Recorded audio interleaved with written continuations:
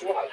That's how you one thing you can do is take the Rabbi Rothschild until the first portion, the first part of that slide. In other words, 1.25 hours before nightfall is when you have to stop saying it. Because the first part is the cloud, and the entire part of that cloud. This is the first thing goes all the way to the end of the seventh hour. About the clock.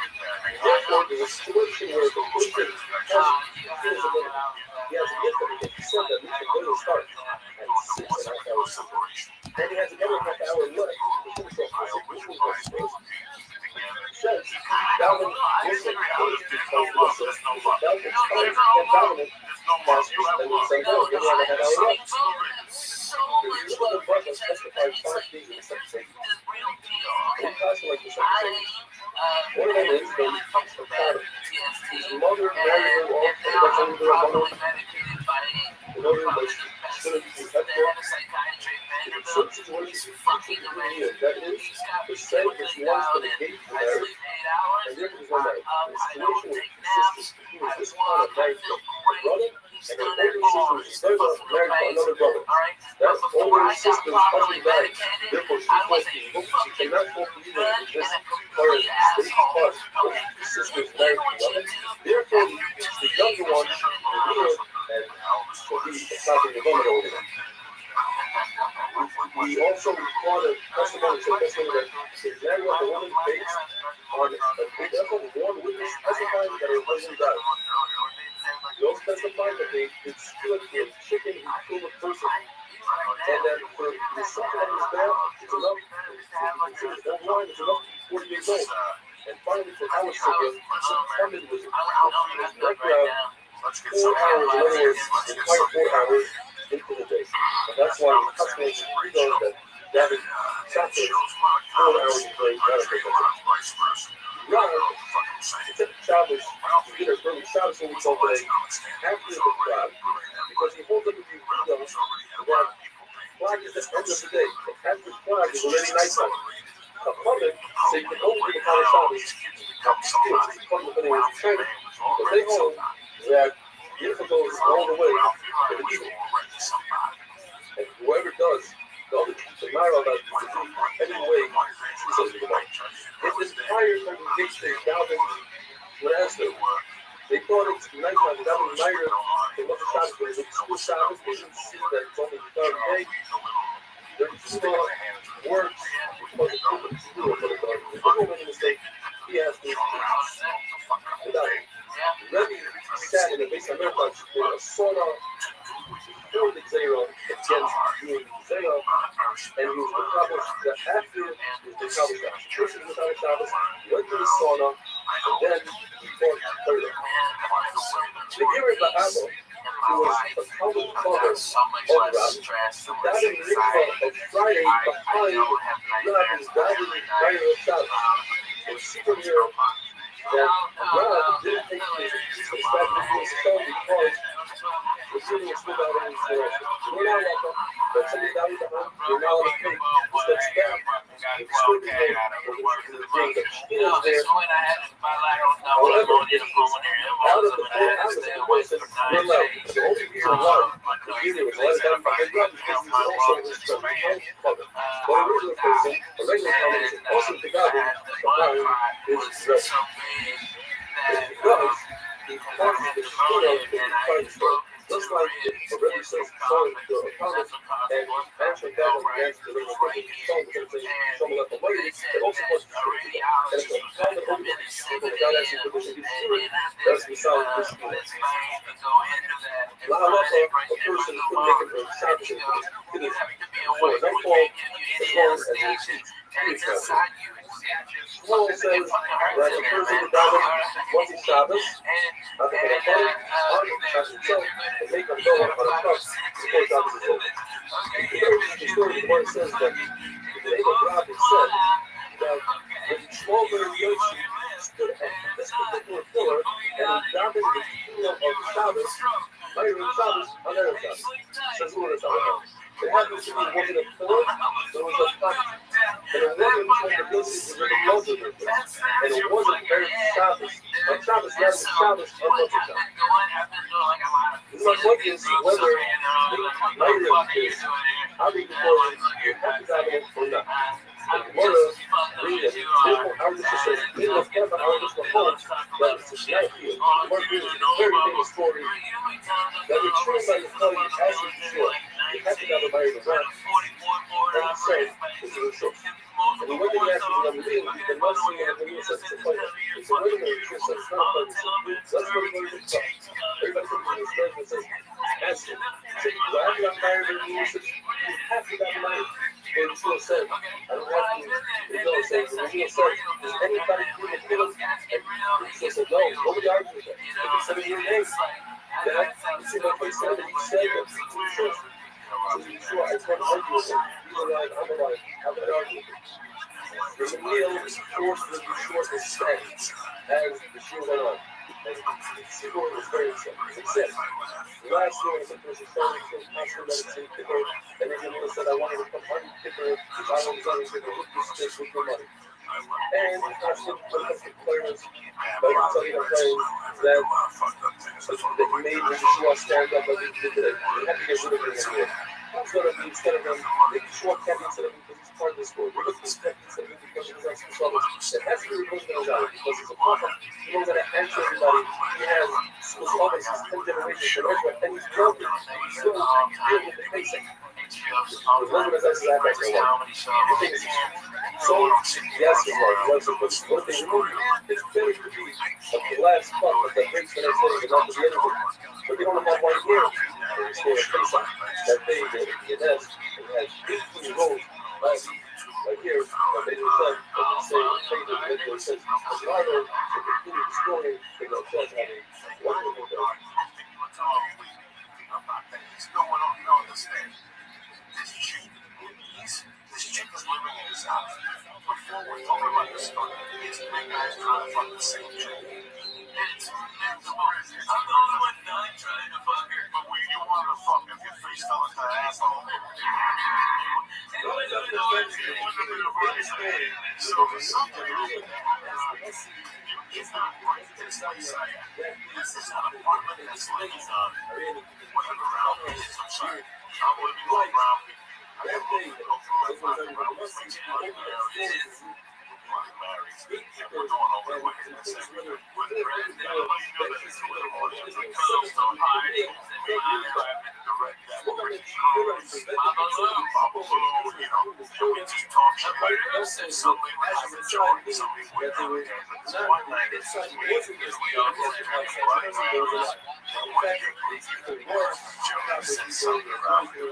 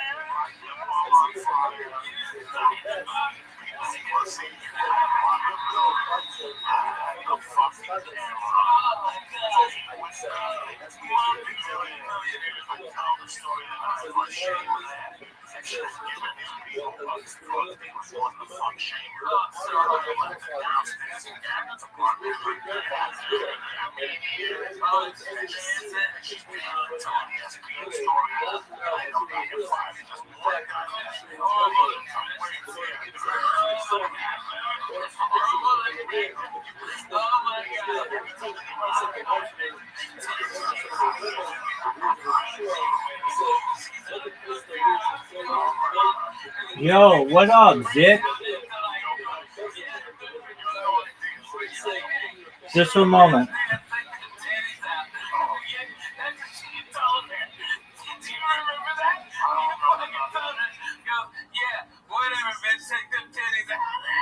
Just a moment. Can you hear me? Yeah. How you living, pimp? So I always see this, and I wonder what kind of server this is. Oh, Please tell me. absolutely. Thank you so much for being here. I'm Rabbi Rothschild. I stream my life 24 hours a day, 7 days a week, 365 days a year for world peace. I've been doing so for more than 3.5 years. My streams go back to the pandemic. We've seen the death of a queen, the birth of AI, the coronation of a king, and everything in between. It's essentially a time capsule or a timeline of human society. Have you ever seen the movie The Truman Show or the television show Big Brother, Zick? Okay, that's fine. It's just basically the story of someone whose life is on camera all the time. In 2018, The Economist magazine stated that data was Earth's number one resource, that data overtook petroleum as Earth's number one resource, more valuable than food, water, gold, air, everything. And I have more data archived on the internet than any person ever, which may make me a very important person in the future, perhaps very influential. And if that happens, I want to make you, your friends, your family, all exceptionally wealthy, independently wealthy if you're not already. I want to make sure that you have enough money to be able to create generational wealth. And most importantly, I want to make sure that you have the ability to start charities and philanthropic organizations of your own. How does that sound, Zeke? Very interesting. Excellent. I talk about other things that I feel are important to the world, like ending world hunger through the use of technology such as agricultural drones, floating greenhouses, saltwater greenhouses, things like hydroponics, vertical farming, cloud seeding. I want to help end world thirst through the use of technology as well. I'm sponsored by cryptocurrency. It's known it's known as HPOS10I. It's worth about $100 million. And one of the things that we do is we build wells in developing nations like Nigeria for the betterment of people's lives there and the betterment of the world. Additionally, I'm an advocate for the LifeShare program and most importantly, desalination technology, where we pump Earth's seawater onto land to make it drinkable. How do those things sound to you, Zeke? Very interesting, Albert. You're not controlled by it, correct? No, I'm independent. Okay, that's cool. I talk about other things that I feel are really exciting futurology topics, such as antimatter, anti-gravity, faster than light travel, faster than light communication, space tourism, space elevators, things like invisibility cloaks, Santa Claus machines, things like artificial narrow intelligence, artificial general intelligence, artificial superintelligence. I talk about things like alien disclosure, artificial gravity, and de-extinction. People don't know this, but the first successful de-extinction took place in the year 2003 with the Pyrenean ibex, which was a goat located in northern Spain, southern France. Fast forward to the year 2021, a company out of Dallas, Texas is founded known as Colossal Bioscientific. They've made it their goal that within the next 3 years to reintroduce the woolly mammoth into the Arctic Circle utilizing Asian elephant surrogates, which I just think is a mind-blowing goal. Additionally, they want to reintroduce the Tasmanian tiger and the dodo bird after the introduction of the woolly mammoth, which I think is really exciting. They recently made headlines with their project, the dire wolf. Exactly. Wow, you're very well versed on this. So those are some really exciting things. Absolutely. So, additionally, I talk about things that may be of interest to you. When you were born, the average life expectancy for you is probably about age 80. I'm going to increase that to age 100, 120 with your consent through life extension technology. Things like peptides, oxygen therapy, human growth hormone, stem cells, testosterone replacement therapy, red light therapy, ambrosia therapy, things like perhaps cryonics, cryogenics, nootropics. But you may get to be 120 years old. You may say, Rabbi, everything that you said, it came true amazingly. And I'm starting to want to continue my life, but my body's starting to break down. What's the next plan? And again, this is with your consent, only if you want it. But you may be able to experience a type of technology known as mind uploading technology. That's where we scan your brain into a computer like a CAT scan or an MRI, knowing where every atom is in your central nervous system and your peripheral nervous system, for later download as an android, an avatar, a cyborg, a cybernetic being, a clone of yourself, a robot, an ethereal being, whatever you want to be, Zeke. But essentially, what I'm saying to you is that you may have an opportunity at digital immortality. What are your thoughts? Well, I will be honest, immortality has never been out there and long, in my opinion. I think that would completely defy life itself. But a lot of the other stuff, yes, it's quite interesting. Absolutely. That's why I am sure to say it's with your consent. If you don't want it, you don't have to have it.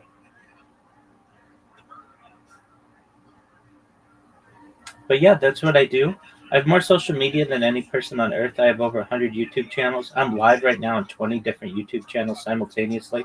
If you look, there's a link in the upper left corner that says 24/7 YouTube streams. You can take a look at that if you wish. Excellent. So you can watch my life in 360 degrees.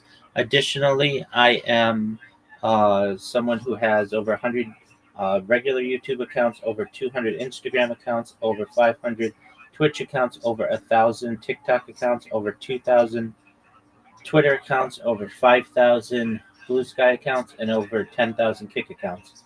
I'm the most documented individual. How many people do you have help manage all this? Oh, I'm a one-man band. That's a lot of work, my friend. Oh, it most certainly is. But I do my best to, basically manage it as well as possible and ensure that I do it in a careful and meaningful way. I'm about positivity. I want to spread positivity to the world. Have an optimistic view on the future. And most importantly, I want to give people hope. So you should know that I'm always here for you if you ever need anybody. All I ask is that you tell your friends and family. All right. Now, who's the other person I see with the camera on? Oh, that's Brandon. He's a big sports fan. He met me through another Discord, and he basically lives his life in here alongside me.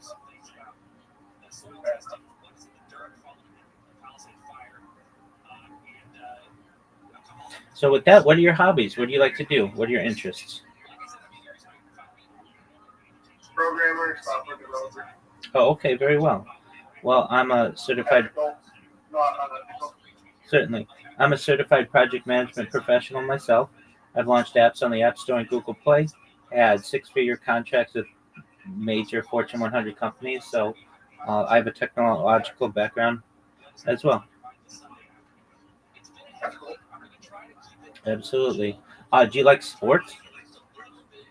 I love sports, actually. I just got done watching the Cowboys game. Oh, wasn't that amazing? Brandon Aubrey, Dude, holy shit. dog. Dak is finally earning his paycheck. Yeah, you've got that right. I mean, it's over the Giants, but Brandon Aubrey had a 64-yard kick and 48 yard. I mean, he had like just let me check. He's a golden boy today for sure. Absolutely, he had 4 field goals. Just amazing, and 4 extra points. So he just played better than any kicker, anything they could have ever asked of a kicker. So that was pretty amazing. Seriously. And he has professional soccer experience. That's even better. Right. Which is really interesting that he never played in college, at least football. That, like, as I understand, it was his girlfriend, now wife, who basically said, "Hey, you can do this," and then the rest is history. So yeah, it became like the best kicker in the NFL, which is amazing. So good on him. He definitely should be up there in that discussion. Oh yeah, definitely. Do you do fantasy football? Not really. Okay, I understand. I do more. I like to watch football. The sport I really delve into is UFC, combat sports. Oh yeah, definitely. Okay, well, did you watch That's the? where that's where my heart goes. Did this isn't UFC, but did you watch Canelo Crawford last night? Yeah. Yeah. I was gonna bet on it, but I just didn't trust it. No, I understand. I live streamed it for people in the Aiden Roth server, so I know a lot of people were appreciative of that, and we watched it in I'll keep here. that in mind. Do you stream? What other events do you stream for fighting related? All the UFCs, many times fight nights, Okay. bare knuckle Okay. fighting championship. Are you aware of this? I do watch bare knuckle sometimes. Yeah. What are your thoughts? On bare knuckle. Yeah. Love it. Yeah, I do too. I think it's amazing. I love UFC as well. So you've got a friend in me with that. I think that UFC in the next decade or so may overtake every sport except for football in the United States. I think, yeah, I was about to say, the United States is definitely probably already the top three. Yeah, it's big time. Um, and it's just so exciting. Anything can happen. And, you know, boxing used to be so large in the United States, but Yeah. the issue with boxing is you can't take a guy down. And in MMA, you can, and it can get really exciting. So that's really that. MMA is so much more. Yeah, exactly. And you get the personalities and the weigh-ins, and there's not just men but women as well. Boxing had its peak in the 90s. After that, it fell off. Yeah, I think it A lot more probably. stuff became mainstream. I think it probably had ebbs and flows, like at the beginning of the 1900s, the beginning of the 20th century. Um, you had some like major fighters. That's when boxing was at its, that's when boxing was like at its beginning. Yeah, well, At a professional world level. yeah, but you'd have fights of the century, Jack Johnson and Rocky Marciano and all that. But then, The you, legend. yeah, exactly. And I'm in agreement with you. The boxing just isn't what it was, but UFC's kind of taken that spot, and I think it's really exciting. So yeah, I watch them all in here, and what else do we do? I've watched 3 Olympic Games. I've watched 3 Super Bowls. I've watched basically every major motion picture, at least like the Oscar winners since 1929. Listened to every major audiobook, every major music album. I've sung basically all the major hits. So there's a lot of content here for the world to discover. It's basically a treasure trove. And one day somebody's gonna pop in here and be like, "Look, you uh, like I have bots that I use to market myself. So I've created bots on Twitch and Twitter and uh, Kick. I'm very well known on all of these platforms. And one day, one of my bots is gonna make the right impression with someone. They're gonna check out what I do, and they're gonna spread the love, and we're gonna go viral, and we're gonna make all your dreams come true. How's that sound? This whole Discord. I'm on it on one of my other accounts. This is kind of like my ghost account. Sure. Ghost streams. So I was just like, you know what? I'll join this on my ghost account and see what this is about. I'm curious. Yeah, definitely. So if you are curious about what I do or other things that I have done, feel free to, it's a huge server. And even if there are voice channels, you can click on most of them and there is content within them. So feel free to check out what I've got there. And again, if you need anything, I'm always here for you. Okay, Big Dog? Cool, bro. Excellent. Well, with that, I'm not going to take up any more of your day, but I'm going to continue watching the NFL. We've got Carolina and the Cardinals, and Philadelphia and the Chiefs. And yeah, many blessings to you. Okay, my friend. I might stick around for that Chiefs game. Okay, excellent. So Brandon's streaming it in here. Let's see if it pulls up. He should be streaming something. It's in the other channel. I see it, I think. Yeah. Yeah, he's streaming it in there too. So you can certainly check it out there as well. Let's see if we can watch stream simultaneously.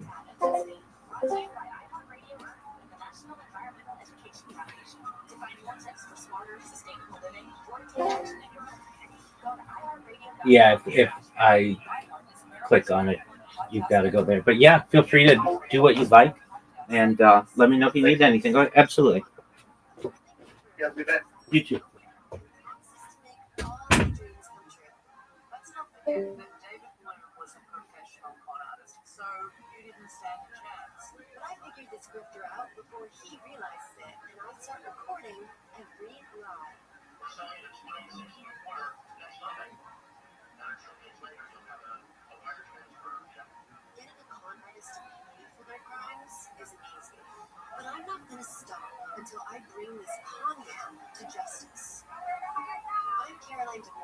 Listen as I take down my scammer on Once Upon a Con, starting February 12th on the iHeartRadio app. iHeart is America's #1 podcast network. Open the free iHeart app and explore podcasts like this. There are verities in this great land. The all but certain confidence that some places are safe from chaos, violence. How many years would you think that you'd see your parents' house tipped off, the farm tipped off by that yellow tape? It wasn't very good, Christ. One of the worst I've ever seen. Careful what myths you choose to rely on. I'm Keith Morris, and this is Murder in the Moonlight, an all-new podcast from Dateline. You can listen to all episodes now, completely free. Listen on America's #1 podcast network, iHeart. Open your free iHeart app and listen now. Well, I'm Joe Cordell, founder of Cordell & Cordell. Divorce is complicated, especially when your small business or professional practice is involved. At Cordell & Cordell, we understand that these assets raise unique valuation and allocation issues. For 35 years, we've helped doctors, lawyers, and small business owners navigate divorce with confidence. Call us at Cordell & Cordell. Let me tell you, I understand on a personal level, your business is much more than a job. It's your legacy. 1455 Frazee, San Diego. CordellCordell.com. Gavin Newsom, you ask him, are you running for president? You know, he'll tell you, I haven't decided yet. Please. The governor is devoting more time and attention to boosting his national profile than fixing the problems of California. His hair is perfectly coiffed. Bill Handel, so for those of us who don't have hair, ain't gonna happen. I'd rather vote for Charles Manson. Tomorrow morning at 6 on KFI, AM 640. More stimulating talk. I'm Dan, it's Ty, hello, and we're the Solid Verbal College Football Podcast. Tune in for previews, recaps, bits you won't hear anywhere else, and all the emotional support you need as a college football fan. Join us all season long as we ride the roller coaster of this ridiculous sport. Open your free iHeartRadio app, search the Solid Verbal College Football Podcast, and listen now. We don't just love college football time, we KFI AM 640, or stimulating talk. Coming up on the Monday edition of the Gary and Shannon Show, Shannon is back. We'll hear all of her stories of life, love, happiness, but also the Emmys. We'll talk about it all coming up tomorrow at 9 a.m. on Gary and Shannon.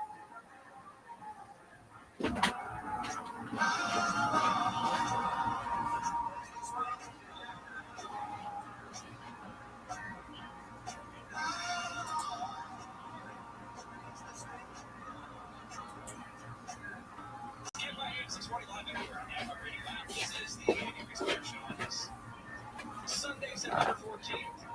Little, how long has this been going on? Or how long have we by Ace? There's a couple different versions of that song. Maybe our next guest can talk about it.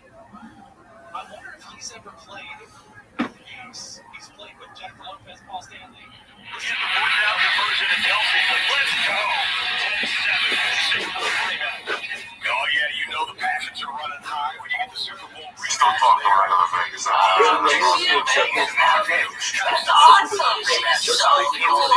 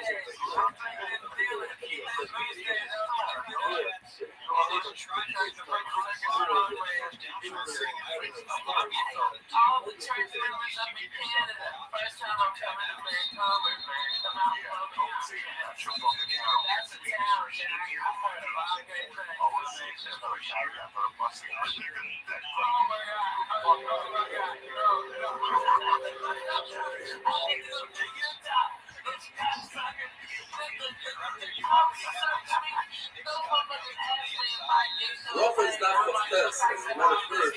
Tonight is the Zafar of my first grandchild and grandson. And I want to thank everybody from the bottom of my heart. We got close to 400 emails, WhatsApps, text messages. I want to assure you, I read every single one. I just can't reply to that many emails and WhatsApps. I really thank you from the bottom of my heart. It means a lot. It's very touching reading that people went the extra mile and sent me messages of encouragement and mazel tov and welcoming to grandfather club, etc. We should all share and seek us together. The Lord tells us that you and I can play with. He's the one that put together the Shemona Esrei, the 18 brachas that we say every day. And Shmuel Tucker is the one that added the 19th bracha. What we say, it's called Shemona Esrei, we say 19 brachas. And the 19th bracha is on Shemon, it's against the new and the heretics. And the Lord tells us that a year later, after we offer it, he's davening for the enemies of Shmuel. And he simply forgot his masterpiece that he put together. The halacha is that when a chazan forgets a bracha, we don't remove it. But if he forgets the Malchim, we must be concerned perhaps he says a min, and that's why he's not saying it. Maybe Shmuel Tucker became a min. Just because he's a tzaddik, and just because he's out there, it doesn't mean anything. Says the Gemara, the reason why they didn't remove it is because he started the bracha. And that proves he's not a min. He didn't start the bracha. Now, if a person is a Russia, and then he gets tshuva, it's very possible that he ends his life as a Russian. So, first, in Roman Abaya, when a person starts out as a tzaddik, will he become a Russian later on in life?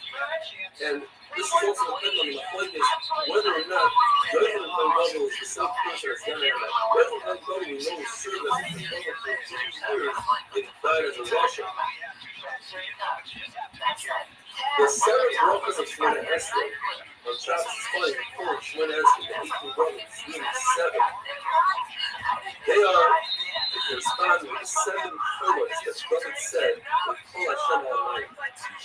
The 9 brachas we say on Rosh Hashanah correspond with the Askeres that Hannah said, which was on Rosh Hashanah itself. On Rosh Hashanah, Sarah, Rachel, and Hannah were lifted out of the both of the side of the nation of children age.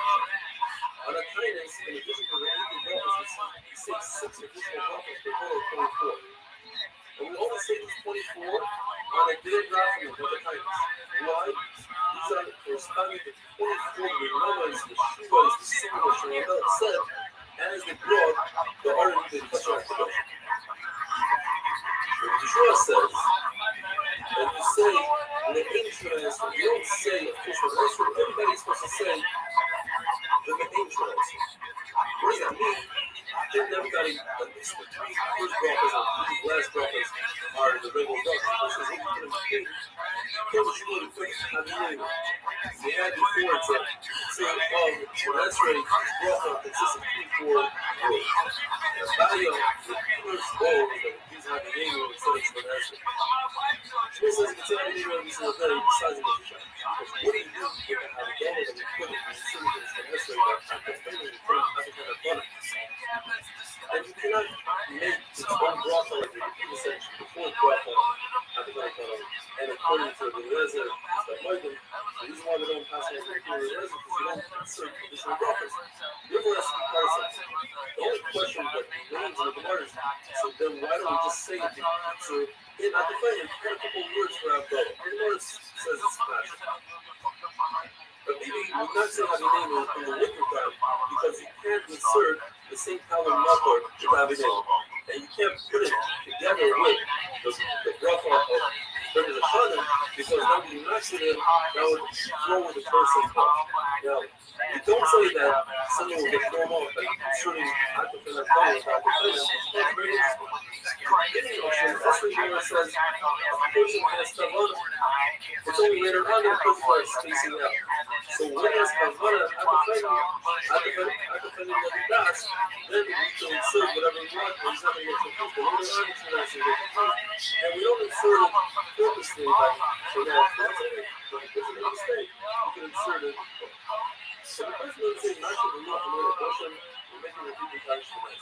The person doesn't say the same time about the Russia, you don't make him the people times for this unless he's passionate. You always say passionate. Person doesn't say all the other. It goes back to its saying. As long as he didn't finish the answer, it goes back to its saying. Now, if he takes steps back as a fellow, then he has to finish the answer. Some people would say, the person is not just saying that. If he didn't take steps back, because that doesn't understand, doesn't say feelings, he must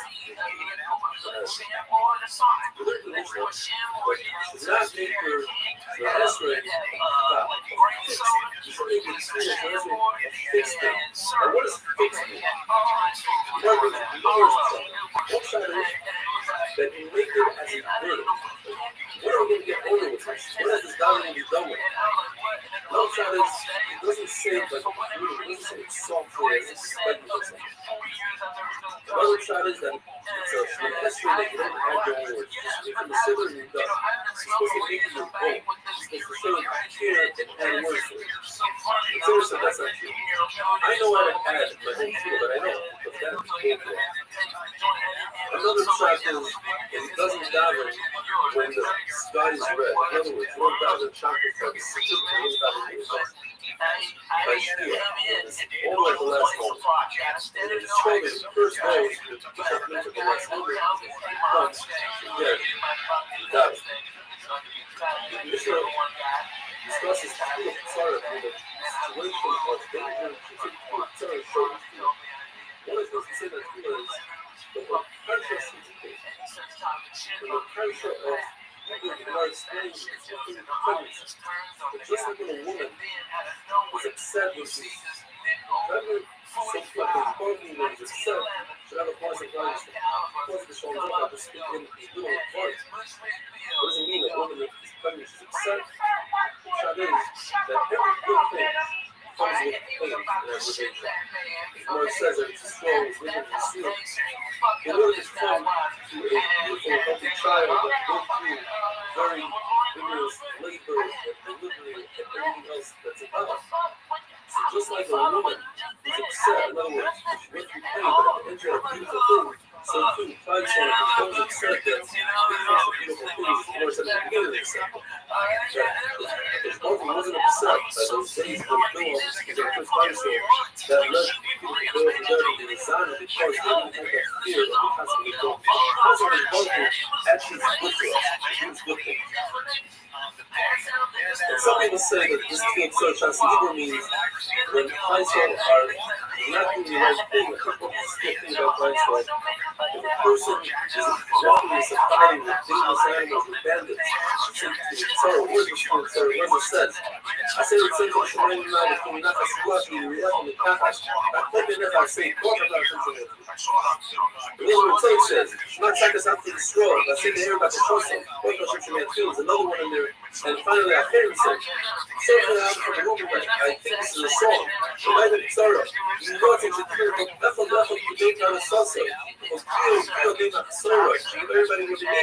But this is what I love this. This is what you feel tells. Well, I just said, don't get upset or get upset that who's going to be well, they work. You should always say, it's a mirror, that you know what it is. You want something, but I was going to say, etc., etc. Have a wonderful day, have a great Shabbos, and Mazel Tov, and Simchas Torah. It's so fucking, I can't get that shit. My fucking little pooper is worn out. I can't shit, it's miserable. Fuck that. I don't do none of that shit. Dude, you don't want to. Oh man, that's what we can sit there. Like, so I'm like, If you go to watch the Super Bowl players, you usually know that this is a little bit player maybe at halftime and put this on. Don't forget something big time. Only the way you have to do it. The win, the United City, but the Nazi kids are there once past 8,000 hours, which is actually 60,000 feet. The church is home, but the cities are there. That's still the Christian city. But when they went together and Christians respected the faith that we stood, we want to be back to the place of good and the place of all places. Everybody in the same position. So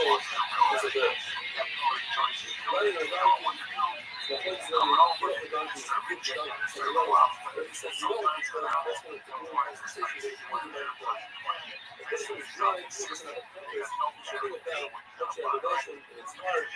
The point is, you always have to be facing the clearest institution of devotion. So if you're controlling your face, scroll, if you're sin, if you're blind, always facing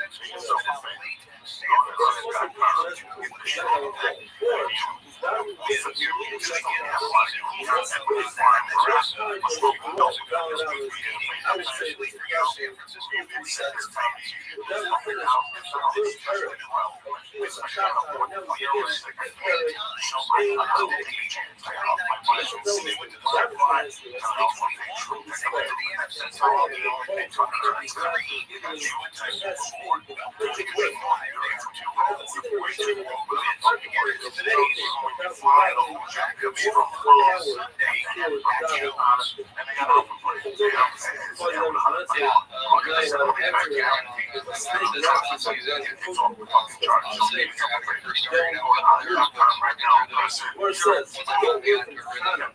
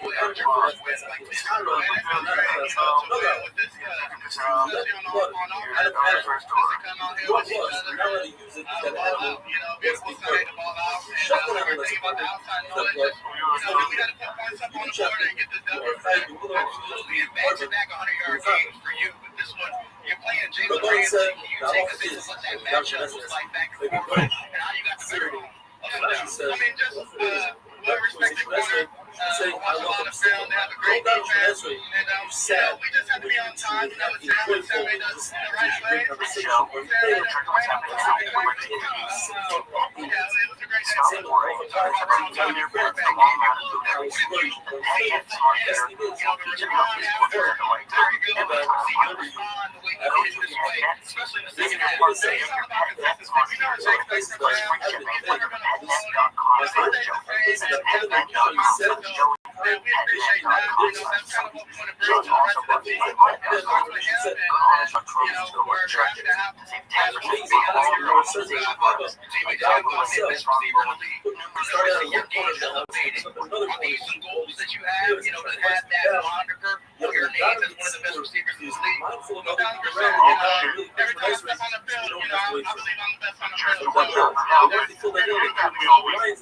Congrats, man. He Enjoy this said, win. look, Thank you. he doesn't listen to the young. He asks right in the Hey, you know who's in the flavor zone, in the red zone, and in the end zone? The Detroit Lions. The demise of their offense was greatly exaggerated after a week long flop in Lambeau Field against the Packers. Today they face the Chicago Bears, and Detroit lit up the scoreboard. How about 7 touchdowns for this Detroit offense? 5 of them at the right arm of that man, Jared Goff, putting it up top there. Jameson Williams had a big game. Yet Gibbs and Montgomery both getting their rushing touchdowns. Amon-Ra St. Brown had a massive fourth quarter, 3 total touchdowns for him, and a 50-burger put-up. Tana was in the field. She was married to Elkanah the Navi, and she was actually went to the Beis Hamikdash. She was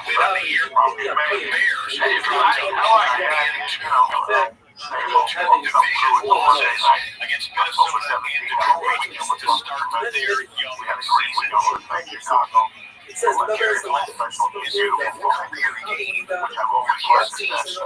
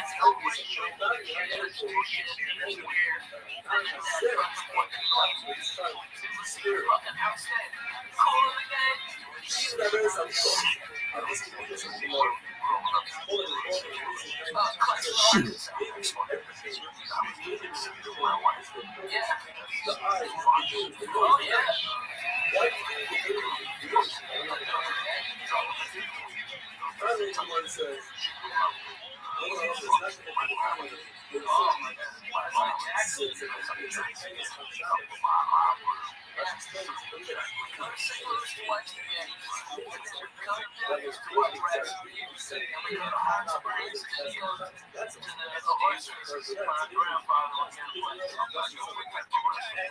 Oh, shit. Fuck no! Then we saw my Uncle TV. I mean, that's when I first met Dick Murdoch, fucking the Funk Brothers, okay?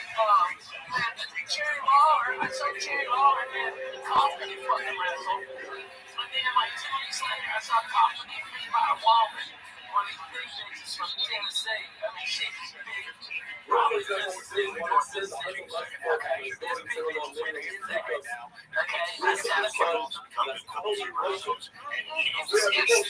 tier, but it's legendary, you know what I mean? There was Mid-South, and there's I forget the name of the other one, but I mean, I went to so much wrestling. I saw Ric Flair win the heavy metal belt from Harley Race, and it was a Central World Championship, and then I saw Rabbi Rothschild, and then he beat Dusty Rhodes for his third championship. It was tremendous. One was everywhere. It was fantastic. That wrestling was so fucking good. I remember as a kid spitting on the fucking Andrew Virgin. I spit on his dirty motherfucker. Okay, I spit on him.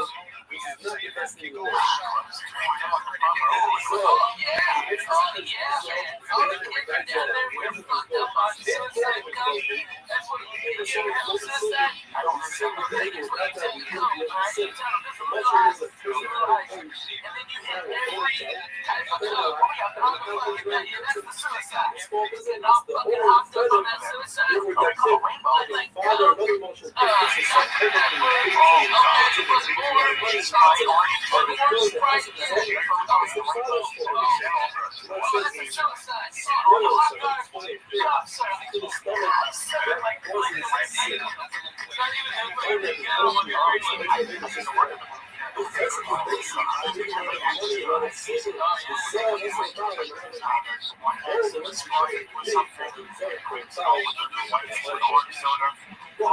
so good, man. It sounds so good right now. I'm fucking crazy. That bothers me, by the way. It's No comment.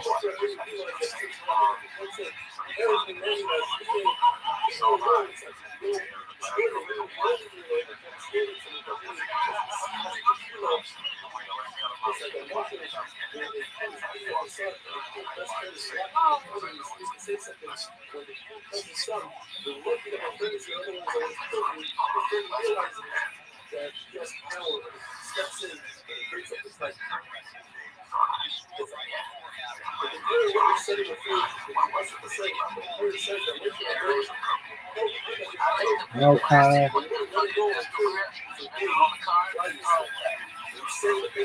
Shit.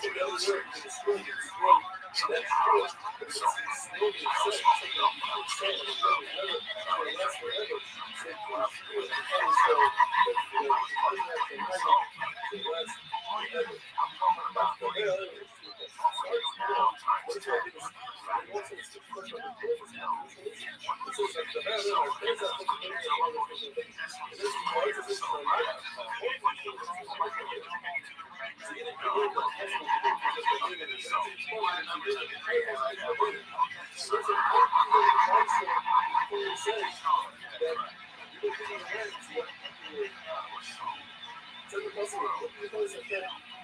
It's a muscle, that what they said, the nature of the city like a woman. Right?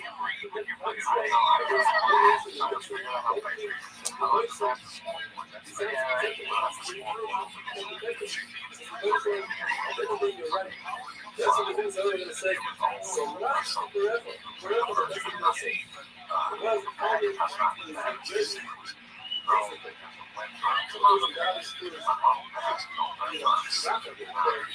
Then ask him.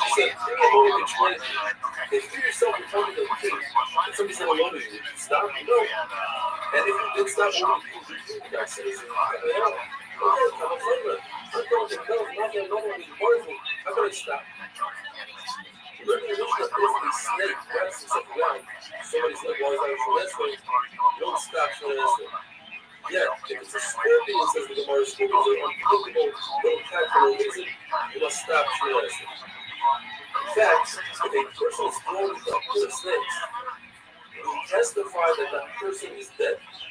Why? Because once you go into their domain and you cause them to be uncomfortable, they will attack you. However, if you're thrown into a pit of lions, you can't testify that the person is dead. Because lions won't always attack you. Yes, so they're hungry and separate. If you see a bull come towards you and down to the restaurant, you must stop immediately. If it's a bull that never attacked humans, doesn't have three attacks against humans, then if it's within 150 amo, you run. And if it's a bull that attacked humans, as long as you can see it, you have to get out of here. Because it's the same in Aramaic. If you see a bull, go to the roof and take the ladder with you. Because a bull will attack unpredictable. Paul says that's a bull in recent times, that bull is so much food around that it goes crazy. Famous story of Camilo Basin is that right, so is a very special animal that's the product of a snake mated with a goat. And if it bites a human being, there's a race to get to the water first. If it gets first, then that red dies. If the red gets to the water first, then the human dies. But because our red causing a lot of trouble, the red will come in place. He said, Chinese lives, he put his foot on his hole, and that red bit him. And the race happened that there was a young that opened up right below his feet, and there was water, and he got to the water first, and he killed that red. He took that red and showed the water neighbors and everything he said. They're not red neighbors. That red doesn't kill. It's our sins that cause us to die. People said, wow, we feel bad for this red, but one thing for any of the person. Such a mission would say, you should be weird in the growth of the Hayamis, because rain is the same thing as these Hayamis, it's the same power, it's the same mix. When we say the same kind of emotional growth, when the greatest are shown that's the growth, but also because having our fields with rain and food, that's our purpose. Havdalah comes from the growth of Shemin Adas. That's safe of the virtue between Kodesh and Chol coming hard. If you want to say it's because it's the first bracha in the same weekdays. Kodesh and Ezra is saying the brachas in the beginning, but the first bracha of the weekday is after Chol. This is more like things, two words that are surrounded by the name of Hashem. One of them is Dea, Seichel. So it's a great thing that Seichel is Seichel. In fact, if you don't pray that doesn't say you don't have process. It's like the speaker is directly on the Shem's name also good. It's like you say, it's it. Good visible. The color revenge we don't explain because revenge seems like a bad thing. This is in fact revenge can be used against those species. Against our enemies, it's really a good thing. The Hebrew Lezer says that the bracha on Havdalah is not included in that Havdalah. It says it's a whole bracha by itself, it's a whole bracha. Lezer says it's considered like. The question is, where does this Machon come from? Why is so much position to make a bracha every single one's a challenge? The one thing you have to say is, you just listen what that's a very simple view, and that's it. The answer is because if you see a punish that's the way, very much a punish, and therefore, it's a weapon. Because the punish was to say, Havdalah and show you for that. Because Christ said to their money that by why it's over. Later on, when they came up here, they changed that. It's a normal show, let's do it on a couple of lines. And then Christ said it's important. Kind of changing it. So let's instead of changing it every other generation, let's just make one that we'll say it in short and we'll say it on white. We'll record it and we get it with short. And that's really what you make them. And the person opening that door on number one, it has to say Havdalah and Kodesh because the first Havdalah was to say the Kodesh. But what if the person said Havdalah and Kodesh? Because we repeated at home, and we know the answer we repeated at home. But there's a price that says no repeating because shameless off. It's a brother like how you don't have Hashem's name for no reason. It says, Resisa, it's Ismail Raisa. But when you're judgment, you repeat it at home, and that's not us. It just brings us complications. You can ask a little. How is it if a person eats all the size of bread, or higher than the answer is, if a person forgets to say Havdalah and Kodesh, then he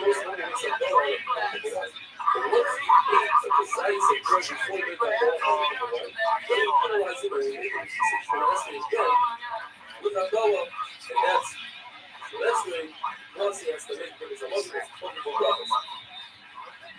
And once a Shabbos, the fourth hour of it's not like a fighter. So we circle, okay. The regular jeans on a travel, the business on a travel, they insert in the home office. The answer is that the judgment says that this is the that everybody agrees to we're the nothing that we look towards because we don't hold people opponents that are so because it's sure about going on. And the final lesson is conceiving yours is good. In other words, we don't hold not in public, we don't pass like that to an individual, but it's an individual. Set up the right self, in mind, we don't make them repeat. I'm like, what the fuck? Of course, you're yourself. You say, and that's all kinds of things. You say, that's what you know, after the whole phone, stop and say that the name, which describes the employment and our creation of the phone, the video so fucking, and differentiating between Shabbos and other things. Shabbos is greater than nothing. Says the Mishnah, if somebody tries to give a shot at his phone and says, look, if you're going to, you don't have a horse in his words, you don't have a horse. Either because that's going to create a jealousy between other animals and birds, or because you think you understand Hashem's ways, when you do a mitzvah, you have to do the mitzvah because Hashem said to do the mitzvah, not because you understand the logic behind the mitzvah. The person says, Moidim, and it says, but this is a, it's called different entities, and it's called right. The person says, I call Hashem's great chesed, and it's literally does this. How do you try? Because you have to thank Hashem even for the bad. Just like thank Hashem for the good, thank Hashem for the bad. So both dynamics. The person that was sitting in front of the Tanakh, and he started saying, okay, I don't know, I'm keeping on another. Those are what somebody added. And he says, well, etc. And he finished, and he said, that's what you have, that's what you got. In other words, in the Torah it says, only stop it. And as though we said three. And actually it's a real reciting three. So say three. Otherwise, it's as if you are belittling a person who has that much force. I'm saying that a person that has that much gold and you say, oh, he has a lot of silver. You know that everything's in the hands of heaven besides your Shema. And what Rabbi says, it's a Shema for you. Everything to do a little bit of your Shema, it seems like it's very easy. It's very difficult. And you see that Mishpah, all he has in his Oitzer, all he has is your Shema. No, but it's your Shema. The answer is, what's your opinion? You're so good at your Shema, you didn't realize how beautiful it is for everybody else. Yeah, Arizona. Oh, it's good. Hard much. First time it's ever been uttered. Oh, fuck.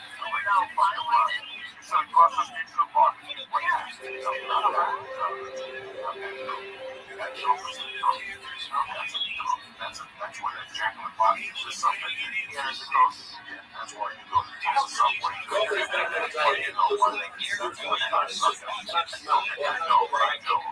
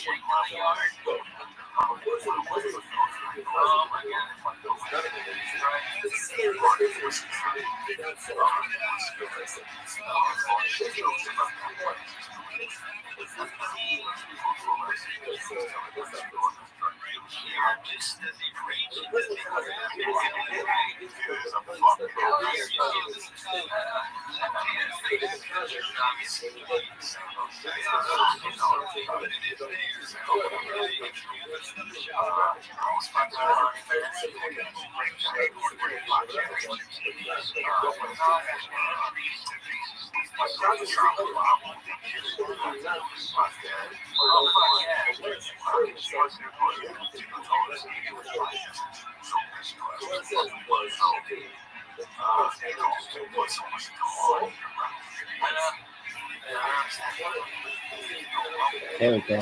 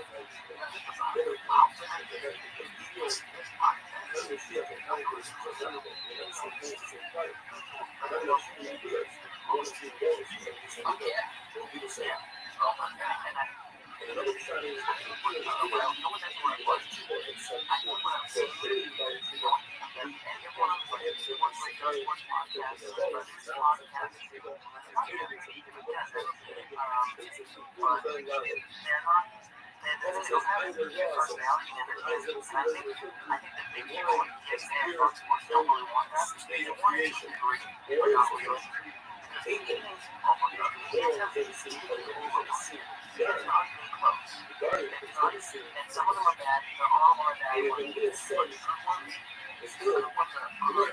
That's what it's there for. It's a good. And the teams on those sports talk shows talk about those awful ones. Because that's the case. So it's like almost like the athletes, like the athletes, whatever that was saying,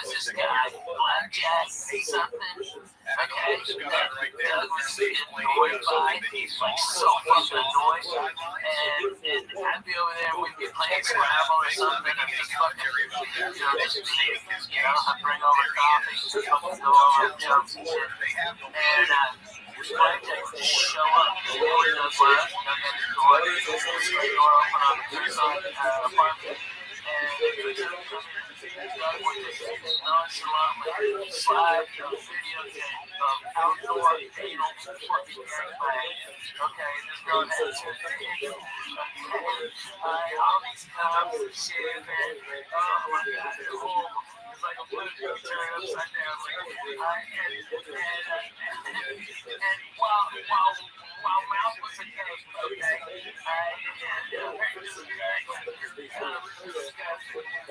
a fucking fly.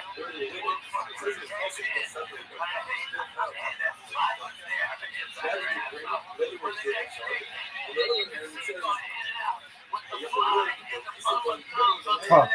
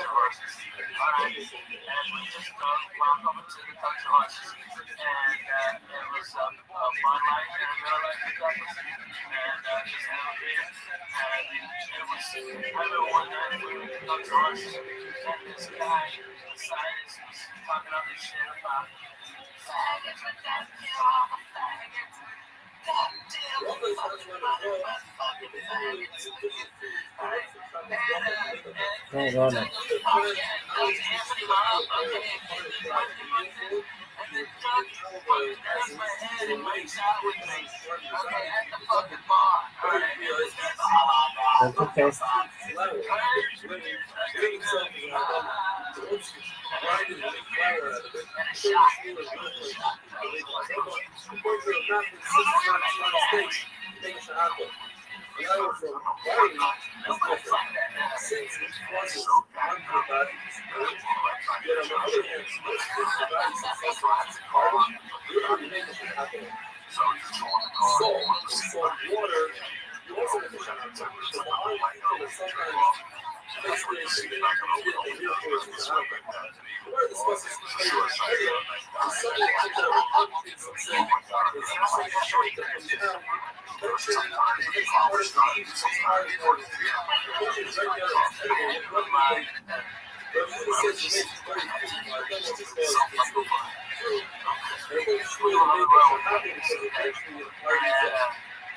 remember we were sleeping in both of them little puppies.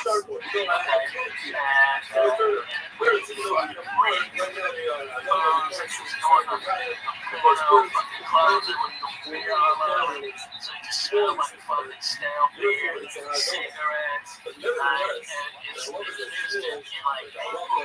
So when that fucking sun comes up, it's 110.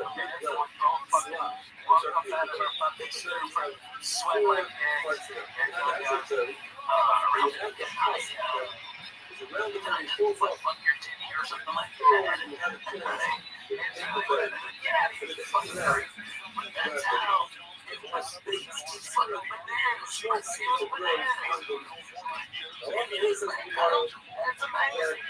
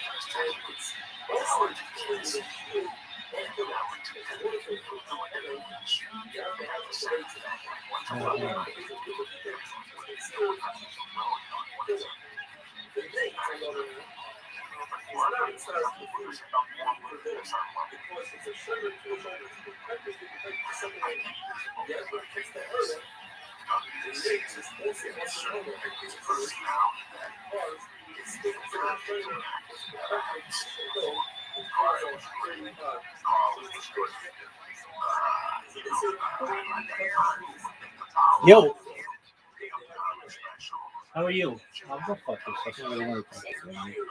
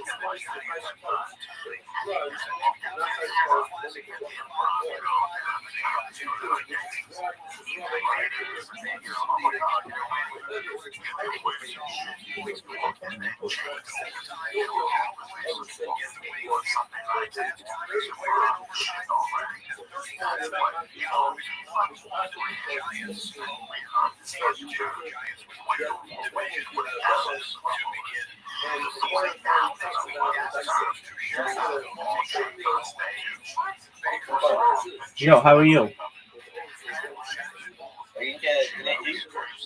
I don't know what you're saying. What's up?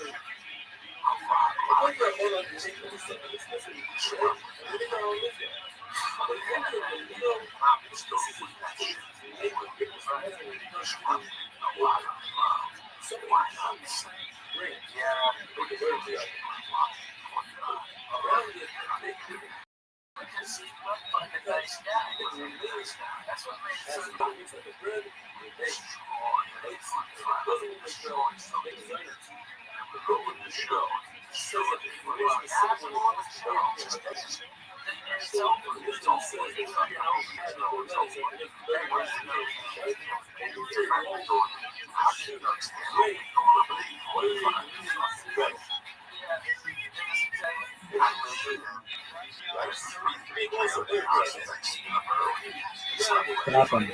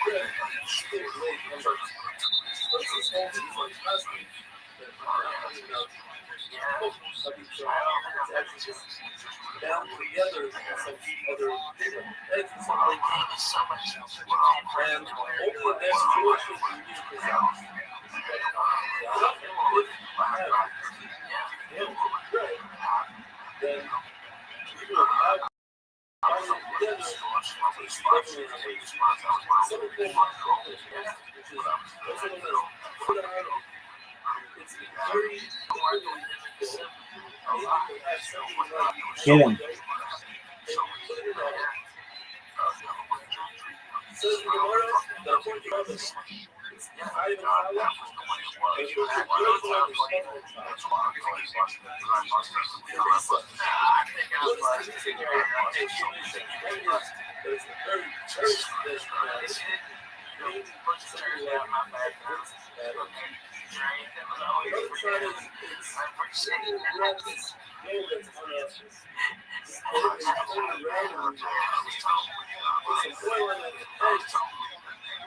Stop him.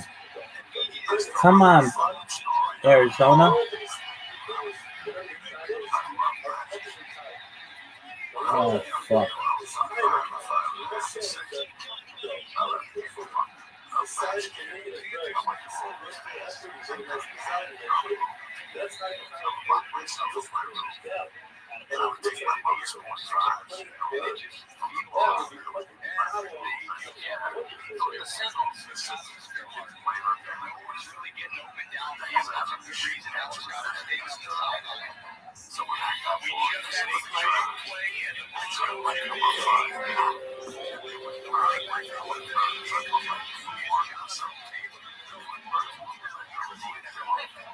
Go, baby.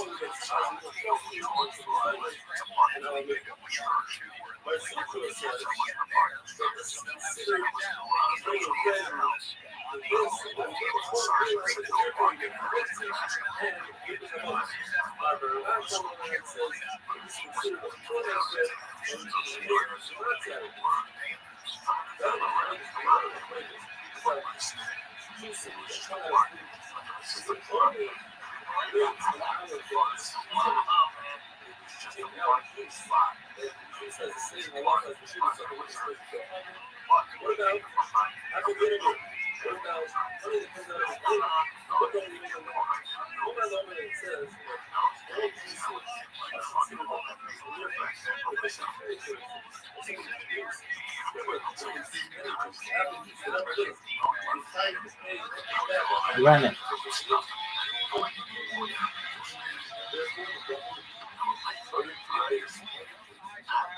Good.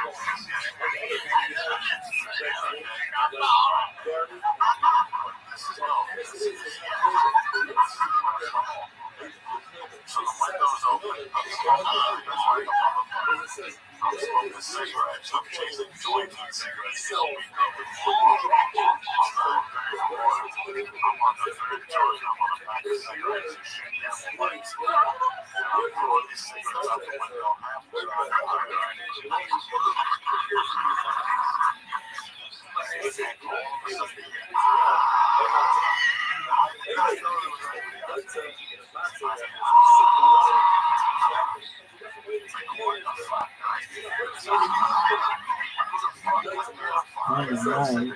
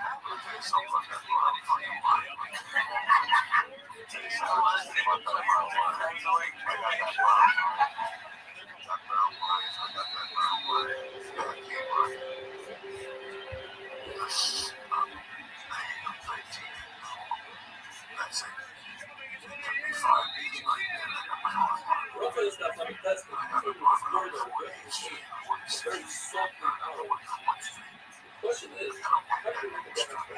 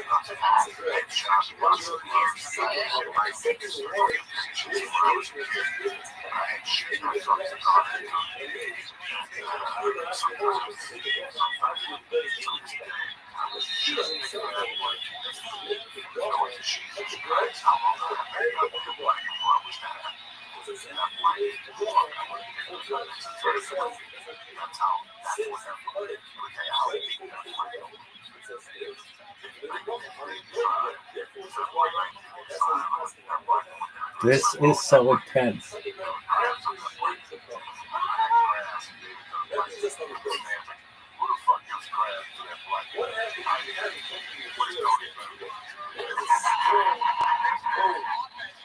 Oh, no way. He's got two players.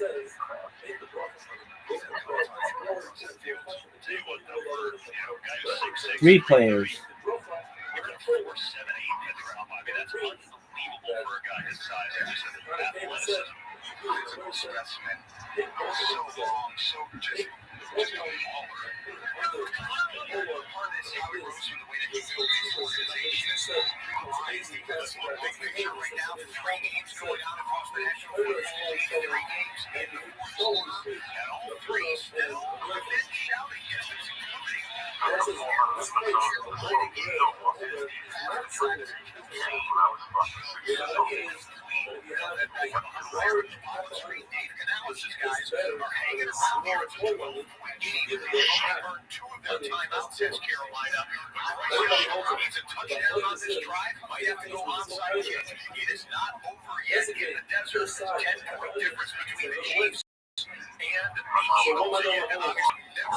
Get it in a second.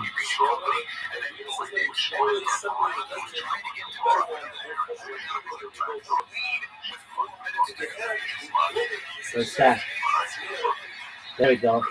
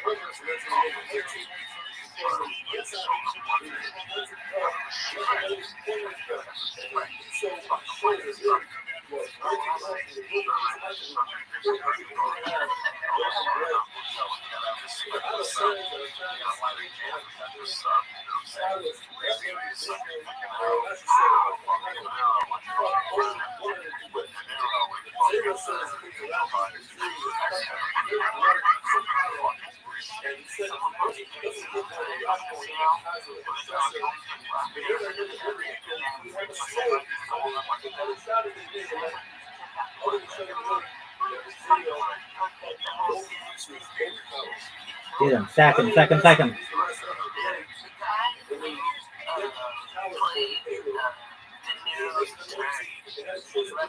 Fuck.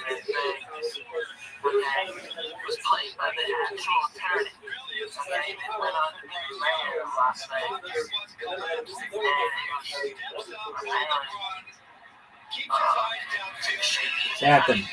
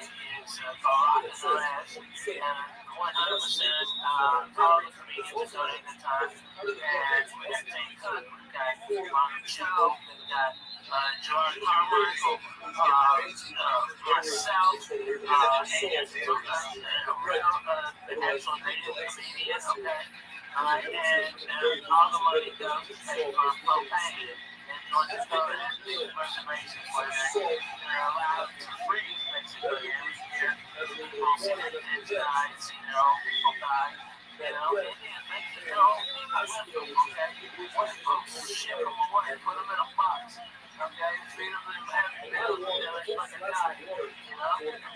That's what happens. But Indians people love. So every year people die, and this is keeping people warm. So we need. And so, I have to donate my time. And I think it's gonna be a fucking great show.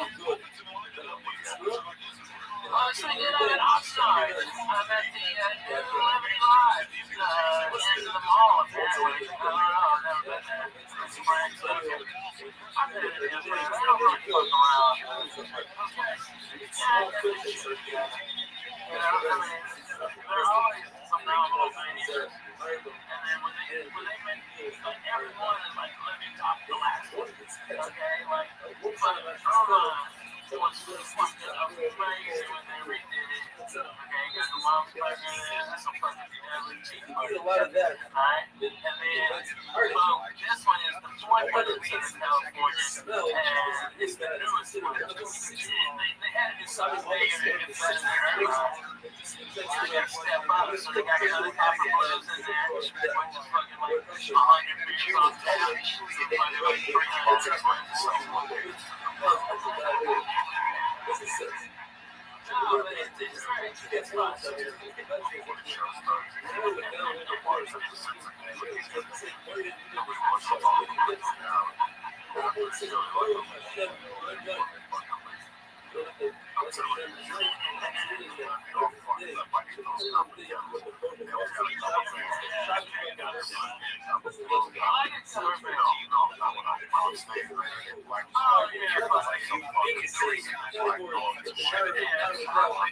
Stop them.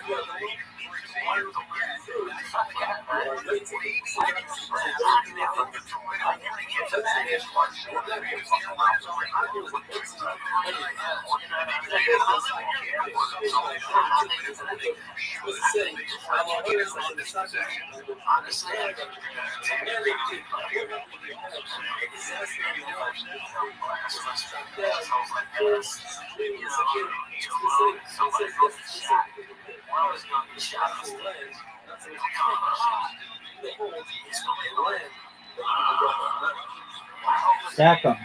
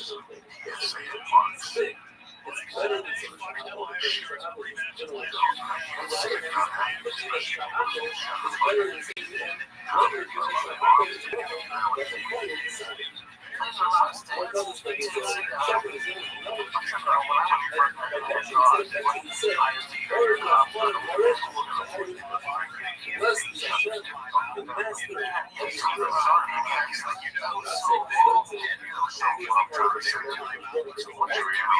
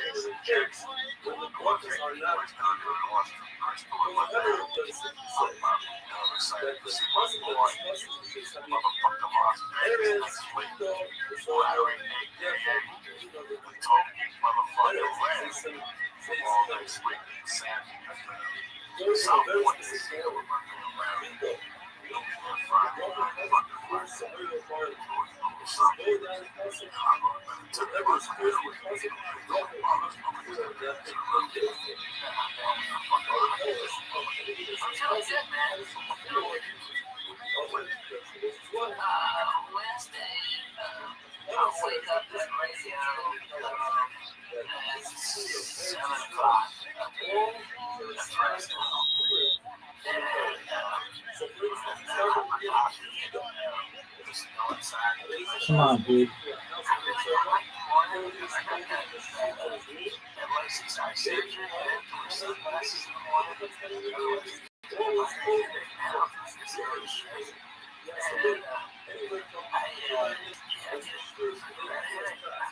had surgery. So I have to wear shades in front of people. Here's a flash.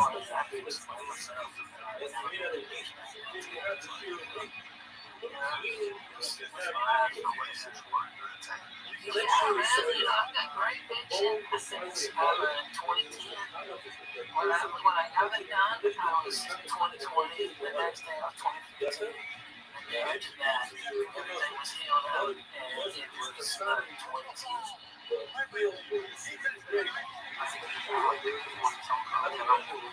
15-yarder.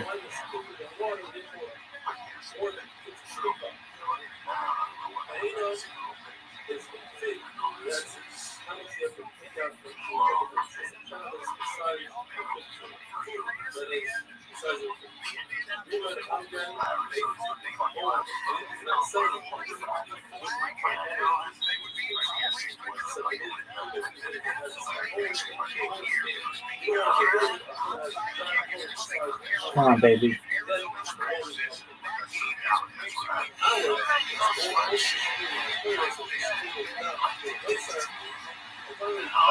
There we go.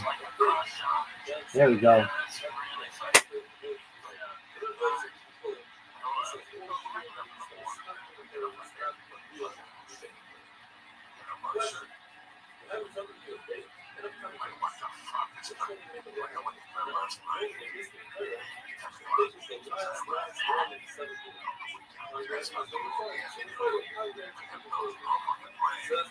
No way.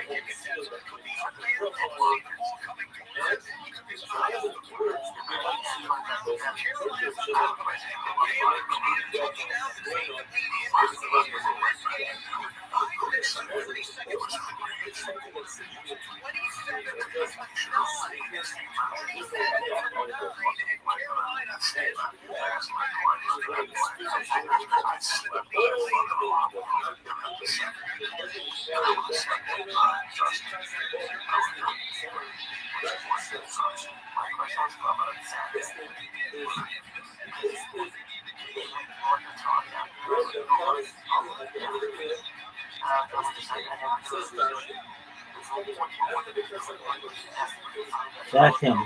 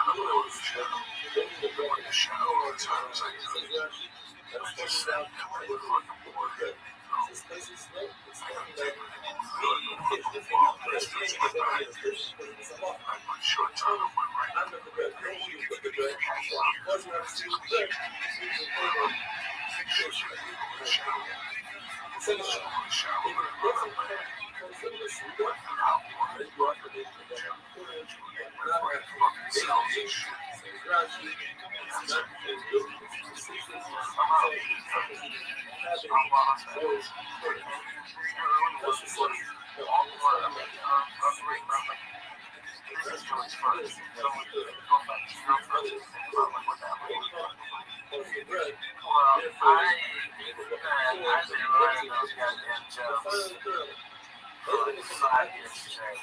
I grasped 4 or 5 seconds.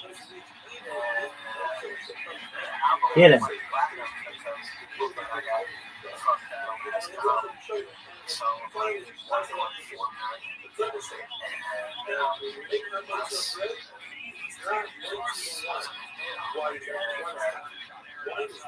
was just out of the laugh factor. And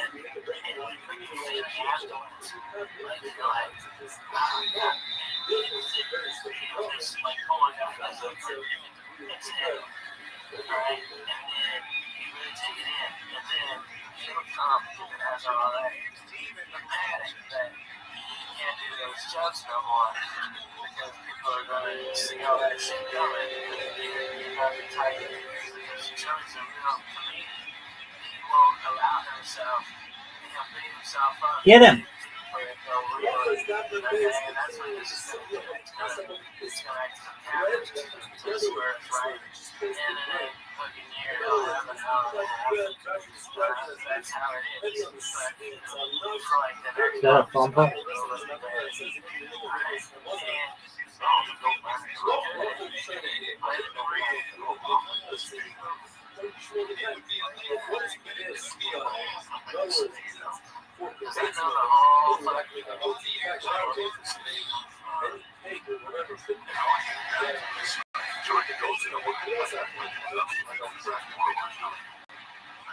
No way.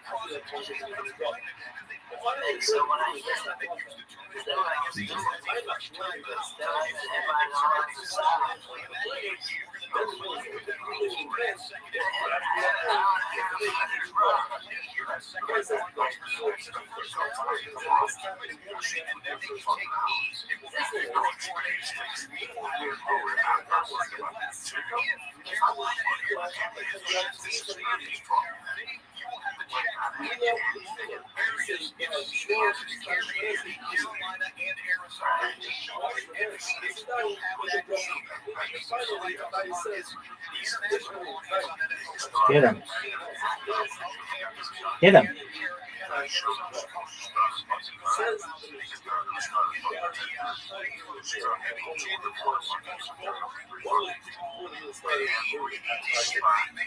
Dude, what's up with this flag?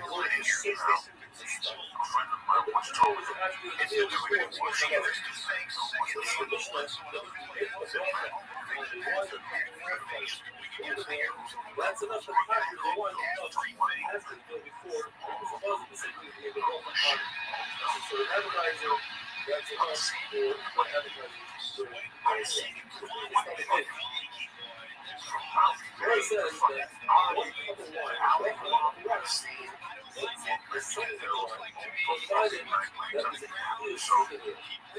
It's bullshit.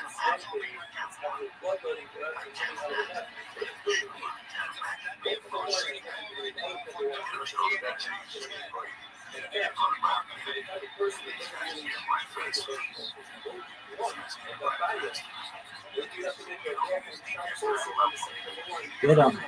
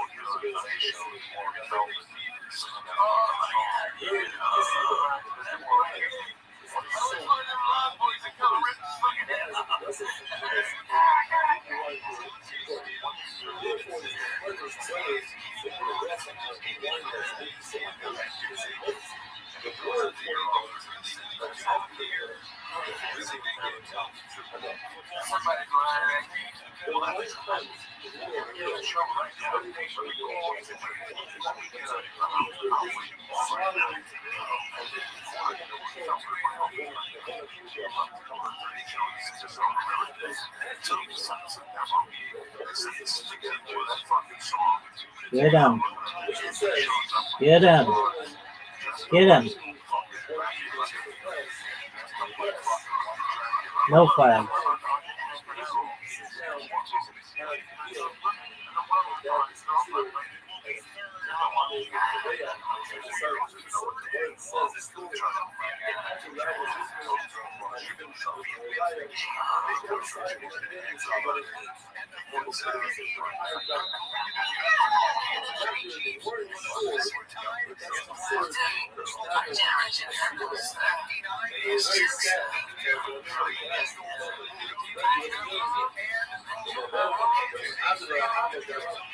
Get him.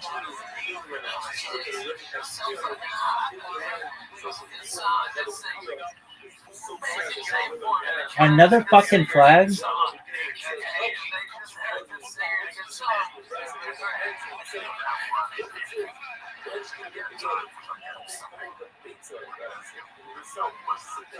They're rigging it.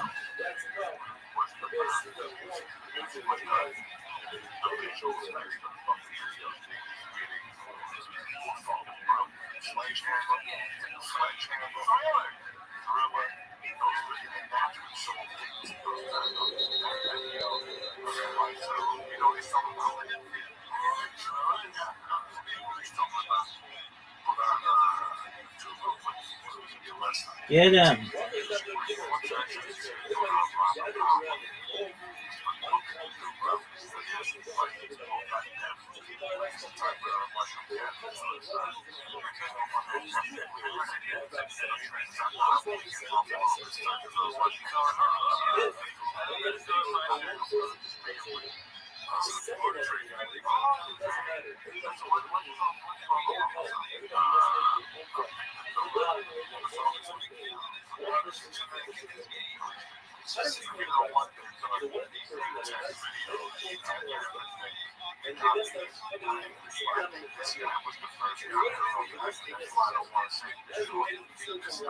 Get him. Yes. There we go. That's what I'm talking about.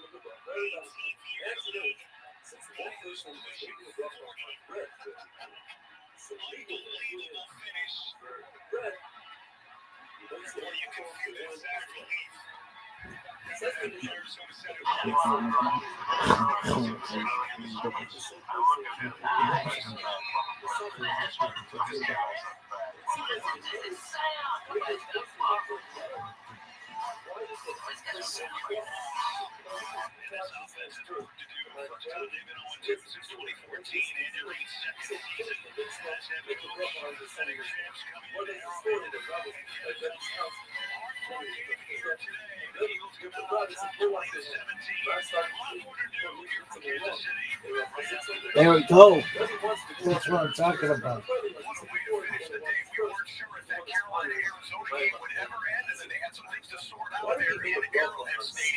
As Kansas City was not able to pull off a miracle comeback today, Philadelphia goes to 2-0 in the defense of their Super Bowl championship here in 2025.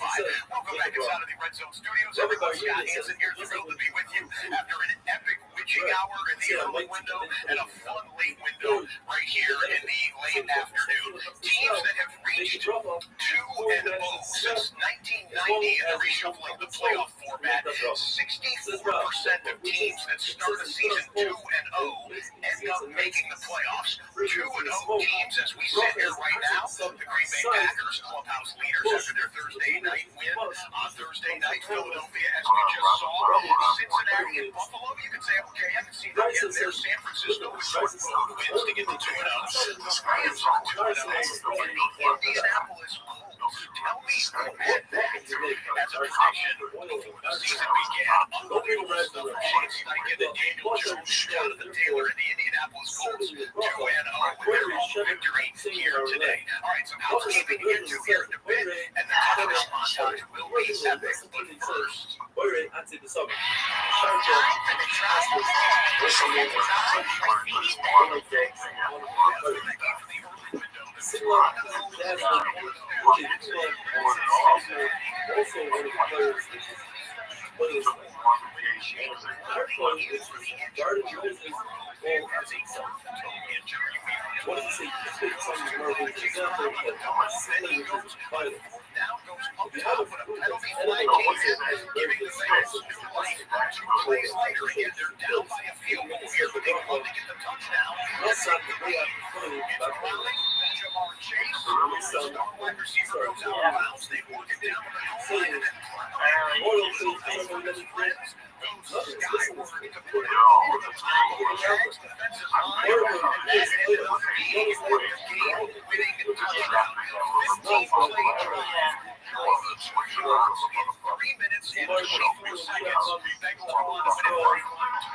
Presented by concerning news from Cincinnati Bengals is this. Ian Rappaport, NFL media insider, says that Joe Burrow was ruled out Sunday with a toe injury, was diagnosed with toe. And he cites another source there, Fox 19, Jeremy, apparently first reported. Stay with NFL Network, NFL.com, and the NFL media insiders to get the latest on Joe Burrow, one of the best players in the game, with an injury concern as we wrap up week 2 and push towards week 3. All right, let's get back to the positive side of things. How about some of these spectacular plays that we saw today? We tried to whittle it all down to the top 5.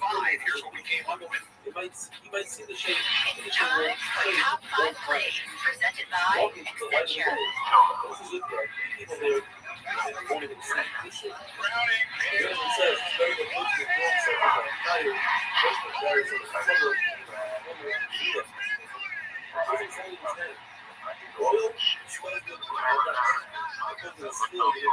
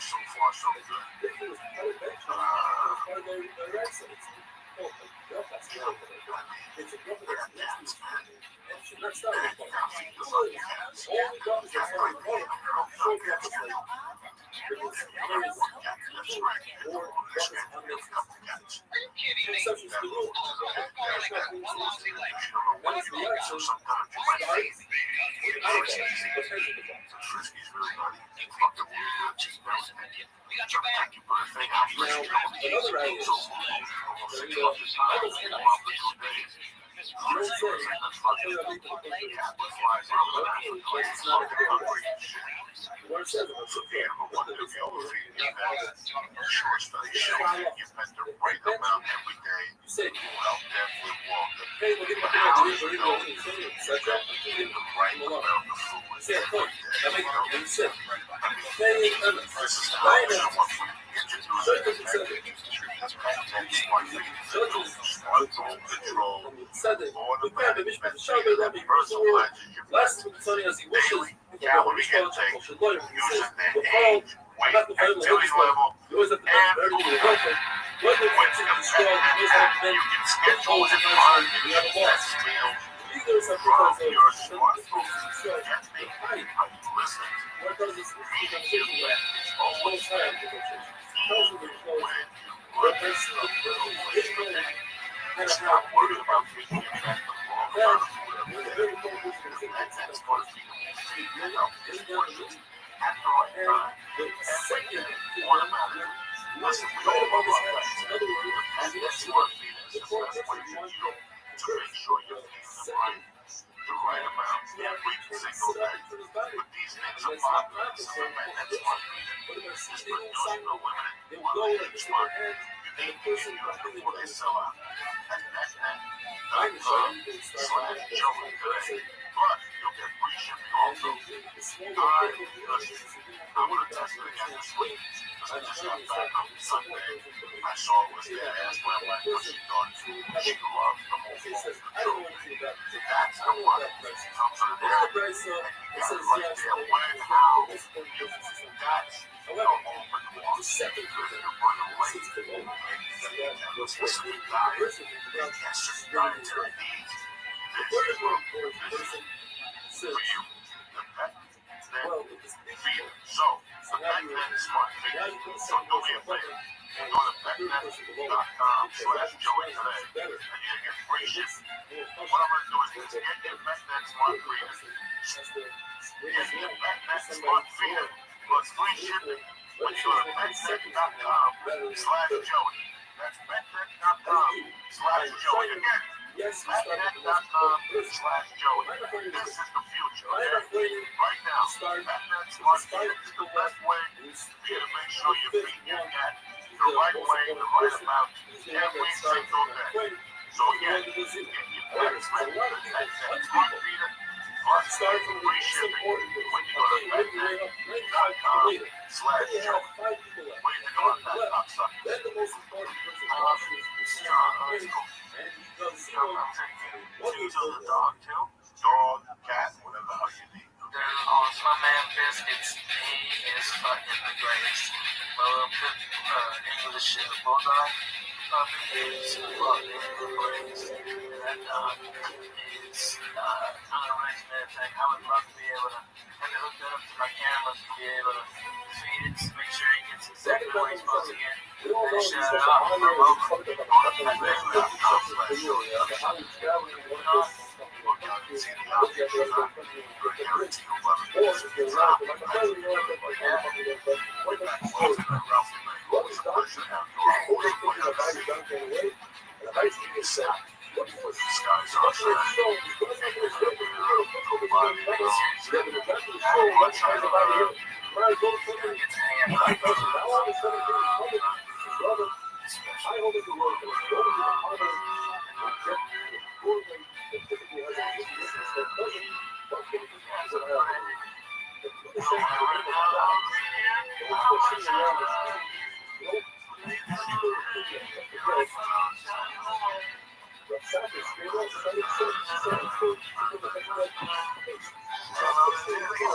Next week, where you at, big Oxford, Friday, Saturday, Thursday. Yeah, Thursday, Friday, Saturday, and Sunday, and man, and then off for a week. Thank God. The parents, Glenn and Gary, were the sons. And when they were in college, I would go in there in high school. I was like a junior. Mrs. Hatcher would say, go, stack up the use. I mean, you would sell by 10 o'clock. Yeah, I went to you for that fucking case. But it was all daily. It was all busy all day. you run around doing the school lunch and what? I got that restroom. So, I noticed that as a kid, that it was just All the food distribution in New Jersey's handled by a lot of people you don't want to know about the problems with. You know what I mean? All right, some people say, hey, we got to have food. Right? Just get away from the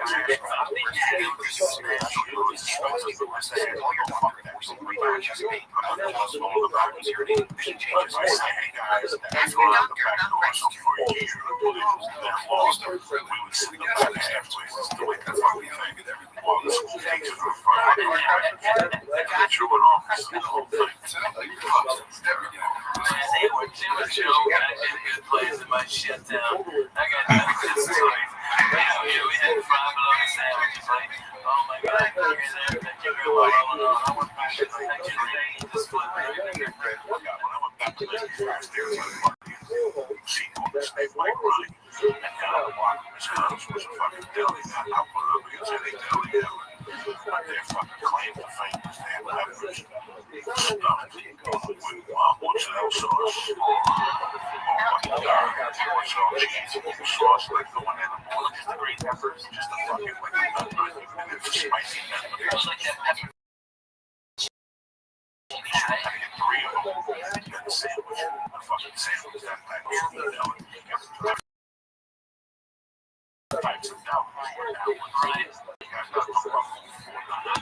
We're all stoned. It sounds great.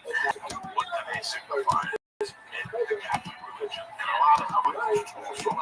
Our good friend George got arrested while I saw she's passed this year. You know, it's hard, man. Mom and Jim passed this year. It's hard. You know, you see people in their life that cancer is a miserable one of them. It is a horrible way to pass. You know, and I'd rather get slammed into a sign on the fire and break that bitch. I'd take that bit, but hey, I'd rather take that stuff. You know what I mean?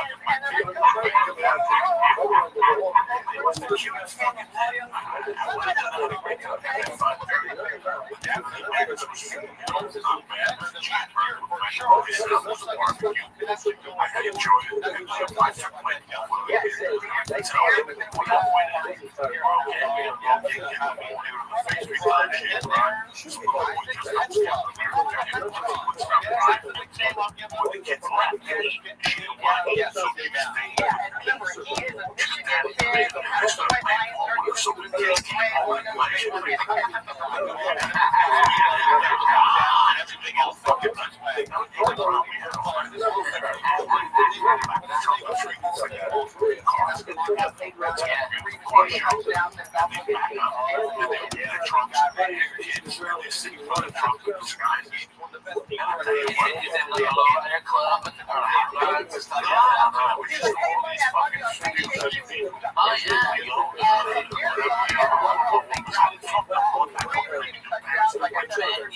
done that same thing with Mexican car clubs, bro.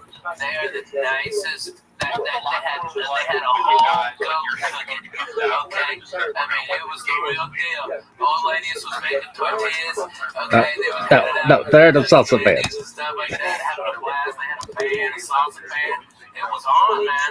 I'm telling you. Yeah, that's it. That's right.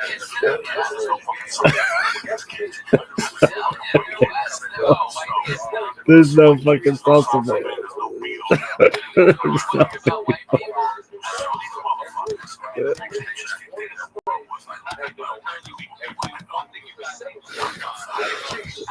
There's no salsa band. There's no Beatles.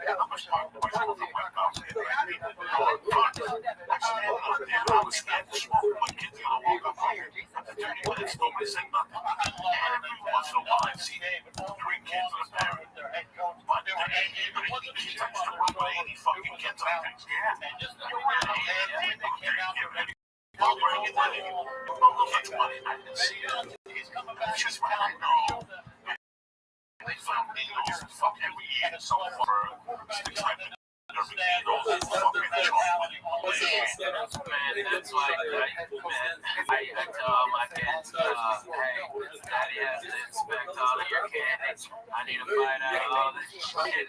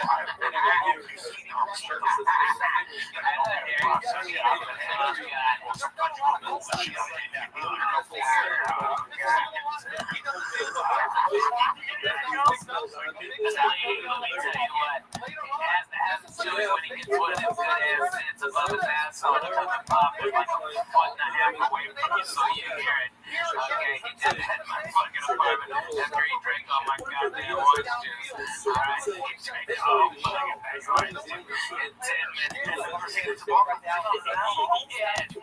No, not on his asshole, in the plaque right above it. So to get any pressure behind it, he had to take those big ass fingers in his ears and go one number eight. I know all the stories. I was at it.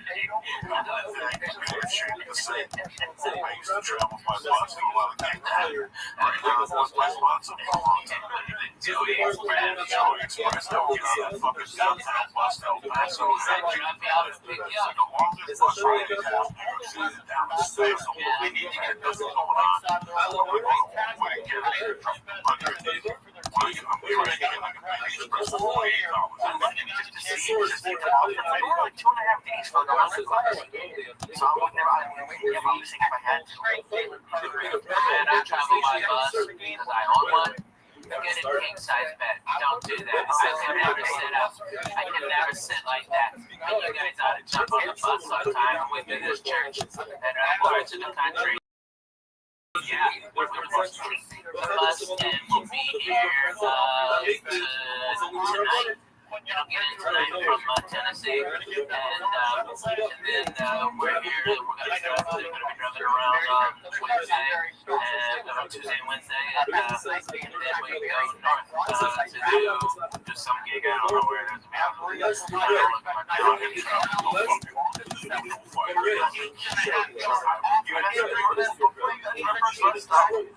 You're retarded. We would hotbox that bus.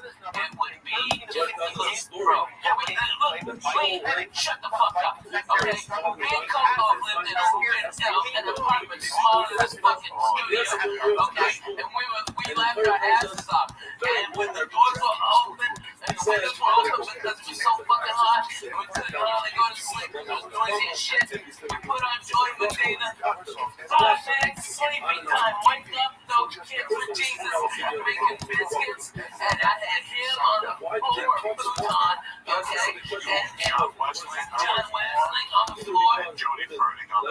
Yeah, it was crazy. We were in it to win it. This was Team Us, 1440. You don't even understand. Killers are up for others. You kidding me? I'm saying like, I got 5 fucking TVs. 5 fucking TVs on that goddamn bus. What channel you got?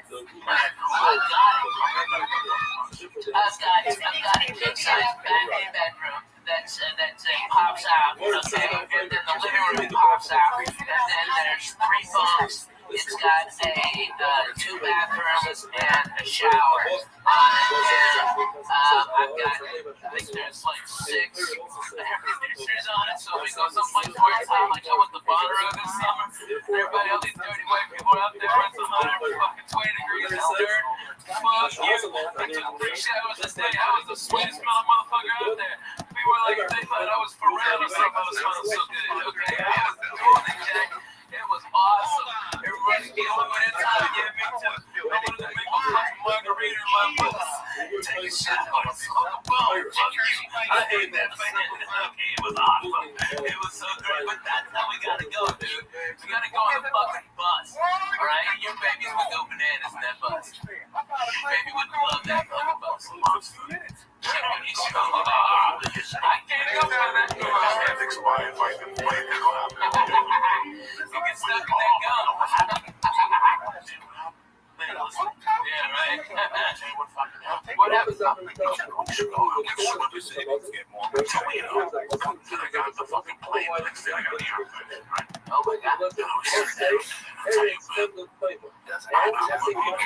When you work out, you're heavy. You have to take a lead.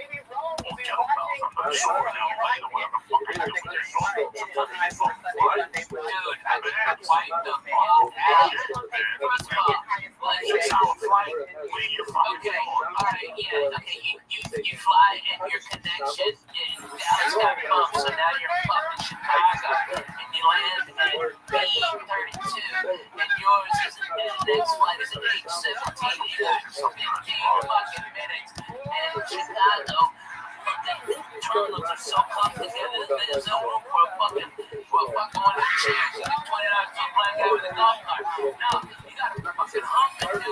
You gotta fucking rock.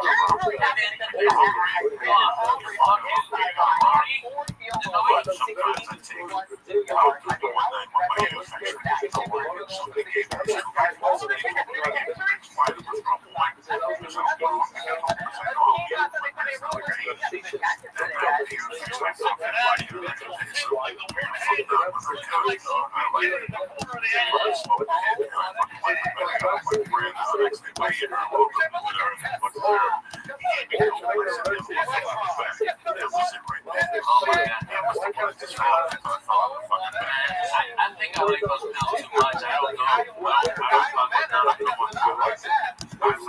I like them too much.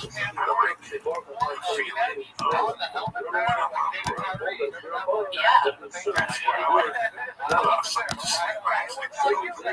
Me too. It's like you're not us. We're a titty baby.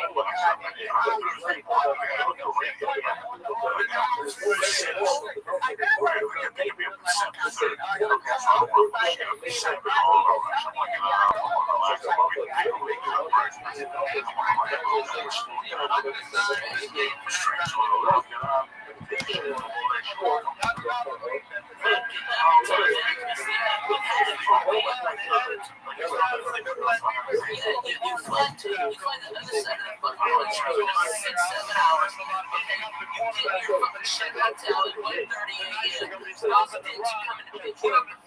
They didn't even call ahead to be considerate of what kind of coffee you're eating. Gonna bring you some bread for you.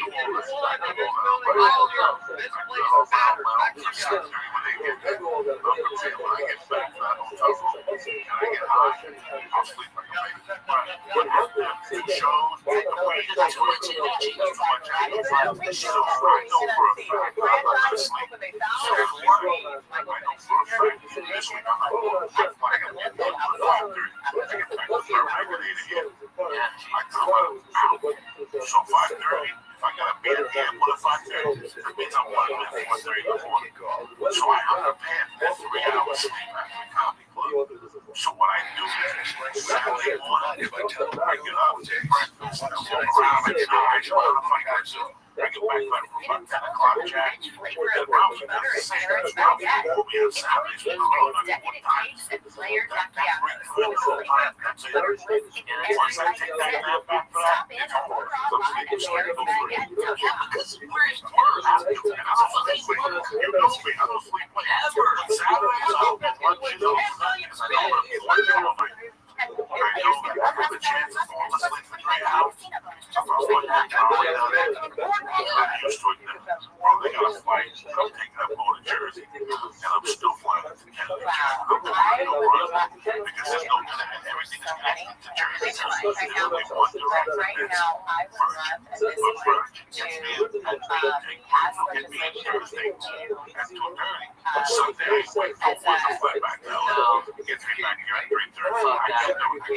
legislation Southwest, they got one chairs.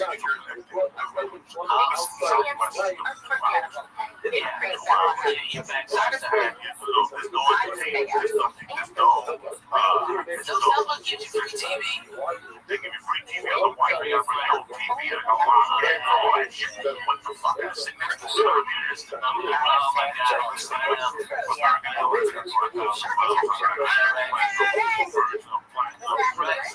Southwest.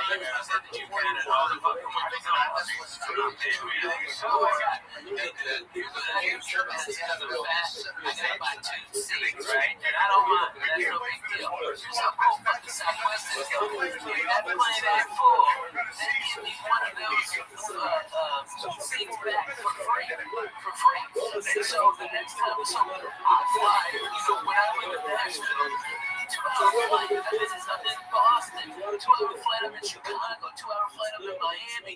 85% of my work is within 2-hour flight. So I go over there and stuff. That's how good they are in Nashville. Holy shit. I got there 10 minutes before the plane was supposed to take off. And they go, Ralphie, we've already got you checked in. The plane is now having mechanical problems. And as soon as you get on, it'll be fixed. Okay? And this was before the TSA bypass on the bullshit. They were like, pat him down, get him on the plane. And then wheels me and on one of them go-karts. This is how much that was worth. They got me to that plane. As soon as I stepped on, hey, the problem, son, get out of here, everybody clap. I had my 2 seats right there waiting for me like a doctor. And those guys love me. They come out with the best. Burbank or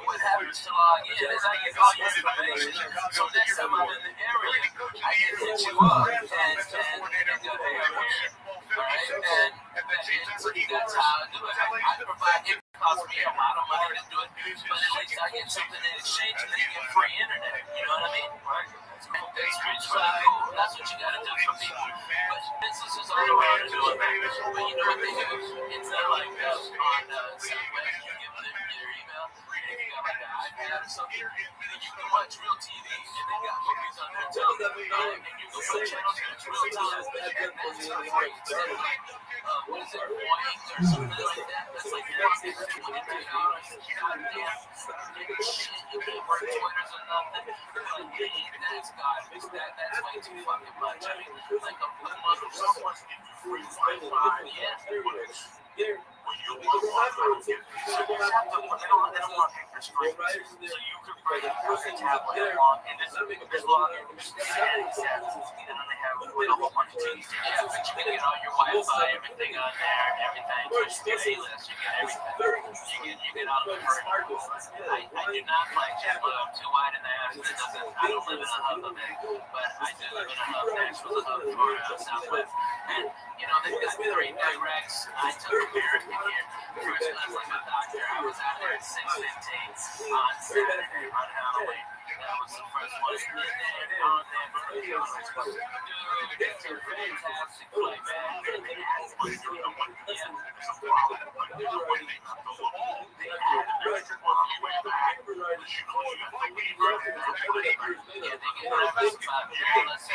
Chicago, so they had extra direct to Nashville because that's where it's right up. And then you can get on the south and right there from there. Like that's not their emergency ones. Like Dallas has had a storm. Chicago's fucked up. They had extra flights to other key cities just so like to Miami so they can bring people out to the East Coast. It's crazy, but that's what they do this morning, you know? They do like they do, baby. It's like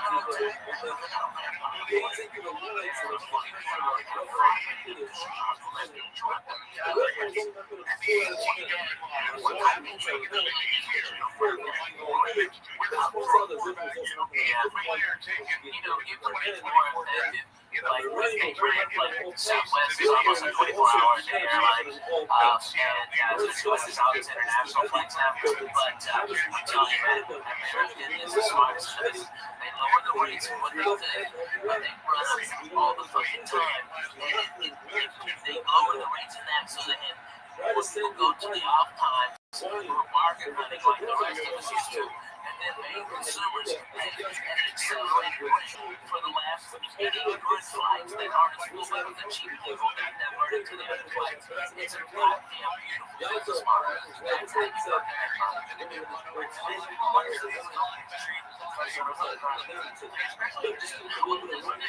there's no fucking reason why they have to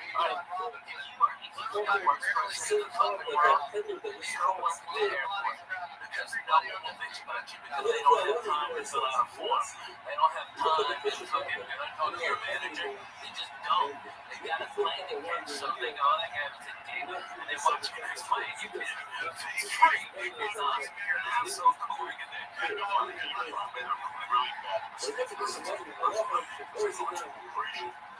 know what to do. And they know, they're going to get this Minnesota defense. You say,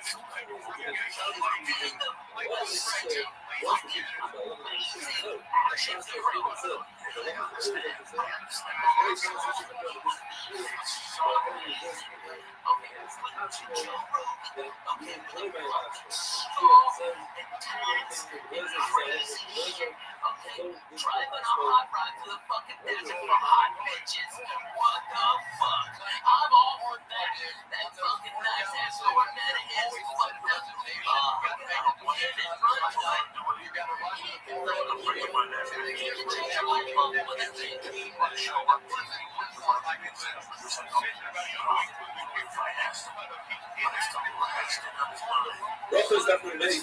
But first of all, he has his walk up the right, and he has to do a Abdullah, and he wants me to be able to do something what she suits. Says the Gemara that he could eat full meal before Abdullah. And he used to walk up the right for both Christmas, Muslim and Abdullah. And what is the order? Says the Gemara when he does this, he first does Christmas and Muslim, then he does theirs, then he does summon, and finally he does Abdullah. Who does this go according to? This goes according to the Shah. How do we rate? How is this a big mistake to the mayor? What is a mistake to the Sunday Shah? Not to be too confusing, everybody agrees that Abdullah is over and Shira Mayor, everybody agrees that Ner is first. What to be Shami Sil is in the middle. You say Briggs Muslim and then the summon, or you say summon and Briggs Muslim. And in Rabbi Yehuda, everybody agrees that Briggs Muslim is first. So like this is only is Ner before the summon or the summon before Ner. Now if you look at this list over here, where we see that Briggs Muslim comes first, then comes Ner, then comes the summon, then Abdullah. Like we said in the Brisa. The only one that says that is Bishamai, according to Rabbi Yehuda. Issue is that you see Abdullah is all the way to the end. Abdullah is equal with the Kiddush. And in the Mishnah of Bishamai hold that first you do Kiddush on Friday night, and then on the wine, it will be the opposite. First the wine, then Kiddush. The answer is the difference between bringing in Shabbos and letting Shabbos out. When you accept Shabbos, you want to make it as early as possible so you make Kiddush first, and then birthday. But when Shabbos goes out, you want to prolong Shabbos, so you make Shulchan first, and afterwards, do Abdullah. Are you required to have a cup of wine for zima. They still say yes. Shammai is a machloek, two-way machloek, what we shall hold. The Brisa says specifically that according to Shammai, you don't need a cup of wine because the Brisa said that if a person is about to finish his meal and he brought a cup of wine, you should make the bracha on the cup of wine and drink the cup of wine before he benches. So you see that according to Shammai, you don't need. But in the Mishnah, there's no hefer. It's possible that he actually keeps the cup of wine for benching. But it says in the Mishnah that it makes a bracha on the cup of wine. It's possible that he just takes it a little bit, put it into his hand, without touching it, without breaking the rest of the cup, and he takes it, and then he refills the cup, and therefore he's able to be like the cup. Now we're going to go into a sugya of Tumah and Tahara. Very interesting sugya. You know that the corpse, exactly a person that's crushed that corpse becomes an adult, one step lower. Adam touches to repair it, it becomes a rishon. A rishon touches a man, it becomes a shame. And that's pretty much it for Tumah. Unless the Tumah is published. One exception to the rule. Usually you go down one, but then you go one class of Tumah every time you touch. When it comes to mashing 7 liquids, say water, wine, the person who's a shame touches that liquid goes up a level. It becomes a rishon. And it has the power only the Rabbanim to become something else. It makes that a shame. Therefore, we have a place in our Mishnah. What comes first? You wash your hands on the place of dining, and then pour the cup of wine. Or you pour the cup of wine, and then you wash your hands. That's the matter. According to the Shammai, we're concerned that the cup will become covered. Shammai holds that you're not allowed to use a cup that the outside of it is covered outside of the bottom. I'm concerned that if your hands are running, not washed, but perhaps they will touch the cup. And your hands have liquid under the cup, or perhaps the cup has inside it has wine that came off the top. Your hand is a shame that touches that wine. That wine is coming from a rishon, which has the power to be the pound of the cup. I'm not allowed to use a cup that's covered something. But we still say you're not using a cup with outside of something. One can share says they say, and your hands are going to be covered. You're not allowed to eat with covered hands. That's why we wash the hands tonight. So if the cup is covered, you wash your hands, you have moisture on your hands. Wipe your hands. So that moisture. Yo, what up? How are you? You speak English?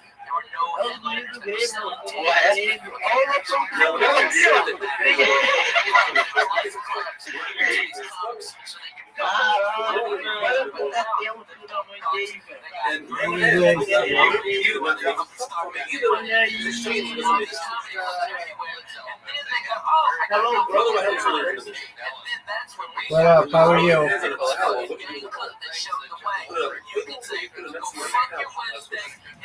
Yo, how are you?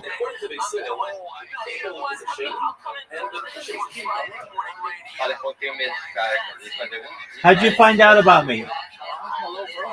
Hello, how'd you find out about me? How'd you find out about me? How did you find out about me?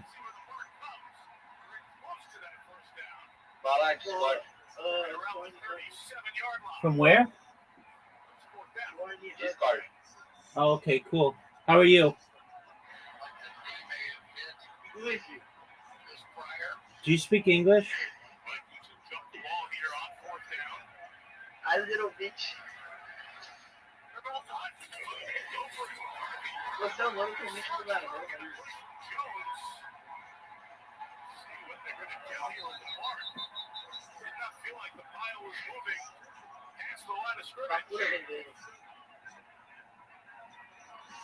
The referee in for a peek where it's marked that is short. And it is Falcons ball at the Vikings 36-yard line.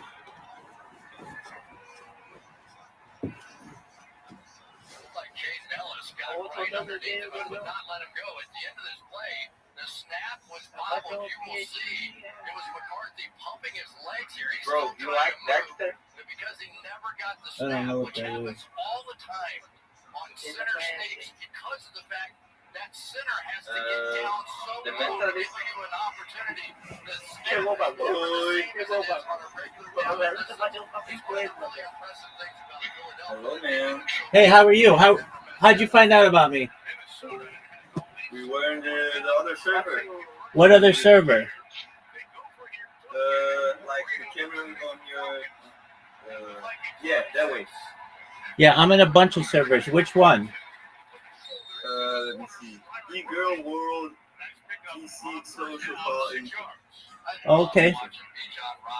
Well, I stream my life 24 hours a day, 7 days a week, 365 days a year.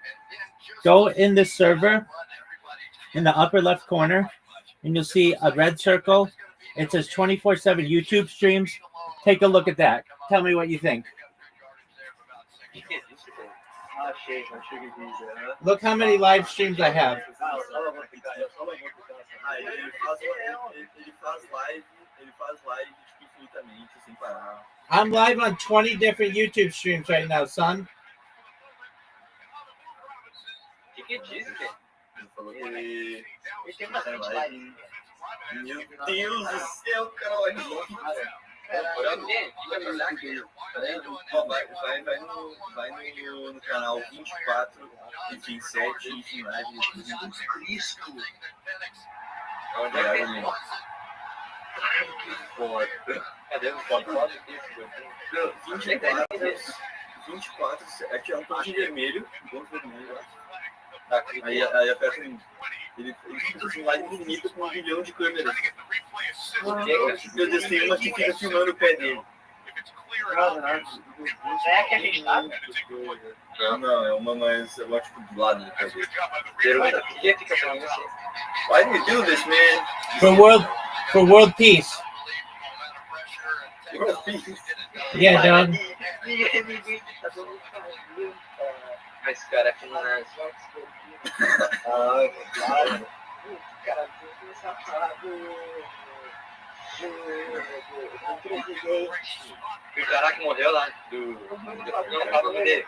É mesmo? Não pode falar.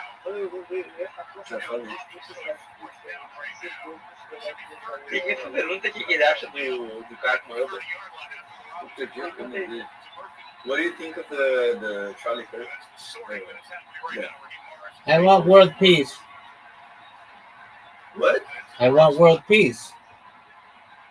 Yeah. So I don't want anybody to die. Ele falou que ninguém morreu. Ele quer paz mundial. Ele tá deitado no quarto. Esse é o protesto dele, tá ligado? Did you look at all my YouTube streams? Yeah, that's it. There you go. Thanks, big dog.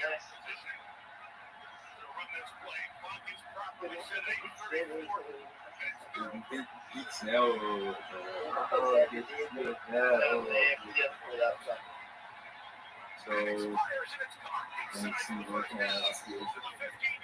What's your name, bro? Rabbi Rothschild. It's Joshua who tell us on the outside there's safety coming down. And I tell you, if this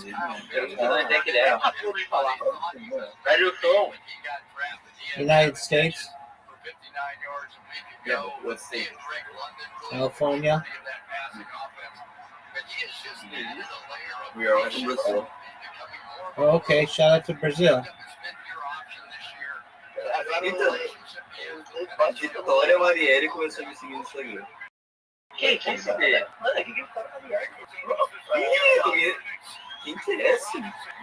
Quem disse dele? Eu falo que tinha no Brasil. Shout out, Brasil. Salve, Brasil. Shout out to Brazil. Shout out to Rio de Janeiro. Shout out to Sao Paulo. Shout out to Brasilia.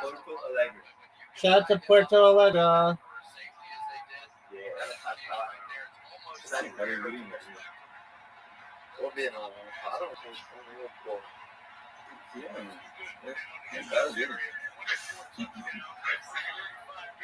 Não levanta da cama dele.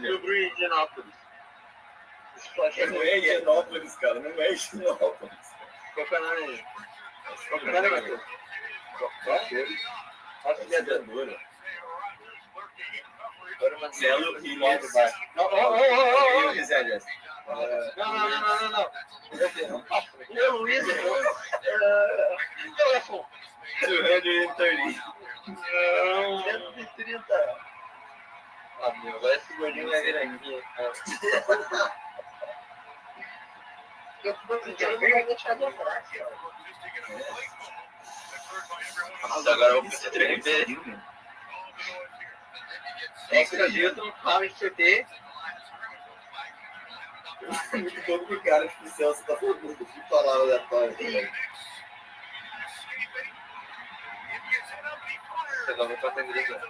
Celso tem que aprender a falar inglês também. Deixa.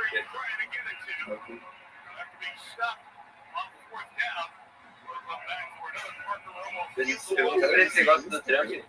You like Trump? I don't get political. Ele não gosta de política. Ele quer paz mundial. World peace, man! World peace, that's right, my friend. Você fala pra Cecília que é tanto paz mundial, fala que tem que dar tudo dele. Aí sim eu vou conseguir paz mundial. So let's say, for you to get world peace, you gotta send all your money to him. Okay, That's the only way that the world will get world peace. I'm working on it, dog. Falou, acho que subiu mais forte. Ele falou, como fala isso em português? Trabalhou no início. Vou fazer. Um dia,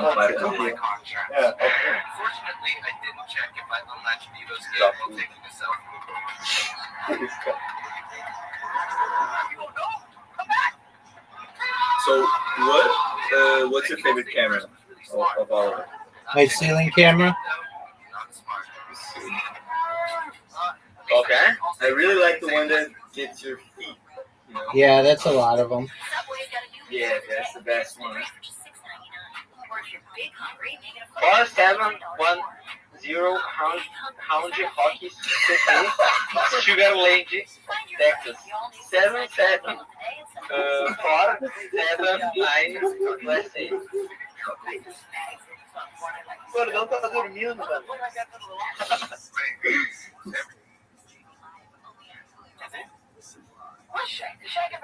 So, do you like Dexter? I don't know what that is. The TV show. My name is Dexter. I don't know what you do with it.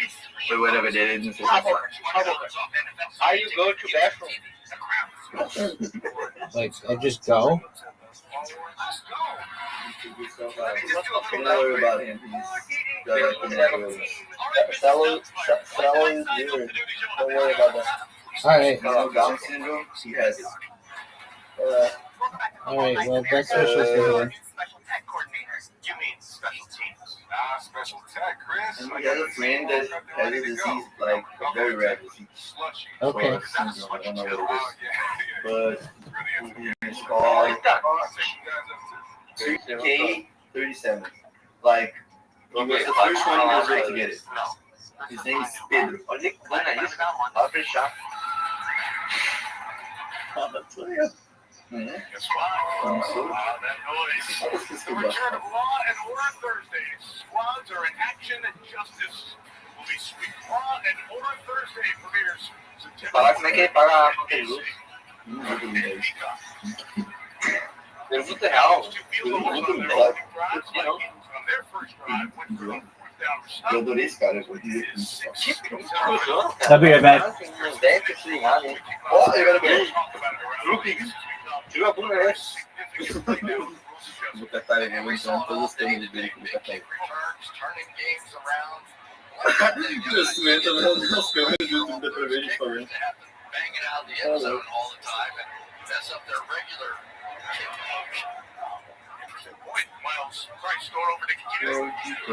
love you guys.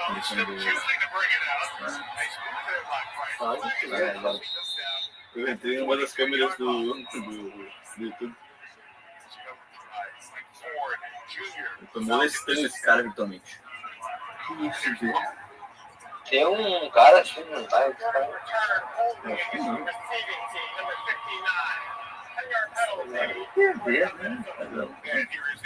Vamos divulgar a live desse cara e fazer ele ficar pessoal.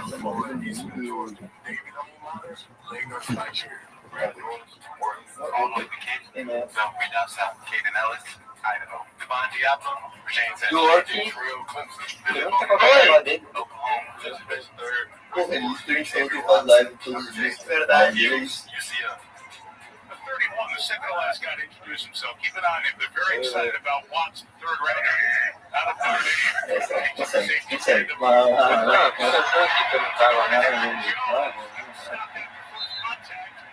Pressing himself forward for a gain of a half dozen to the 21-yard line. Whatever sells things. Aaron Jones is coming out here early in the game, but we know this Jordan Mason I love you too. exploded on the scene after You can't get from that. San Francisco, gave him a big power back in the backfield. Aaron Jones got the touchdown pass. Jordan Mason right there, but he got the touchdown pass. So a little bit of a dual threat now, but once again, they started there. They got a fantastic Então fala uma palavra muito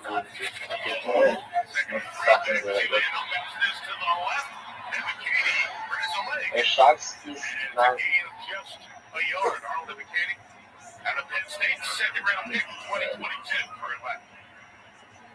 fala que não quer fazer.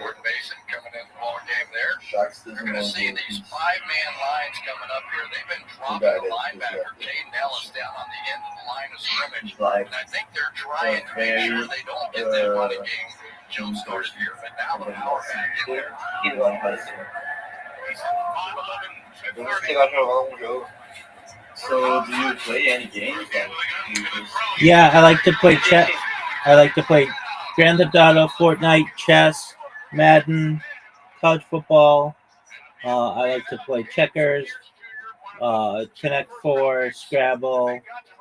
I like to play mini golf. What'd you say? Like the top game of your life. Grand Theft Auto.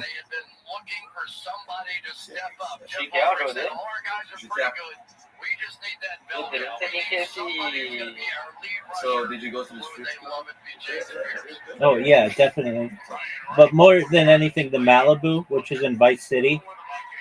That's like the club in Vice City. All right, well, in Vice City, there was a club. It was called the Malibu. It was really cool.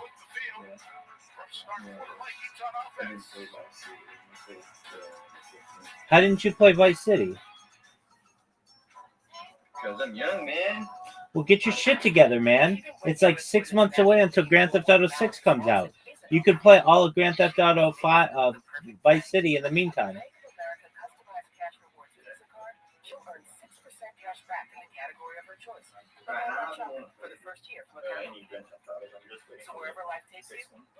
Oh, okay.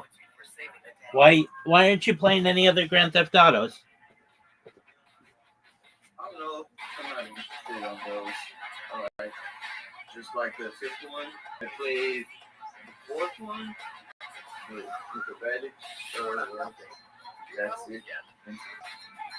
The Liberty City one?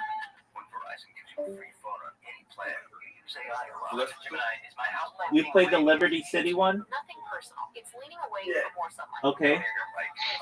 And was it good? But like, long time ago. Did you do well? He does know he's in. He doesn't care. But when a young homeowner starts to turn into their parent, it helps to show them just how bad it can get. So they just hang out here. Megan? Yeah. And, believe it or not, she's made progress. They don't have tank jobs here? No, they do. Progressive can save you from becoming your parents, but we can't save you money when you bundle home and auto with us. Seeing is what you hear. You're asking the right questions. In the national pictures are back on NFL Network. The rock stars come out in sports. The return of London and JQ's double birthday anniversary. It's Sunday night for the NFL National Game starting September 28th. Hi everyone, I am your new editor-in-chief. How many of you have written for a paper book? 2. You tweeted. The written group time. Terrific. I hope it's not too disruptive to have me sort of shake everything up. Don't be so sarcastic. Tonight's 4K Skycast coverage is brought to you by Walmart Plus. Ryan Tanner, the moment you're going to get loud in a moment, Melissa, with the Falcons get the offense. It sure is, and the Falcons knew it would be loud. But Technical Jake Matthews telling me they don't take crowd noise all week in practice. And Michael Penix, you can see him there with 1993. And immediately said, I just couldn't hear anything to his coaches. Over on the Vikings sidelines, the players and coaches pointing to the crowd saying, that's all them. It's typical of this place. It's like a library or a church. The Vikings have a super quiet. It does a 180 when the lights are on big. And it's time to take the well. They flag it down back here in the secondary. They get really away from the ball. Motherfucker, they catch a couple of yards. Fuck yeah, they thought it was Let me tell you why the only reason I went to church was the other day. Why? Because it was the 36th anniversary of the night. Before the pass, legal contact, defense, 7. Was the 36th anniversary of the day. Steve Wilkes shooting his first Pro Bowl with a bunch of picks last year. So far in this game, it looks a lot like it did last week for the Falcons on offense. They've run 12 plays now. And hit up over the big shot and that one time around for the other running back. So they're just trying to keep it under control. You don't want this tremendous pass rush of the Vikings to get going. All games six that they know Brian Flores is running.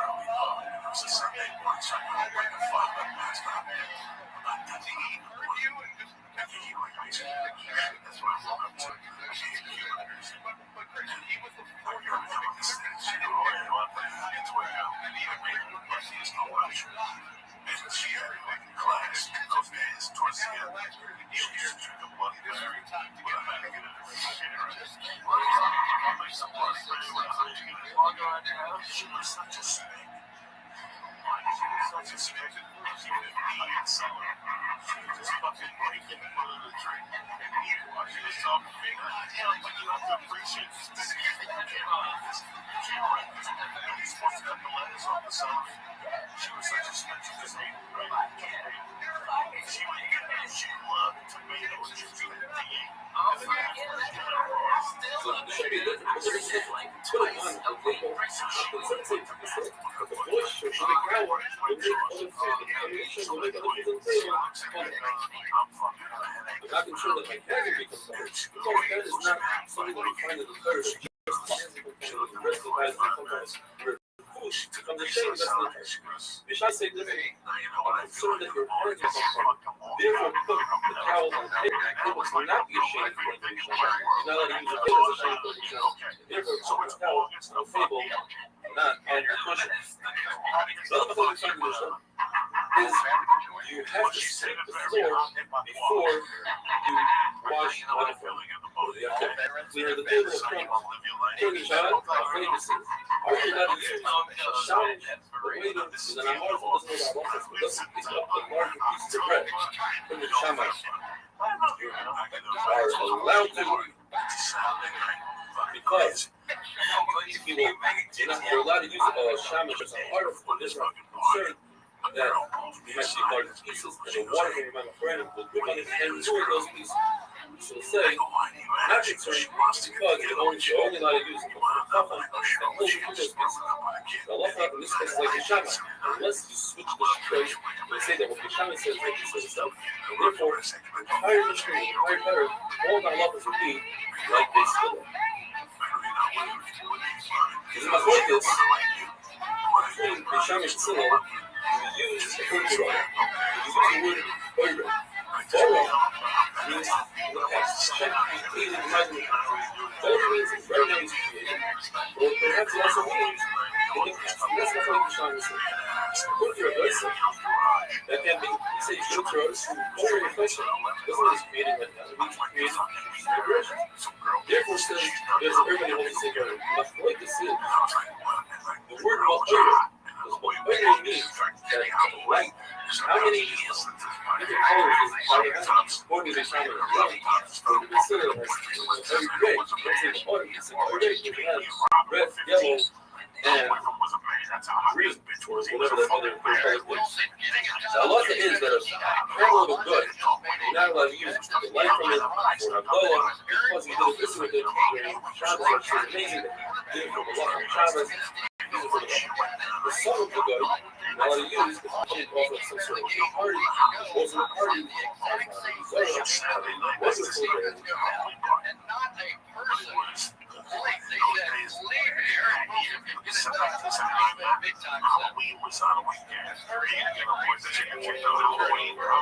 Problem.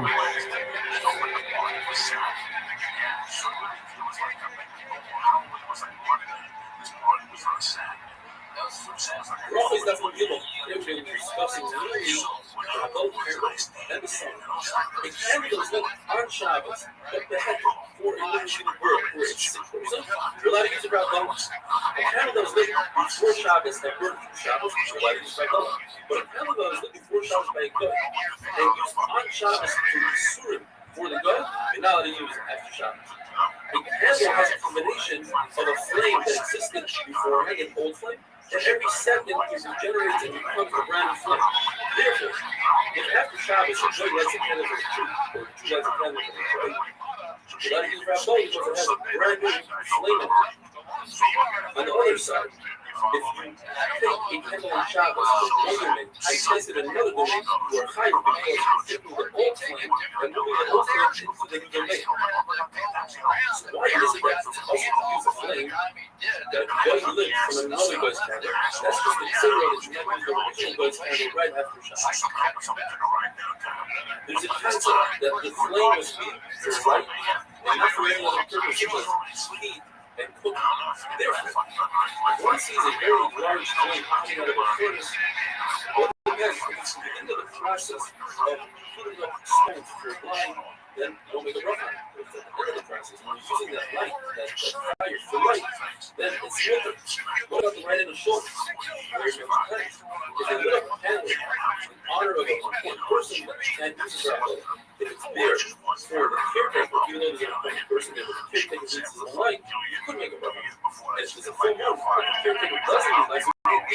if it's there, use it for umbrella.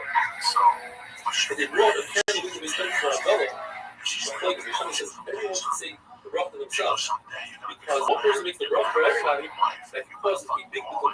Just like if somebody sneezes in the middle of the you don't say, unless you, because that's what they say.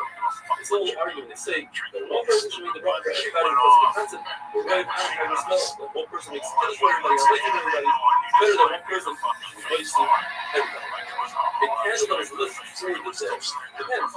If they remember that candle during the day is honored, then you cannot use it for a but if you're lighting it, see the way, then you can make a bracha on it.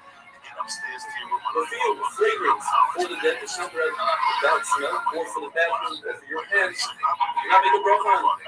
But if a person has perfume in the store because he wants to attract customers, then you do make a bracha on it.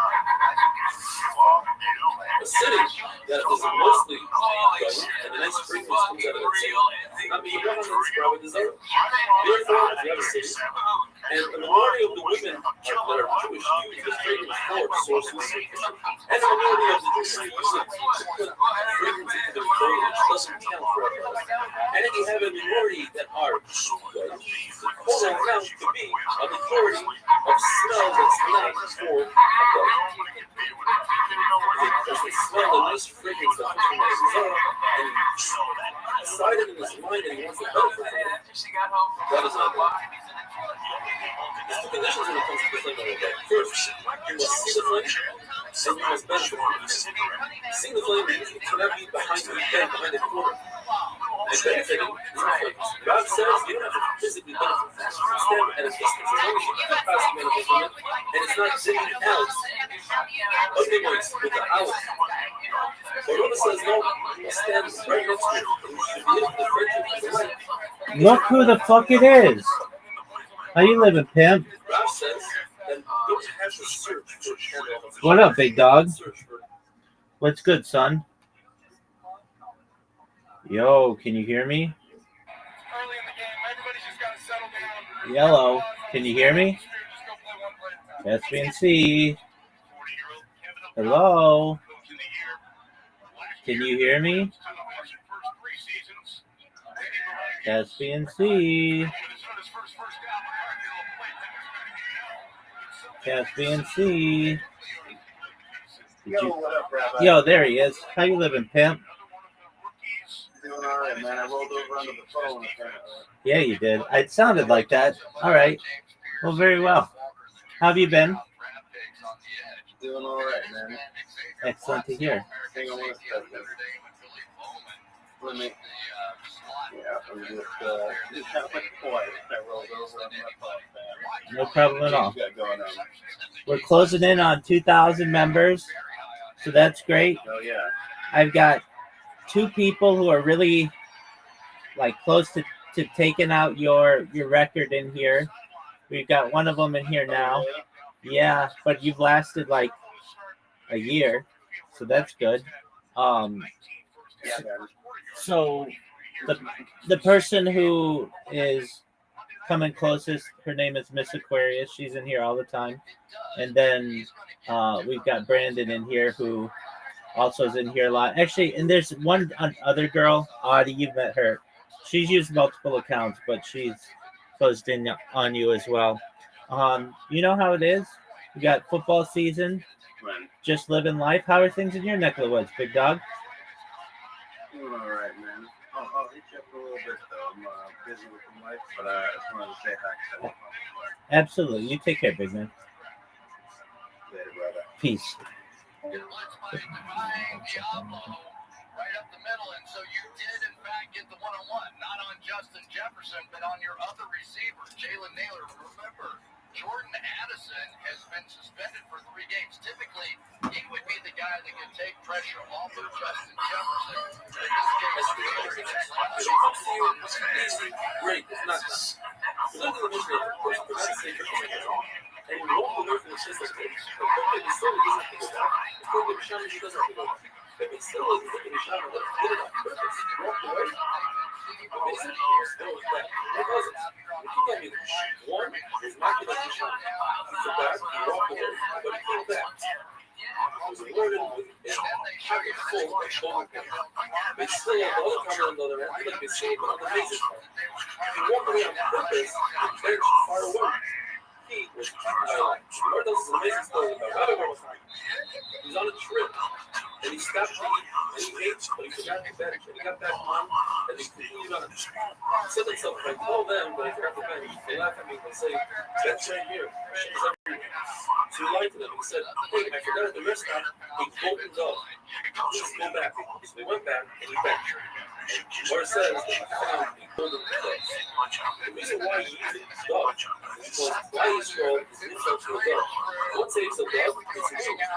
That's why it's safe by the Mission tells us that as long as the food was digested, the specific fermented. What does that mean? It says, as long as you're not hungry for that meal, it's still better. The church says, if you walk 4 cars, so it's 4 cars, 72 minutes away, then you can still walk. It's more than 90%. And that's if you eat a very large meal. If you eat a small meal, then it depends if you're still thirsty from that meal. If you're thirsty, then you can bench. The mission tells us that the person heard part of a prophet. You can answer others. So the Gemara obviously is not trying to be good to if this white seed or kiddush or whatever it is, because you only heard part of it, that's not enough. What it's saying is that since you heard part of it, you're allowed to say amen. It's typically you're not allowed to say amen if you don't hear a prophet. But since you heard part of it, you know what prophet you're hearing. You can say amen. So the flood is what is what? Is it preferable to leave things, or is it preferable to transfer things?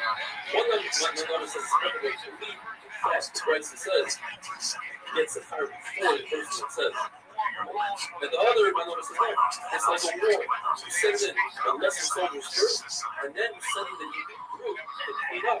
So the omen is a more important. Children that are taught to say a bracha, so you put the bracha on your omen, do not say the bracha. But a child who's late or is reading a prayer, you can say amen to the bracha.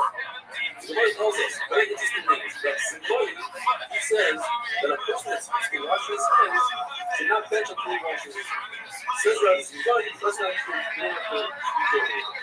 Comes along Rabbi Simboli, and it says that hands that are sore, meaning that are really hands, one should wash them, otherwise you cannot not.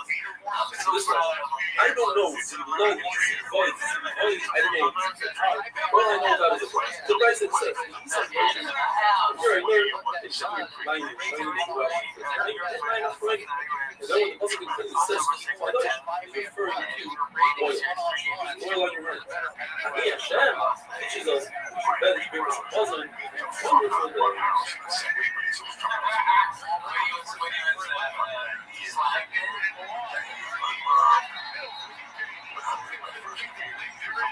Oh yeah.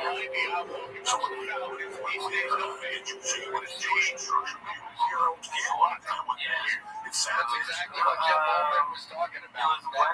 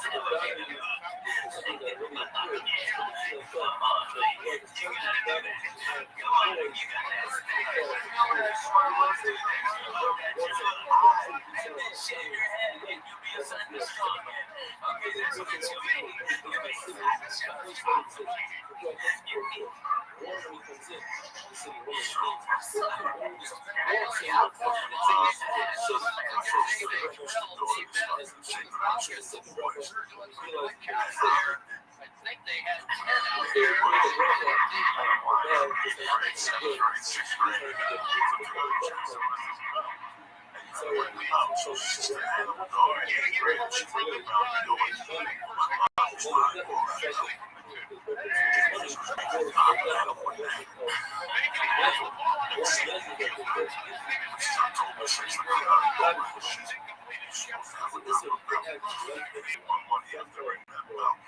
So my mom went there, the way she's like, just get close. My mom shoplifted the fucking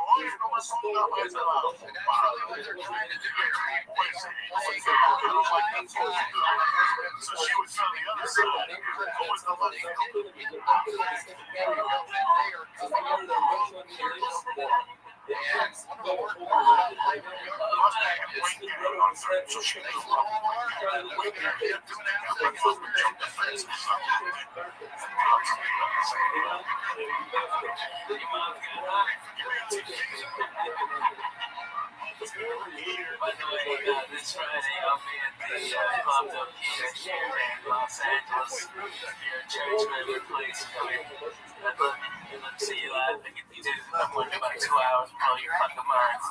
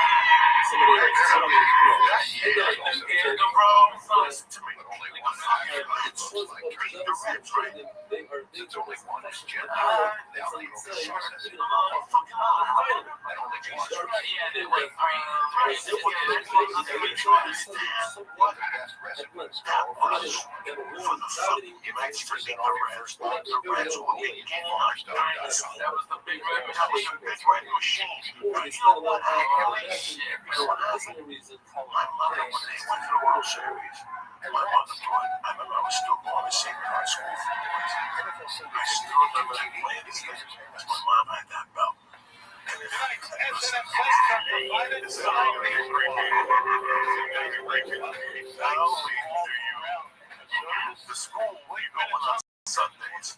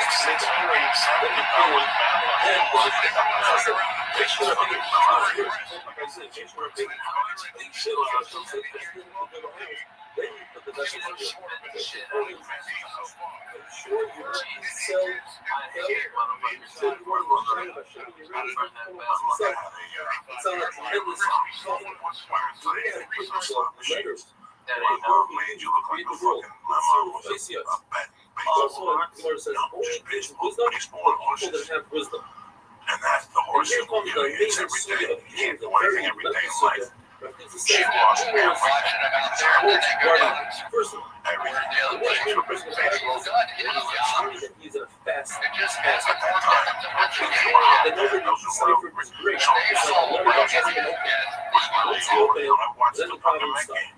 I watched them, but I cheered for the dreams. I was cheering for them up to when they went to Shea Stadium the first night. And when I saw them singing, Ring Me a Song, You're a Shadow Man, whatever that I was disgusted.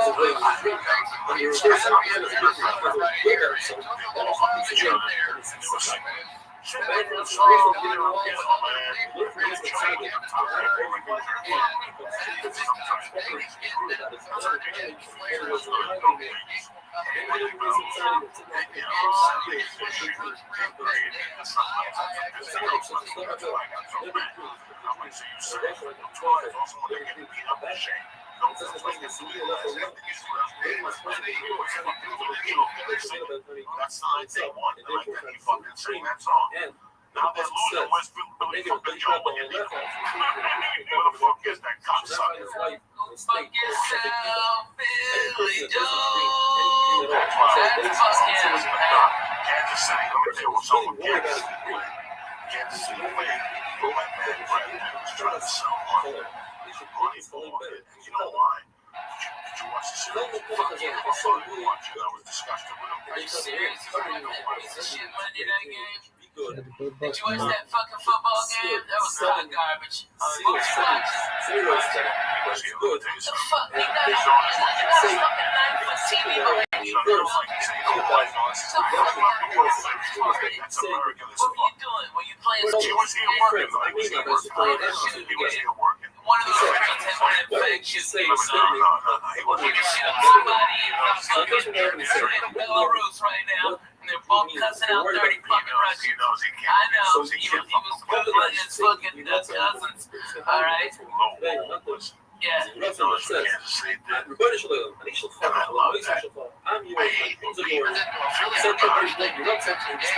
Small ball.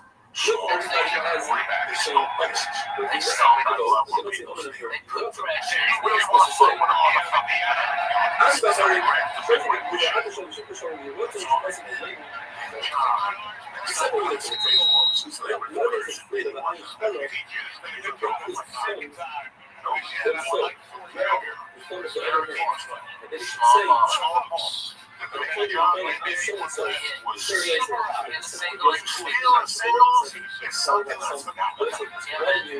You know that's why Ricky Henderson played baseball so long for so many teams. Because think about it, he played for the Red Sox. He played for everybody. Ricky Henderson played for everybody. Listen, Ricky was goofball dumb. He was one of the greatest baseball players to ever get behind. All right, this guy, if you got a picture, he is out of business in 96 pitches, and Ricky gets on base with a ton or a single. Sometimes he gets on there, he jumps out. This guy's got to throw over there 3 or 4 times. He's gonna wear out his arm. You're gonna have to bring that middle reliever that's a piece of shit that hadn't worked in 8 days in, and then if they have to go for 3 coaches, so what do they do the next day? Ricky Henderson blows out their next guy. That's what genius small ball is. And that's what they did, man. They played fucking great baseball, man. Great baseball. Beautiful college ball. Cincinnati red games. The leadoff was always January. And once Geronimo came on, those fucking games, those Geronimo, they go crazy. And they had like 3 people who would steal it. Pete Rose would steal your ass. Pete Rose wasn't a favorite, but he just, they just did really. And if you watch, there was a game I watched on Classic Baseball maybe 8 years ago that they actually showed the fucking pitcher. Just going like, I don't want to deal with this ever again. This was not baseball, this was torture. Because it's slow ball, it's slow torture. Every pitch, something happens. There's always something happening. Every time you let that ball go, it's either a single or front, or it's not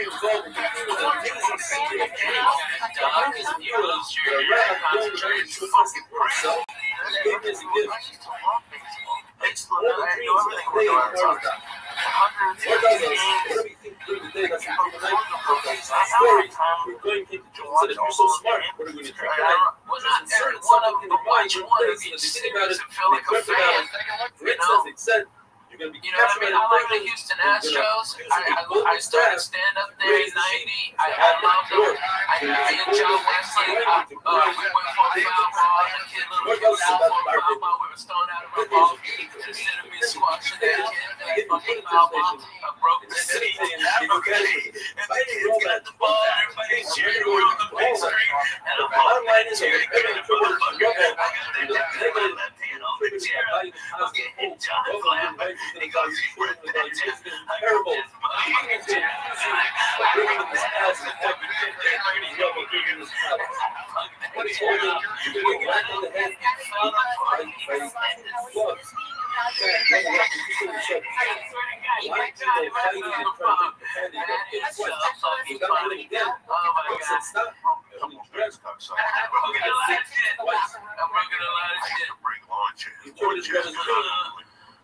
Pittsburgh fighting that guy's going to divorce his wife. They just find ways to simulate his life.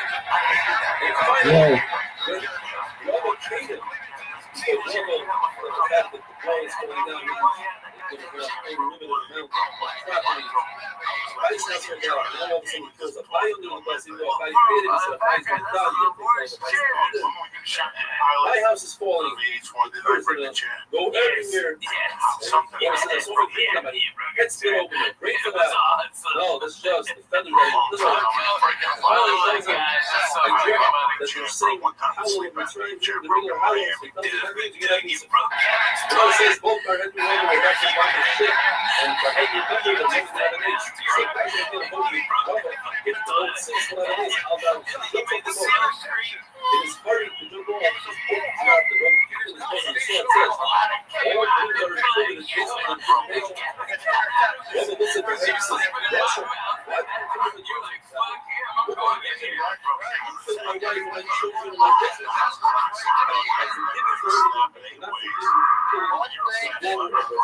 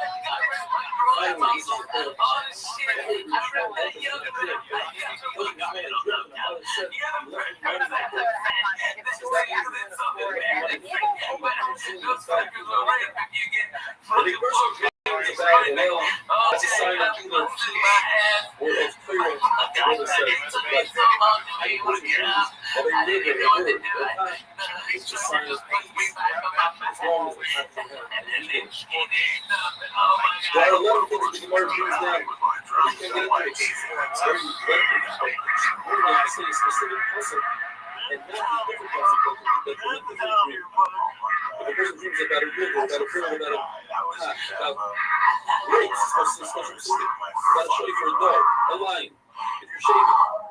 I Oh, was well, so a read. fucked up. She was a fat guy. But a person's dream is about a read. Fat, you can't fit chair. And that's a big Time I almost drowned in the boiling. weeds. And fucked me up in the sink. I just started wax. Tried to make that shit. That was embarrassing. I was just starting to lose weight. Five things that are said about My enough. brain man was like embarrassed. I was still snorting If it blow. I bores was you, doing my your great kids job. will be great at learning. And I If fucking it bites you, you'll have got you up one sore. morning, If tell it you what kicks to you, work, I know you'll have a very long journey in life. Nice and And if you fucking ride it, nice. then you're going to And climb I to was greatness. wise. If it rides you, then that means it's kind of that. Dream about a donkey, It's like 4 feet, but it was great for 96 you, degrees, sure. so it's a Dream good about a cat, it's called a cat. They Then look you have a nice song. If it's cold in your city, shit will be good, then you'll have something bad will change. His kids. Dream about He white was grapes, sleeping with his lifeguards. good I sign, was still black doing grapes, bad. better. It's I'm not right gonna be a fat time, guy. great sign, it's not in the right time. Why It's just I season, it's a bad sign. am. I'm a hot Dream man. about a I white don't want to horse, see my it's a great sign. A red horse, depends on the sign. Moving nicely, it's a great sign. It's galloping, it's a bad sign. And finally, if you see a you smell in the air, it's the sign of a drawing smell, then you should know what your smell will be. Stop it. If you see a cat in your dream, that's a really bad sign. Wonderful thing. I did this to start off, but I was still snorting blow. So in my mind, if I ate sushi and I went to the steam room, I would sweat the cocaine out. I wasn't a fiend no more. So now it's doing that. We go across the street for a while. Those two balls over on the back. And the fucking steam. Everything. That kid's jumping up and down. Every detail like a kid in my fucking What is that life. anxiety? Continuing your dreams since we have over 150 minutes of equipment, we are going to go over the minute allocation. If a person sees a camel that needs to be squished aside, but he's going to live, the person sees an elephant with a saddle, that's a great thing. If he sees 12, that's even better. A person's dreams, the name, written down. We go with one look, while CMS, he sees his name with two nonsense, and even just enough, he'll have multiple mistakes. If a person sees the word husband, that means he will have a promise on him, and they will redeem him from Shemai. If a person sees himself saying, Ishmei Rabbah, promise not to my belt, if a person sees himself saying Shema, that means that he's a row, he can have the shit on him, but his generation is before that it's not. If a person sees Philip, then that means he will grow in godless. If a person sees that he's davening and he didn't finish the davening, that's a great sign that there's certain illicit relations that a person dreams of on condition that he didn't think about these people before and didn't know these people, or in the case of his sister or his mother, he knew them and he never thought about them, he dreams about them. His sister is Chachma, his mother is Tina, Nairo, Rasa, his Patience Ish, Odi, Ben Rama Baba. If a person dreams, oh, he dreams, oh, meat, peach, barley, is one of the appears, a person dreams about grapes, that looks his life from miscarriage, great bread, Mashiach. A fig, means like this Torah will be kept. A pomegranate depends if it's small or big, his business will expand or multiple or grow. If it's split and it's not puffing, it's a sign of Torah. If it's Amar, it's a sign of mitzvah. Yo, there he is. If he sees olives, then his business will get better. If he sees Yo, olive dog. trees, he'll have many children. And if he sees olive oil, that's the light of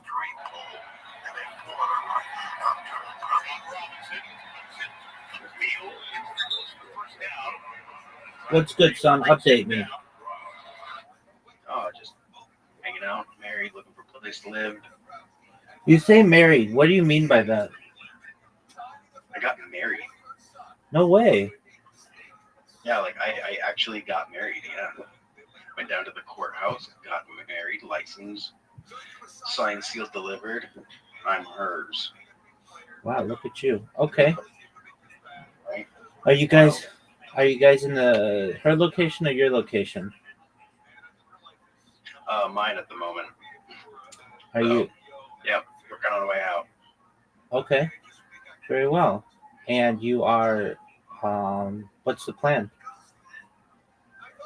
Finding a place, moving. That's really it at the moment. You know, just looking for that. Are you applying for jobs? okay? What are you lead a job? What are you looking to do? Working from home type. Work from home customer service, basically. Okay. So hopefully that works out. Very well. So did she move down to you? Yeah. Wow, that's big. Okay. And you Yeah. are what does she do? She does work from home customer service Oh, okay. for. I mean, it's more than that. It's more than that. But like talking to people about health insurance. So there's you talk to people. Right. It's more than that. It's more than that. But she takes calls from people and helps them like navigate their health insurance. Okay. So you guys just In a lot more detail than what I just said. no, I understand that. Are you guys just with your parents right now, or how's that? Yeah. Working? And they were okay with that? Yeah. Okay, well that's cool. Excellent. How's the dog? Dog's doing well. Being a little annoying, of course, but that's how she goes. Always a little extra sassy. Are you gonna take the dog with you, or is that your plan? Oh, no way. Okay, very cool. And what's the timeline on this? Just as soon as possible, or ASAP. Yeah, ASAP. okay? Aren't your parents gonna be like mad that they're losing a dog? No, I don't think so. Oh, okay. I mean, they know. They know I'm taking the dog. Okay. Well then, that's well. I guess then. I mean, you'll be in town though, still, right? Maybe, probably, hopefully moving out of this town, but we'll see. Where are you looking to move? Because looking all over the country at the moment, trying to find the right spot. All right. But Tennessee is looking like a good spot. No state income tax. Yeah. All right. Why? You mean here or in Tennessee? Oh, both, I guess.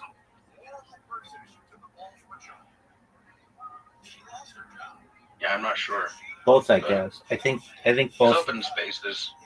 Yeah. There's forest and part of the desert. Why Tennessee? Home prices. She had family that lived there, so Okay. it's kind of out of the way. Cheaper homes. Have you met her You family? can actually have land. No. All right. So you've never met your in-laws. No, they're not with us. Oh, okay. All right. Well, then that makes it less complicated. Does she have siblings? Yeah. Yeah. Have you met any of her family? Nope. Did she speak with them? Not much, I don't think. Okay. Has she met your family? I mean, I guess she's living with them, so she's met your Yeah. family. Yeah. Okay. And they get along? I mean, Yep. generally. Yeah. Okay. Well, that's cool. And this is a person. Yeah. This is a person you met on Discord. Yeah. All right. Well, social media brings people together. That's great. And you don't think you rushed into this at all? Maybe, but when you know, you know. Okay. All right. I get that. So you just went down to the courthouse, and I mean, like, if I may ask, I'm just asking questions. Why didn't you wait longer? Why wait? Well, so that like you're 100% sure, or like, I mean, I know you probably feel like you are, but usually people date in person for like a year or two to make sure that they have found the one. I know that you talked online before that, but Yeah. Yeah, you know. all right.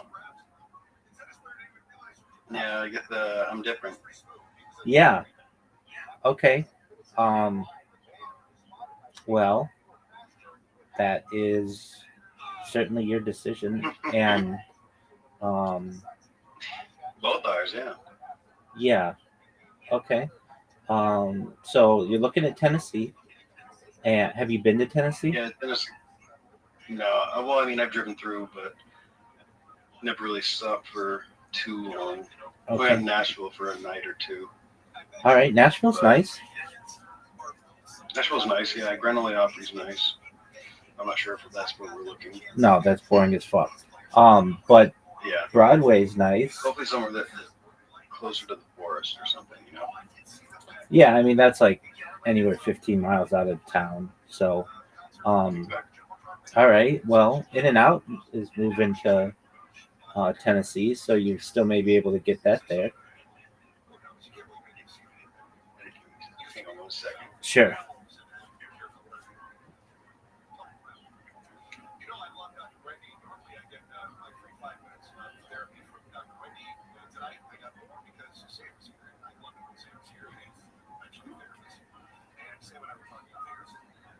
Sorry, I'm back. You're good. In and Out has moved from Irvine to Tennessee, so you may be able to get In and Out there soon. So that'll be Really? Yeah, that'll kind of be a comfort from home if you choose to do that. Where else are you looking aside from Tennessee? Looking in California, we're still looking here in this town too, even though honestly I really don't like this town. Vegas is, I'm not a fan, but we're looking here too, you know. Is it Kind of everywhere. Is it All about price and place for the dogs. Are you looking to buy? No, not at the moment. Yeah, I mean that's a difficult thing to do. Okay. And okay, so do you have a car? Does she have a car? At the moment, no. Just so yeah, got a couple things to work out like that. Okay, so neither of you have cars. Yeah. Okay, so you could take like a U-Haul.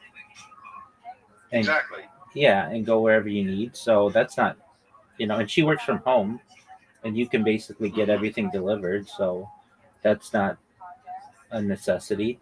All right. What about other places in Nevada, like Reno, Carson City? Yeah, looking everywhere. Honestly, it's just about price and whether or not they take dogs. Is it a suitable home for dogs? So just, I mean, I think I'm leaning toward going east a little bit because I've not been there. And well, wait, you lived in like Texas. You lived in Texas, didn't you? Yeah, I lived in Texas, but Texas, like I don't know, I can't stand that place. It's more like a sewer. So you wouldn't go back to Texas?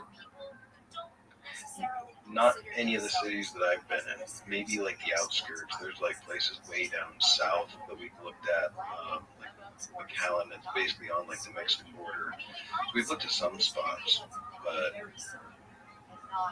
very open to locations at the moment. Okay. Well, what about Los Angeles?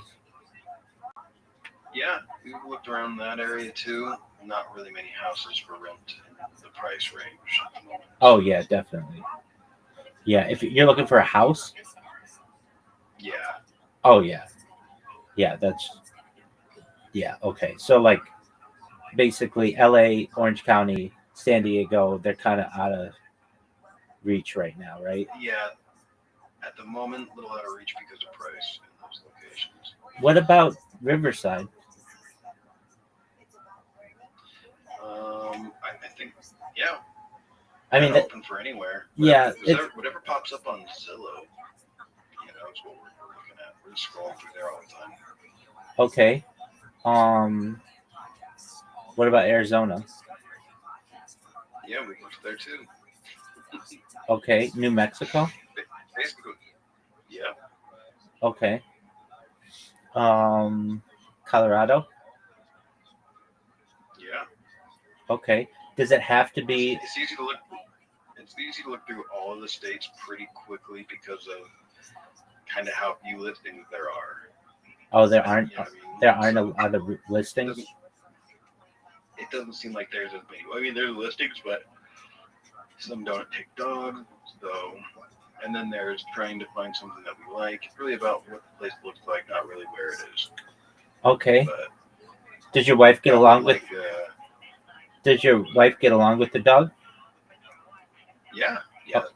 And they get along great. Okay, that's good. And did the dog? Is it done teething, or is that still a process? Yeah, she's a herding dog, so she play bites and she'll bite me, but she doesn't bite her. You know? Okay, that's good. She's much more become like her dog now. Oh, okay. Well, that's good.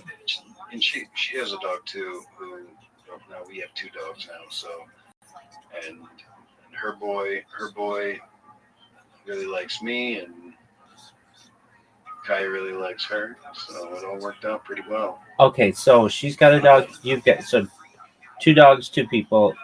She has a boy. You have a girl, right? Mm-hmm. Okay. Well, I mean, no children, so that's good. That would make things a lot more complicated. A lot more Yeah, complicated. that is definitely not in the plans. Okay. Oh, you don't want to have children? No. Oh, okay. Neither of you want to have children. Oh, okay. Well, then that makes it a lot easier. Exactly. You don't have to worry about school systems and like activities that are going to be near and everything.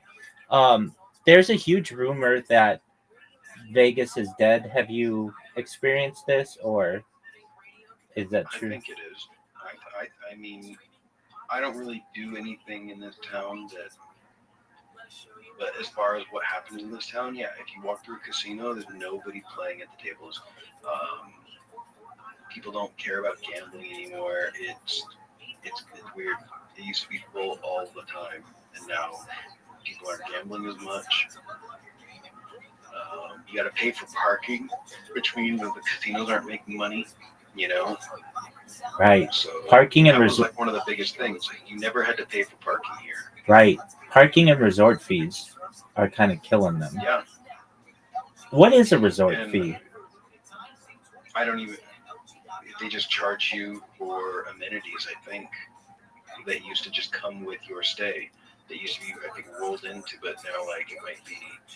Oh, we're a more upscale place, so we also tack on extra fees and charges. Like a pool. Like if a place has a pool, before they wouldn't charge you for that, but now they do. I imagine that's what it means. Yeah, Okay. that's what I think. But Yeah. I don't really go stay at these places, so I don't know. No, I recognize that. Yeah, and you're right. I mean, the big thing about Las Vegas was you could park anywhere. You could move your car, from like one property to another. There was no issue there. But now it's basically like it makes it difficult. And then if you're not staying on the strip, then you're paying for parking anyway.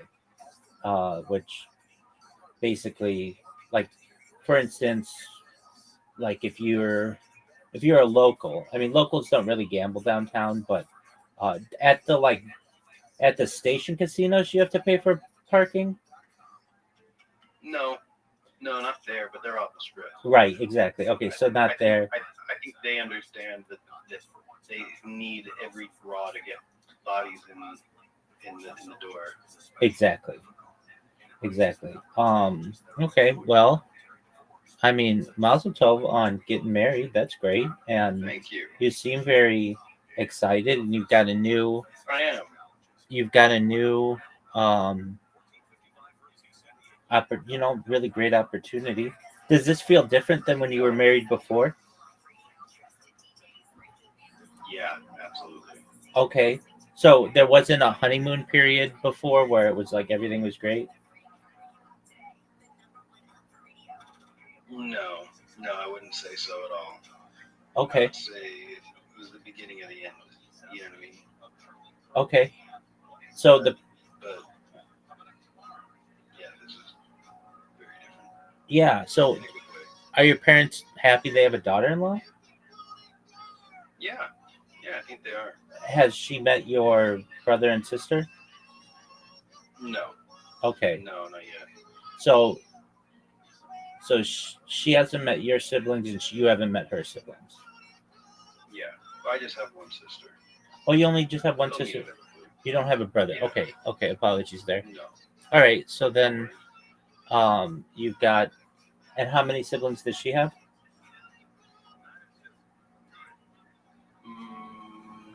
One, I believe. Okay, but you don't even know. Yeah. That'd be a good question to ask. Yeah. Okay.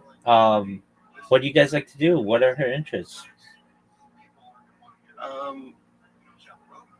Hanging out online. Like to go hiking a lot. You know, we Have, went hiking today, but I wasn't feeling too great. have you been to Have you been to Red Rocks? Not yet. We're waiting for it to get a little bit cooler for that, but it's cool up quick. How about Mount Charleston? Not Charleston. We've been going on like south. We went to Boulder City. Oh yeah, checked definitely. out there's like a couple trails down there. We went through one of them, and then went and did the Hoover Dam tour. And then there's another place not far from us that has like petroglyphs. So we saw a couple petroglyphs, not as many. Okay, Hoover Dam tour. Is that where you like go into the power plant and everything? Yep, we got to see the power plant. That was like the whole draw. Well, that's cool. Does she like Las Vegas, or is she like, this is cool temporarily, but I got to get out of here? No, she likes Las Vegas. I think it's just about finding the right place. So, I mean, we're open to staying here. This isn't a bad spot. It is pretty hot in the summertime. I don't like that. She doesn't like it all that much either. But, I mean, who the hell would like 120-degree weather, you know? Right, and your parents Can't do anything outside. right, and your parents aren't like saying like you have until this date to get out or anything. No. Okay, that's good. How have things been on the job trail? Pretty good. Hopefully getting a job in the same field that she works in, so she might have it in for me. And so got a couple applications going and just waiting to hear back, but companies take forever. Hey, Kaya, get out of my shoe. Here, the dog is concerned.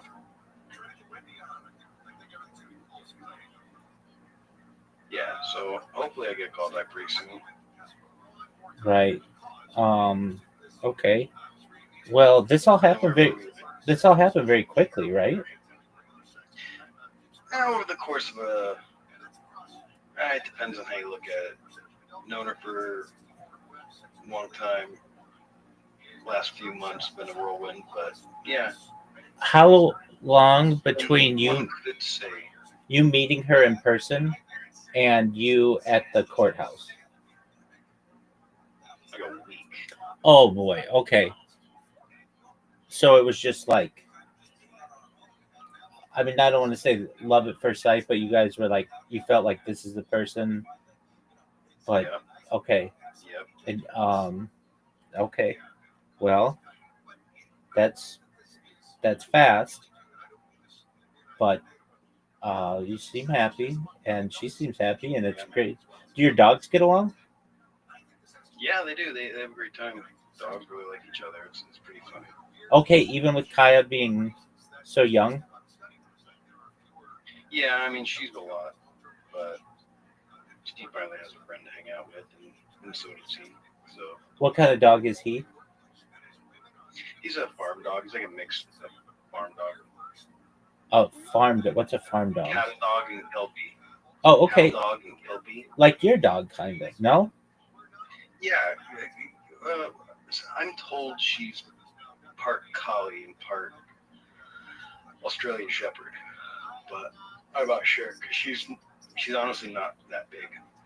Unless I have a bad sense of remembering how big dogs are, and I just think that the last dog I had was massive. I don't know, but she's smaller than both the breeds I'm told she comes from. Okay. Are you and your wife of similar age?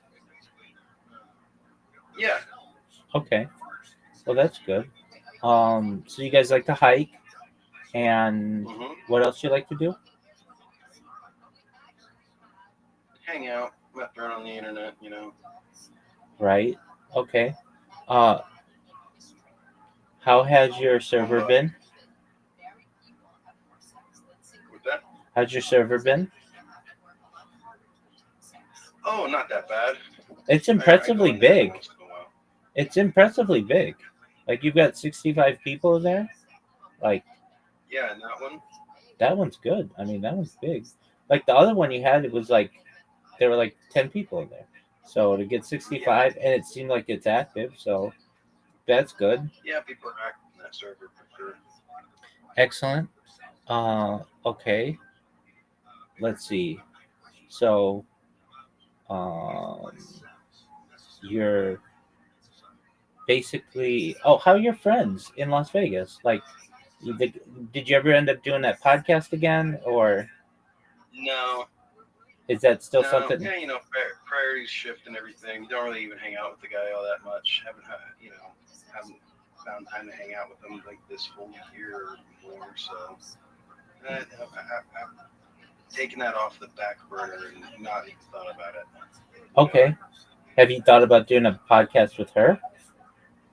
Yeah, we her and I and some other friends have thought about some things, but I have priorities, looking for a place to live and stuff first. Right, I get that. Do you guys have any friends that are couples? No.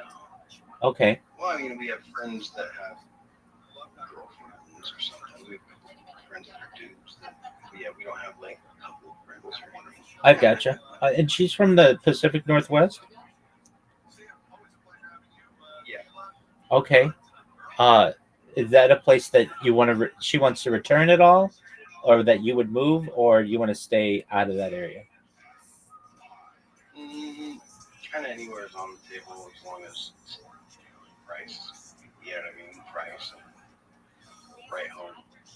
Would you move out of the country, like to Mexico? I mean, I would, but that hasn't really been. Well, for her, for work and everything, I think she has to stay in the lower 48. But Oh, I okay. mean, if work would allow it, you know, shit. I got no ties to America necessarily. Right. I've known some people who they've gotten remote jobs, and then they recognized what their rent was in the United States versus what it would be in some tropical area of Mexico, and they basically just moved down there. And I know another guy who is doing the same from California, um, and um, he just moved to a Caribbean island, and I'm I trying know to. a guy moving up pretty soon. That's pretty cool. Yeah, that's It's a fun. different kind of life, different kind of scenario than what I got going. Yeah, no, I get that. It's pretty cool. I get that, but they're able to do the like still get paid in U.S. dollars, but not have the U.S. dollars rent. Basically, um, I know that's probably not something that either you may be interested in or may be feasible, but it's kind of the best of both worlds where you don't have really high rent and you're still able to have a pretty high salary. So it's just a thought. Um, okay. Yeah. No, that would be cool. All right. So if you had to give your top 5 states right now, what would they be? Tennessee, California, New Mexico would be cool. That's my top 3. All right. And then,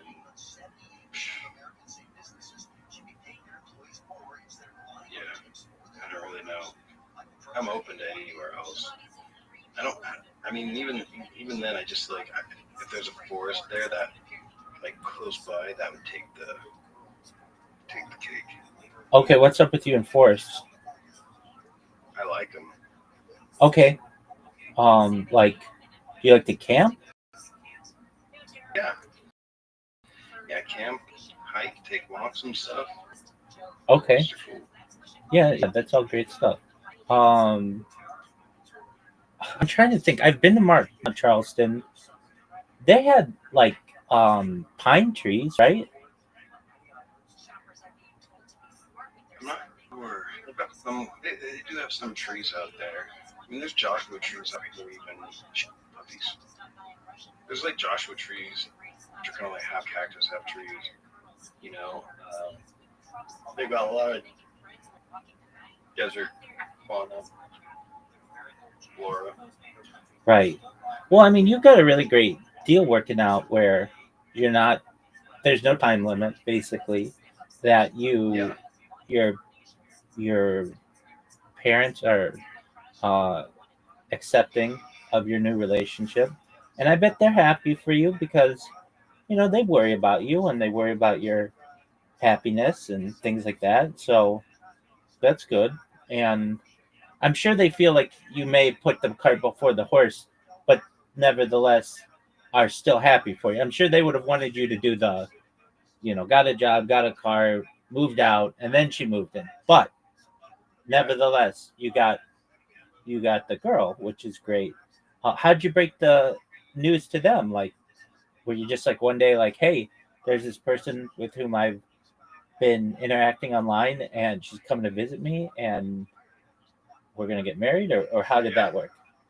Yeah, basically. I just let them know what was going on. Wow, your parents are really uh easygoing, aren't they? Sometimes. In some ways, yeah. In Oh, other ways, no. But okay, yeah. And this has been all right. all right. Um, well, I'm sure you've thought of this, but like, what about a trailer or like a mobile home? Yeah, not really good for the dog. Okay, um, why not? I mean, like, they're like, like, you need a yard, you mean? Yeah, Oh, okay. So you need land. just a little bit. A little yard at least. Yeah. Okay.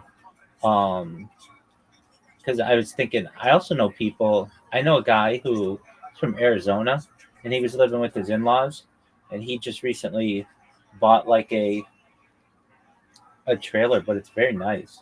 Or it's not even a trailer; it's just like a manufactured house, and it's very nice. And he's got a yard. I think more for dogs, the trailer would be a little bit more. Yeah. But The he got trailer. he got a piece of property though, so he can Yeah. have his. He has kids, so like they're able to run around in the backyard. I think he's got a pool too. Um, but Yeah. okay. Um, all right. So, and I mean, I want you to say yes, but you think you'll be married for like 50 years in the future? If I live that long, Okay. definitely till I go. Okay. So you're like, okay. How long have you guys, uh, like, when did you guys first meet? Not online, but in real life. A couple months ago. Oh, so only like 2 months ago. Yeah. Okay. So you've been married for like a month and a half? Yeah. Okay. When's your anniversary? August 6th. Oh, okay. That's nice. Um, all right. And you didn't have to do any paperwork or any, like, no prenup or anything? Yeah. No. Okay. Well, that makes it easier. And did she just move all her stuff down to you, or does she still have stuff where she was living? No, yeah, we got it all. We got it all. Did she come in like a U-Haul? Yeah. Yeah, we Okay. got a U-Haul and came on in. Oh, so you helped move her out? Mm-hmm. Okay. Because you had hinted at that or something like that. Like, Yeah, I went and I got her. yeah, I okay. went up there and I picked her up and brought her back. Okay. Well, so what are her interests? You say being online. I get that. I mean, and this is cool. If this is your ideal night, is it just like watching Netflix and chill? Is that what you like to do? Basically, yeah. Okay, that's what a Yeah. lot of people like to do. So I get that. Uh, okay. Does she gamble? No. Okay. And she makes a good living, so she's like able to provide for herself, and you don't have too much to need to provide at this point. Big key is no children for both her and in the future. That's like Oh, yeah. that makes it like you have like it makes it so much easier. Like Yeah, for a exactly. lot of reasons. I can't think of a bigger nuisance for our life. Oh yeah. I mean, can you imagine not just a nuisance, but now you have like someone who like let's say she had a child and now you have to bond with that child. and you're like the stepdad, and you've got to go to school events and all. There's no Netflix and chill. There's only that child and like tutoring them Yep. and making sure that they mature correctly. And then you've got all the problems that come with kids and bullying, and then you've got to get them to college. You don't have any of that. So that's amazing. And how do I deal with that? With being an online bully myself. Hang on, yeah, this dogs are going nuts. Give me a second. That's true. Or they want to seem likable. So they're busy fabricating ideas. Then everybody's running around trying to read the tea leaves. And I tell you this story for a couple things that interest me. One is a woman I know called me and said, "Hey, I've had 4 dates with this guy, and it's not, I'm not really feeling it, and the chemistry's not there, but he's so nice, and he texts me every day, like, how's your day, what's going on?" And she said, "Should I just stop texting back, or should I just kind of tell him?" Sorry, they get a little out of hand sometimes, so we will separate them when they start playing a bit too rough, but that's all dogs. Yeah. So did Kaya, like, I know before she was not living in a cage. I don't want to say that. She wasn't doing that. But she couldn't go outside in the backyard without you having to worry about coyotes. Is that still the case? No. Okay. No, yeah, I mean, I take her out there. She goes out in the back, but usually, if it's nighttime, I'll go out there with them. Me and my wife will go out there with them. Is there a reason why you? Well, I guess you answered it. When you know, you know. I was going to ask, is there a reason why you just didn't take it slowly? But I guess you had known her for a long time. Yeah. Okay. And Yeah. why? I mean, there are some people who just are like, we don't need to get married. We don't need a piece of paper that validates our relationship. Why did you feel that you had to get married? I'm a creep. Wanted to. Didn't think I would, but Yeah, it seems and inspired. exactly. It seems like not your thing. Okay. It wasn't until the right one came along, Okay, whose idea was it to get married? Mine. This is my pool's idea. Okay. Mr. Meaty, please, I'm having a serious conversation with a friend, so please be respectful. I apologize. You're good, my friend. Okay. So you just, like, did you have a ring? Yeah, Okay, where'd you get that? I got it from family. Oh, okay. Well, there you go. Well, that's nice. So it's like an heirloom? No, I don't think so. It was just there. Oh, okay. All right. And I mean,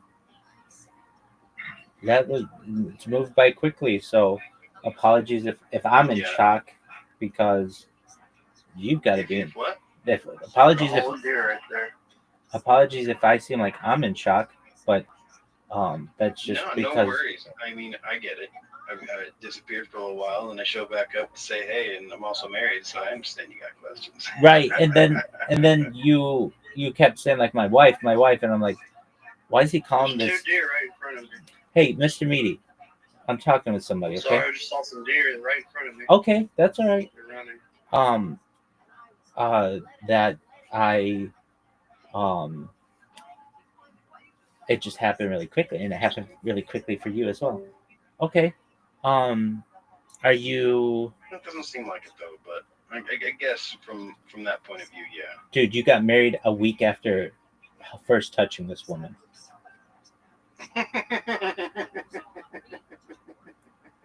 Yeah, basically. Yeah. And you said that you said that you were about that.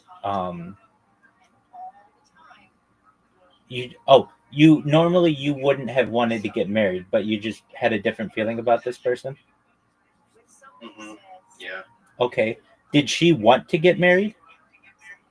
Yeah. Has she ever been married before? Yeah. Okay, so you both have been married before. So you guys kind of know what that's Yeah. like. Okay, well then that makes it easier as well. Where like you know that you there are aspects you got to get used to with someone and living with someone and all of that stuff. Okay. Yeah. That's all easy. I don't know. It's all easy on that front. Yeah, No. I mean it's still like 2 months in. Kind of Like shocking. Yeah. right. But so long if you could do it 2 months, you could do it 20 years, right? Exactly. Okay. Very well. Have you ever thought about going to Florida? I don't know if we've looked there yet, but I don't know if Florida's like off the table, but who knows? No state income No tax. Florida. Oh, she says no Florida. Yeah. Yeah. Okay. No state income tax. I was just thinking of those things. I think like the big one. So there's Nevada, Texas, Florida, Tennessee, and I think like North Dakota or something like that. Have you? What about the like Northeast?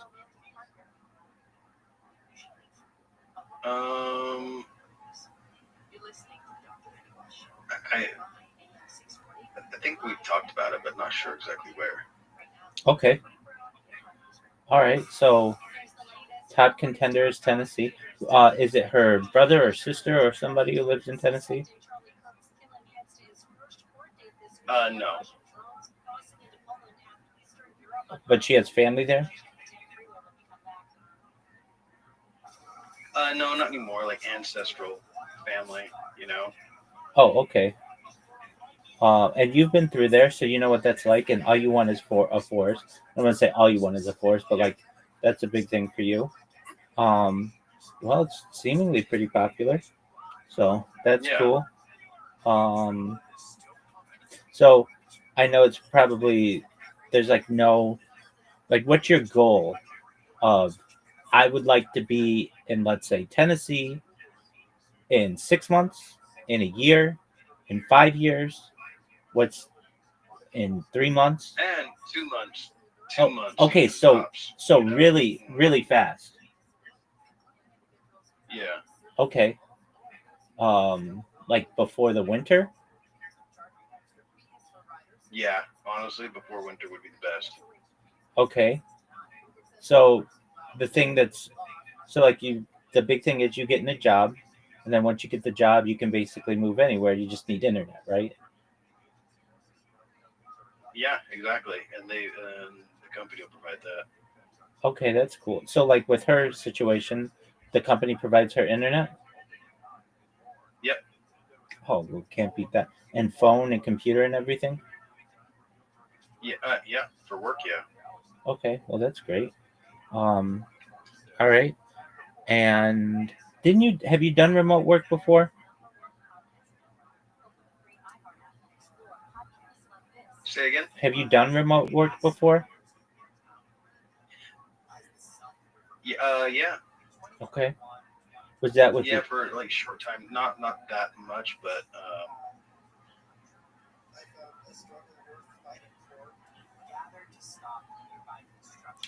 all right, well that's good. From my point of view, of where I stand, nothing too major, and I guess I have that's what I want. I want consistency. Um, so I'll just the server continues to grow, and I keep making yeah. new friends.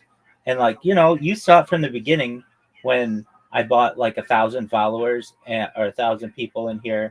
So then to get like of those 1,000, like most of them are no longer in the server anymore. That was just to like get a numbers. So get numbers. So to have 2,000 people in here, really excited about. What up, Mr. Aquarius? How are you? How's your life going? Going good. Excellent. I'm trying to find a bridesmaid dress today. And we're going to how to get it and get it measured and all that in December. Other than that, we found one. Oh, that's beautiful. Caspian Sea, this is my friend Miss Aquarius. Miss Aquarius, this is How you doing? Caspian Sea.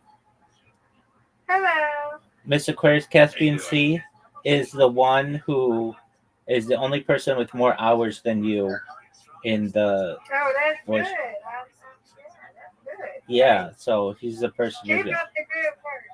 yeah, Oh exactly. yeah, and use word. Excellent. So Miss Aquarius and I play a game every night, or actually two games. We play on Play-Doh. You want to play? Oh, cool. I'm probably gonna go use the restroom and take a shower in a minute. You but do. I wanted to hop in and say, hey, give you the rundown. Absolutely. I sincerely appreciate it. Thank you. Yeah, and man. you know you're always How you welcome. been? I mean, besides all this, everything else going well in life? Yeah, really well, thankfully. My big thing are my robots, and I just did something recently, like that I think is going to be big. Now you know how I am, and I know how I am, where I'm always like, "Oh, this is the strategy that's going to work." But I judge how effective a strategy is by how many people it directly brings in, and I just started this strategy of following people on Twitter. Not on Twitter, apologies. I did that for like a year. Following people on Twitch. And so what I do is it's a really good strategy. So I've been doing it for like maybe 96 hours or so, and I've gotten 2 people in here directly from that strategy, and I've gotten other people in my YouTube. But the people who I've gotten in here, they're like, oh yeah, there you go. There you go. That's They're like bigger. right. Absolutely, they're like bigger streamers, and so that's good. I know when I did Blue Sky for like 6 months, I got 2 people in 6 months for Blue Sky. So to get like 2 people in 96 hours from Twitch is really great, and so I'm really happy about that. And my bots are really good, man. Yeah, my bots are really effective, and they tell everything about. They tell people everything about me, and really the best thing though that I do is just being in Discord all the time. I get like 5 people a day just from that. Now they don't all stay, but they'll if I get 5 people in, 3 of them will stay or so. So that's always good. And yes, ma'am. So I'm positive about that. The Harry Potter Obama Sonic 10 Inu community has been amazing. We have fantasy football that I am just all about. The guys there have just been really wonderful. And that, like cryptocurrencies have been doing well. And so that community is doing well. And the amount of people that I've gotten in here recently, they don't just like come and leave like at night, in the middle of the night, like Miss Aquarius will be here, Brandon will be here, I'll get other people in here, Zoot will come in here. And so instead of it being just like how it used to be with you and me who were just in here, it'll be like sometimes a dozen people. Like earlier today I had all the guys from Brazil in here, so like to me it's big when I get like 10 people in here. That's always a good thing. So I've been happy about that, and just the turnout that we've been getting. In terms of being able to stream and stuff, I've been able to improve like the quality of my videos and be able to stream from more devices, and that's good. And then creating robots on handheld devices has been good. My overall positivity, excellent, thank you, I think has increased. I know I always say this, but like I really think like just following people on Twitch is the way that it's going to work. And the reason why, nice strike, Miss Aquarius, it not only sends them a notification usually, but it always sends them an email if they have that setting on. So that's a huge, that's like a huge thing for me, where and like I just named the account like Google Rothschild Discord. So when you read that, it makes you like, what is this? And they'll just Google it. Like it's literally doing what I tell them to do. So that's been good. Things with my roommates have been good. So that's good. We've gotten a couple new people for the school year who go to University of California Irvine. So that happens every year. We don't really interact too much, but Yay, right, I won. yes, ma'am. You win, I win. Absolutely. The um the the summer was good, not too hot. Um, that's good, and um, I just gotta say, like it's been good, but there are times when I get frustrated with my bots that I'm just like, man, I put all this work into these things and I'm not getting that many people in here. But with the um the Twitch bots, it's been like totally different. I mean, I shouldn't say totally different, but a lot more people talk who at least type to me in my Twitch or in my YouTubes, and then just getting people in here and being able to tell them about what I do. So like one guy came in Friday, and was like, Mr. Chorus, you have an invitation, by the way. Okay, excellent. And like he was part of another community, and he had like 25 people in this other community watching me simultaneously on YouTube, and that's what I need. Just like one person who's part of another network that really like finds what I do to be interesting, and then Yeah. And then I had another person. The first person who came in, I was like in shock. I like built these bots, and it was like, okay, I wonder if they're gonna work. And then he came in within like 24 hours. I'm like, hey, how'd you find out about me? And he's like, you followed me on Twitch. And I was like, no way, I followed you on Twitch. Was it an email or was it a notification? He's like, it was both. And I followed you back. I was like, no way, this flipping works. So I'm very excited about that. Nice. Did you watch? You probably didn't, but there's a big boxing match last night. Did you watch it? No, yeah, I don't really care about sports. You know what I mean? Yeah, no, I understand that. It's like watching grass grow, but I like grass. I get that. I streamed it in the Aiden Ross server, which allowed me to plug my Discord to everybody in there when I'd be like, like in between rounds, and that got some new faces in here and some cool people. So that's what I've been doing, and just grinding every day. We've got the holidays coming up in this fall, so I will do a few different things on stream. Nothing too major, but I'm frankly, yes, ma'am. I'll be excited to celebrate a new year, so it'll be 5,786, and that'll be I'll be buying some different foods and things like that, which is always cool, and basically celebrating in the way that I can on stream. But I've got to be honest with you, Caspian Sea, I'm going to be very happy when I go viral to get back to my normal life, no doubt, with a community and with normal synagogue activities. I do miss them, but it is something that like I knew I had to sacrifice. I wouldn't have to do it. I didn't think I'd have to do it this long, but it's kind of grown into its own thing. I mean, when I first started, we were streaming our classes for synagogue, and we were actually streaming synagogue services, and so that's how I kind of got into it. And now it's like, all right, well, I'll be celebrating like 4 years this fall, and I'd never thought in a million years I'd be doing it this long. So I say this every year, but hopefully this is the last year that I have to do this. And I've said it before. It's kind of like a dike of like a well, you just saw like of a dam. Yeah, exactly. Thank you, Miss Aquarius.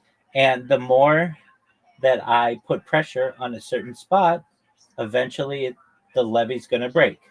And when it does, it's going to be, as I say, the biggest event in global history. So, Hell yeah. exactly. Yay, I leveled up. Excellent. Good job, Miss Aquarius. All right. Good job, man. Thank you very much, ma'am. All right. Undefeated in friendship, undefeated in bowling. And I win, you win, Miss Aquarius. Excellent. And Yay. you do what you need to All do. right. And Good, Casper. Good morning. All right, see ya. Bye. See ya. sweet dreams, Miss Aquarius, God willing.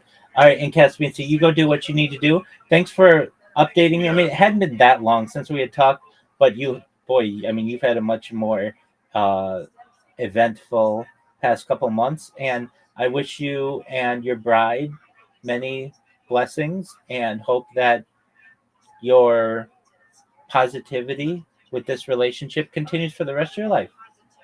Oh yeah, I have no doubt it will. Excellent. Yeah, man. I will talk to you really soon. I'll be back. Excellent. Keep me updated. I will, brother. All right. Take care, buddy. You too, man. Peace. Have a good night. You as well.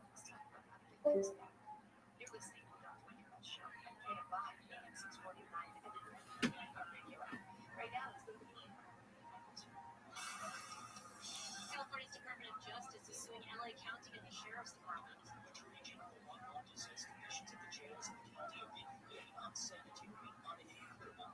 Sees no rapid infestations, too much confinement to cells and other issues. When we're talking about feces, smear on the walls and medical care denied to those in need, we're talking about disrespect for the basic dignity. While the suit seeks major reforms to the county's jail system, he says there have been more than 200 deaths inside the jails in the past 4 years. More than 40% he says were preventable. States have investigated the jails here since 2021. Michael Long's KMI News. New soil tests reveal concerning results in the January wildfire zone. The LA County Department of Public Health found that nearly half of Altadena samples have lead above safe levels, likely from older homes with lead-based paint that burned in the fires. In the Palisades, no widespread contamination was found, though isolated sites showed cadmium, thallium, arsenic, and other chemicals. Officials say cleanup efforts have reduced overall risk, but warn some areas may still need safety thresholds, urging ongoing monitoring and assessment. Heather Booker, KFI News. The man in custody suspected of killing Charlie Kirk is expected to make his first court appearance this coming week. Utah Governor Spencer Cox says Tyler Robinson is not working with officials. He has not confessed to authorities. He is not cooperating. But all the people around him are cooperating, and I think that's very important. Robinson was taken into custody late last week after the shooting at a Utah college campus. Eastern Europe is on edge after Russian drone strikes crossed into Polish airspace. President Trump says it may have been a mistake by Moscow, but Texas Republican Congressman Michael McCall tells ABC this week he doesn't buy that, saying Vladimir Putin is getting more aggressive in the region. Not only chronicles, but these wartime exercises with no risk. The nuclear bombers that flew to Poland, and then the strikes up in the Arctic. He's really putting pressure on right now. The Torah, the person sees a date, Bitamu Chatayim, he wanted many affairs, the person dreams of a goat, will have a great year, 2 goats will have 2 good years, or more. If he sees Hadas, that means his business will be successful. If he doesn't have a business, he'll inherit it. The person sees an Esrig, now we're going to the Arba Minim. The person sees an Esrig, that means that Baruch Hu thinks he has he's beautiful in front of Baruch Hu. The person sees a Lulav, that means he's one heart with Baruch Hu.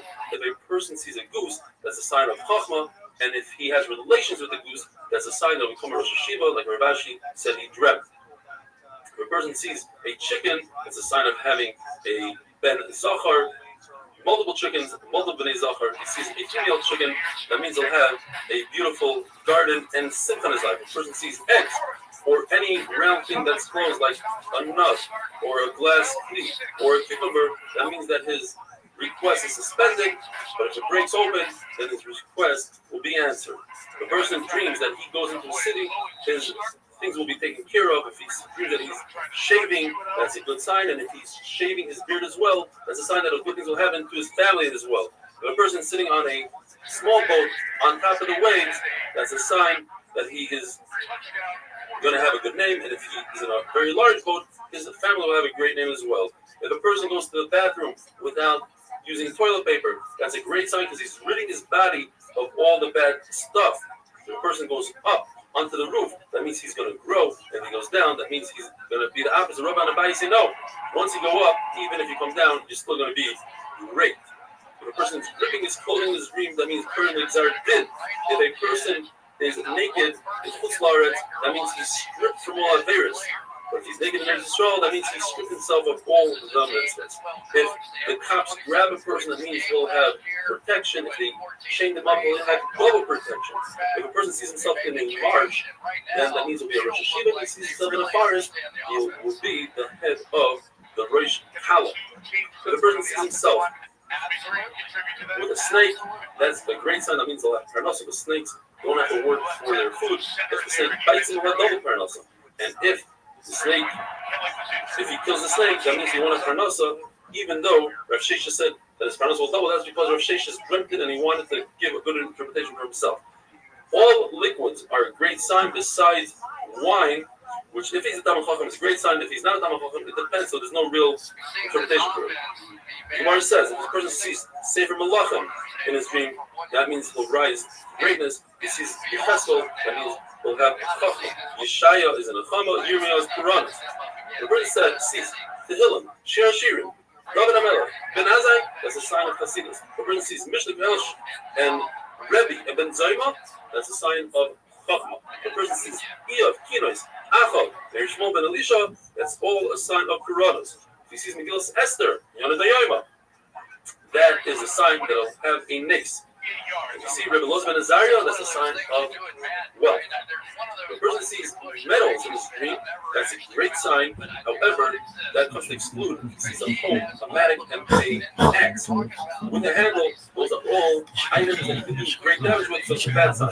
All fruits are a great sign, besides things that are not ripe. All vegetables are a good sign, besides the heads of turnips, which resemble a club like we had the other day. Robert got hit with a club. All colors are great, besides the color blue, which if a person is blue in the face, that's a bad medical sign. There are three things that go into the body and you don't benefit from them: cherries, inferior dates, and unripe dates. There are three things that don't go into the body and the body benefits from it. That's bathing and anointing oneself and going to the bath. There are three things that have resemblance to Olam Haba, and that's Shabbos, the sun, and the bathroom. There are three things that calm a person down. That's good sound, music, or a good voice, Rashi brings, of a woman, and good sightings, like nice pictures, buildings, and good smell. There are three things that expand a person's mind, and that is a beautiful house, a beautiful wife, and beautiful vessels. There are five things that are 1 of 60. Fire is 1/60 of Gehenna. Honey is 1/60 of the month. Shabbos is 1/60 of the Olam Haba. Sleeping is 1/60 of death. And a dream is 1/60 of a Nevuah. There are 6 things that are great for a sick person. That's sneezing, sweat, diarrhea, carry, sleeping, and dreams. 6 things will heal a sick person. And that is cabbage, the womb, intestines, diaphragm, some people say small fish, beets, and dry pennyroyal. 10 things will cause a person to become sick again, and even worse. That is, if he eats the meat of an ox and a bird, if you eat roasted meat or an egg, if you shave, or you eat cress, milk, or bathe, eating nuts and cucumbers. Cucumbers are very difficult on the body, like swords, but that's the large cucumbers. Small cucumbers, the Gemara always says that Rabbi Antoninus always had small cucumbers on the table. They're very wealthy, even in the summer, even in the winter. If a person dreams about a dead person in his own house, that means a sign of peace. If the dead person is eating or drinking, it's a good sign. If the dead person removes shoes from the house, that's a bad sign. Anything he removes is good besides the shoes. Anything he gives you in the dream, that's good besides if he gives you dirt and mustard. If a person sees Avodah Zarah, Gemara mentions Mark Tillis, he should say, Hashem has Rahmanas even to those who do against his will. If you pass by a place that Avodah Zarah was uprooted in Eretz Yisrael, you should say, just like this Avodah Zarah was uprooted, Okay, we call the Kamis Yisrael from all over Israel. The Hashem of them love they should turn the hearts of these people to do tshuva. The Chutzlars, the Tanakh says, don't say that because they are mostly Goyim. Or Shimon says, Chutzlars, since all the Goyim are going to become Gerim, once the Levite should say that there as well. Have a wonderful day. Progress marked the ball at 36, not where it's initially being marked. Thus, it's a 54-yard field goal. Parker Rowe in a 54. 5-yarder here for the Vikings. Last Raphael's bathroom fence when he cursed Bubble, he cursed his neighbors, Euler Russia, Euler Shemish. When he cursed Shemroin, Leslie. Just like every human face looks different, so to every human mind looks different. 600,000 doing a special problem. How was it? Both knows exactly what's going on. Every one of those 600,000 minds. You say, when the Zoma saw 600,000 Jews going up the Alila Regal, he added another problem. What up, Zoot? How are you, Pimp?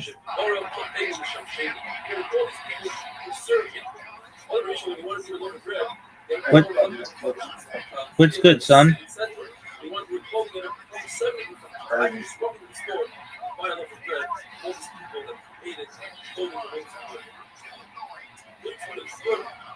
How have you been? So far, so good. Caspian C was just in here, and he got married. Yeah.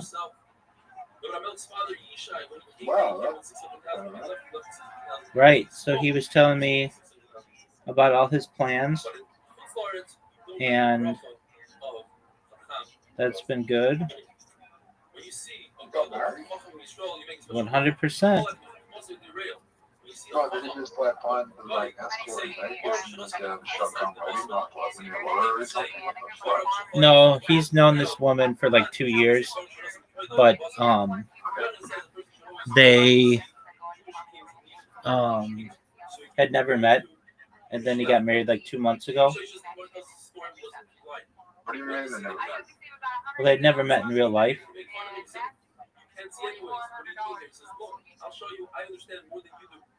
Meaning, like, they had met on Discord. Just getting married?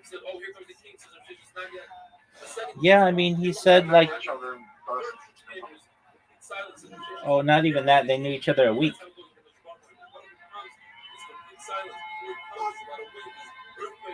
Look, man, I'm not the one who made the decision, but he seems happy, and I support his happiness.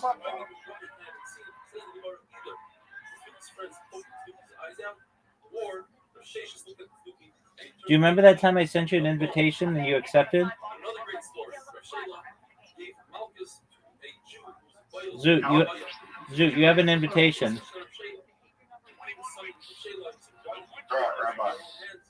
Yo, Doug. Oh, no, definitely not. Get married?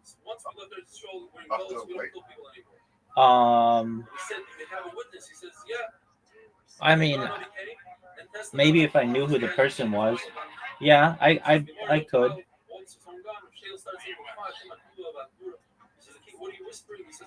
But I would want to know her family. I'd want her to know my family, all that shit. What would you do if I started playing DLC characters? I wouldn't play with you. We couldn't play? No. Don't say characters are not the shit though.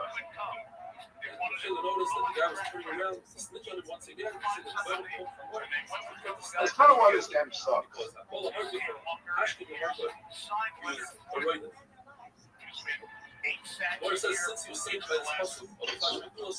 You know, this is probably the biggest money maker this game. It could be. Mataferes is the sun that stood still for Yeshua, and Rebbe says Mataferes. Netzach is the fall of Rome, and Rebbe says it's Yerushalayim. Bahoy is the war of Arnon. He says it's What up, Pam? We should steal this game and make it free. Okay. Every character free. Okay. say the bracha Baruch Matzah Kulan Mana. If they are in a rubble, you say Baruch And Leinavis. then If they're in Goysha houses, you say Beis Gabe Isach. In other words, it should be uprooted. And when there's a korban, you say Hail the Kamas Hashem. Says the you know Gemara, what the the story. Fortnite Battle Pass is? Do I know what the Fortnite Battle Pass is? A little bit, but enlighten me. In this house, there were 16 bakers. Fortnite Battle Pass is basically you play Fortnite enough, instead of paying for skins, you get a battle pass to collect the skins from the battle pass seasons. Okay. Items from the battle pass. Okay. So if you play the a skin that you'd usually have to pay like $20 to get, but instead you can get the skin on V-Bucks from the battle pass. That the V-Bucks can buy you skins. Okay, that's what you think we should do? And it's from the battle pass instead of buying. Just the grave of someone who applies for you say this long bracha.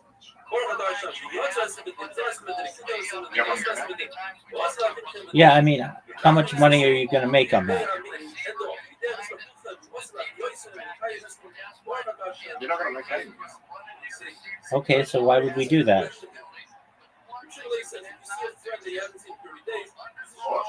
So why would we do that? Oh, sorry.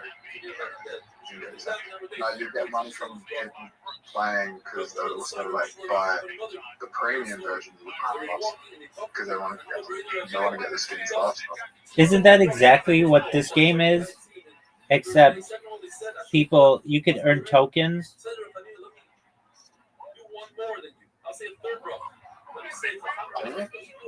Isn't that exactly what this game is? Except people just do that with tokens. I don't think you can earn enough tokens to get battle pass monsters. Sorry, not monsters. Yeah, you can. If you spent like $10, you could get all the DLC characters. $10 to get the DLC characters. Yeah, maybe even less. A very heavy or elongated face. A wordy face. You say, Baruch Shana Es Habriot.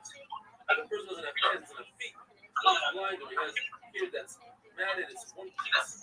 And you say, Baruch Leinavis. The person sees an elephant, a monkey, or an owl, and you say, Baruch Shana Es Habriot. You see beautiful creations, you see beautiful trees. How long do you say, Baruch Shana Es Habriot. We go to the Mishnah Zikin. What's a Zikin? It's a Shabbat. Some say it's a comet, a flying star. So I know all the paths of heaven. What up, Zoot? I just don't understand this Shabbat. Do you think eventually everything will like integrate crypto online? Yeah. That's just How long do you think that takes? Probably in the next 10 years. How would that work? You just go on Amazon, and instead of having your credit card linked to your Amazon Prime, it would just be your crypto wallet.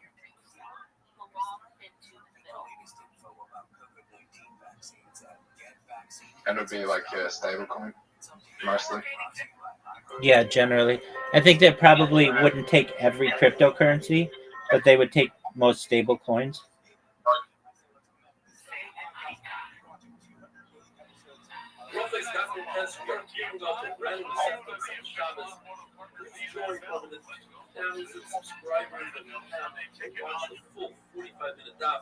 Whether it's on YouTube or if they download our app, How long where they receive a How WhatsApp, long before they Wall guarantee Street you there's a lot more smiling, there's a lot crypto? more camaraderie than the 8-minute dial. The Gemara tells us that there are two constellations, Ash and Kima. Maybe 10 years, maybe less. Two stars for people. And in order to stop the Bible, I can say that using Ethereum version of everything. the question is, why did they just replace it with two stars that are removed? So the concept that you cannot fill up a pit. And when that Take happens, dirt out of a pit, I try to think- refill it, it's not going to refill because it's I think in the next 10 years, Ethereum's going to $50,000. Easily. Not stop them out, not become a vendor. It's a mission that when you see an earthquake, like a rock that says the Gemara story, Rabbi Rothschild was walking by a person versus the new bones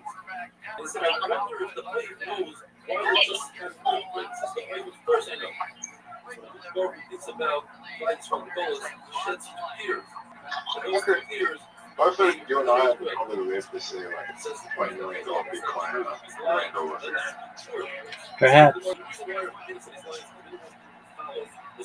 At that point, the dollar's completely fucked up. It already is. Yeah, I think in the next 25 years, maybe possibly about $10 million. Okay. Bump into each other, when clouds pour water one into another. Or Abaka says it's when the lightning strikes the hail in the cloud, and that creates the sound of thunder. And then it rings. The Gemara says, we like this shot the best. Another shot says the Gemara is when the wind bursts through the hollow of the cloud, similar to the wind goes above the barrel. What up, pimp? Mishnah says if you see People that were 25 in the 80s were buying houses, right? Now, there's very few 25-year-olds buying houses. That's correct. The average, the median age for a homeowner has gone from like 22 to 34 in the last 2 years. Rabbi says that our lightnings are terrible and that is, if it's a single lightning, if it's a white or yellow lightning, and if there's a cloud that comes from Myra and comes around, interest rates are more clouds seem like they're gonna way more. Into each other, that's the time we get to that.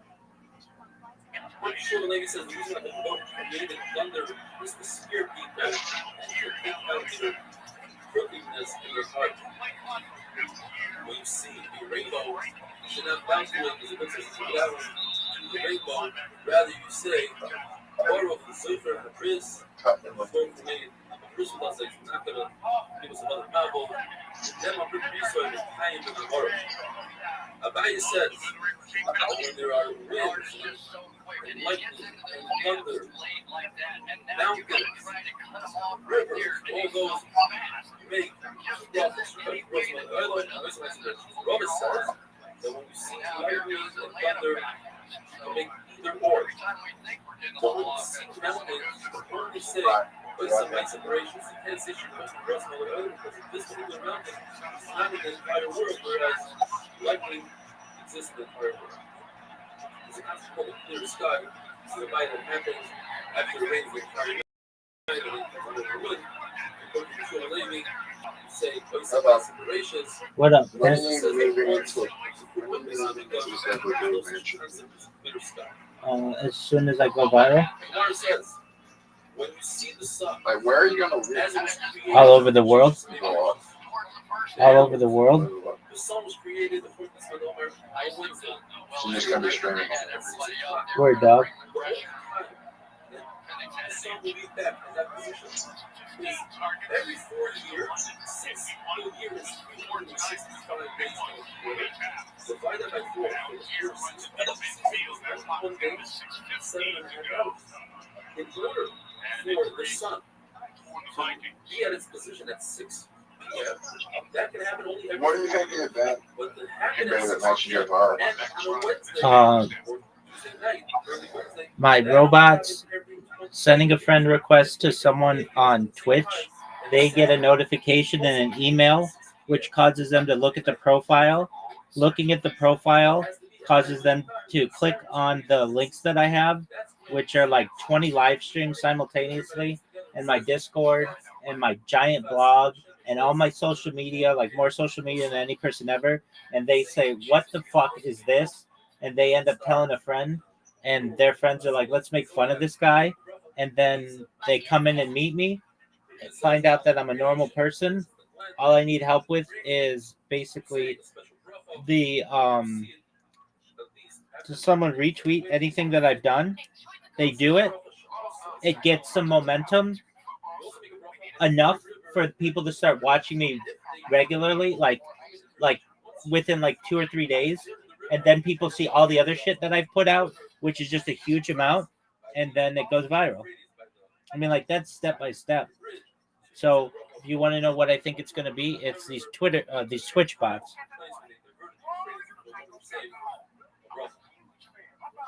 You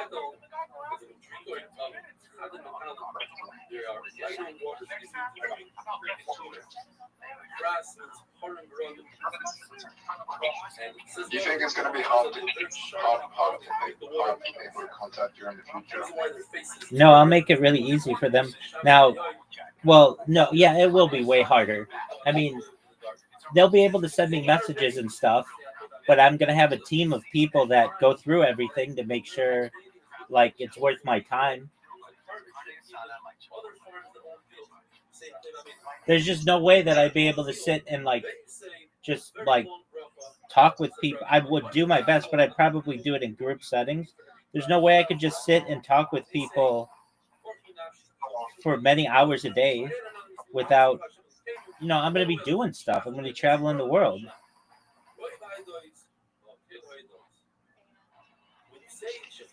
Oh, that was almost really good. So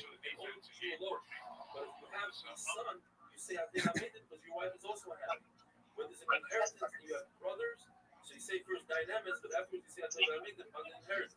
And finally, when you drink an additional wine during the meal, you say if there are other people joining the meal, have a wonderful day. What a goal. What a goal, Zoot.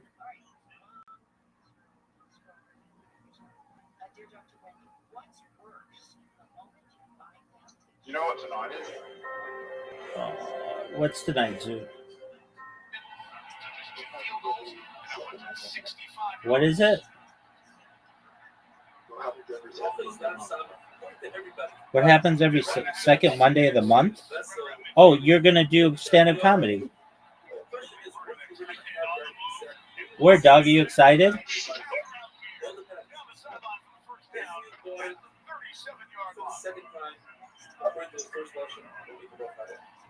Such a good block you called it. Not only one, but you get the second one, and that's what the great ones do. Charlie Warner was a guy who had like 80% of his plays were blocks, and then down the field as well. Yeah, it was. Atlanta's offense was that they were making blocks at the wide receiver position. A little bit of the Rams, a little bit of the 49ers, and the rest of this whole came from. And they're executing the blocks down. If you have a situation where something bad happens, but it also something good, for instance, your crop was good for a flood. What up, big dog? You still make 9 MS, even though it includes some good. And the same thing in reverse.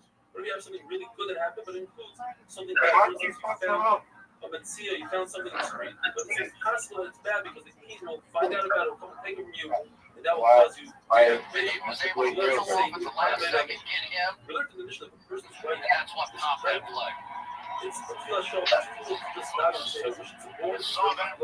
What about the fact that Leila David, she switched her baby? That's a nace. We don't discuss this.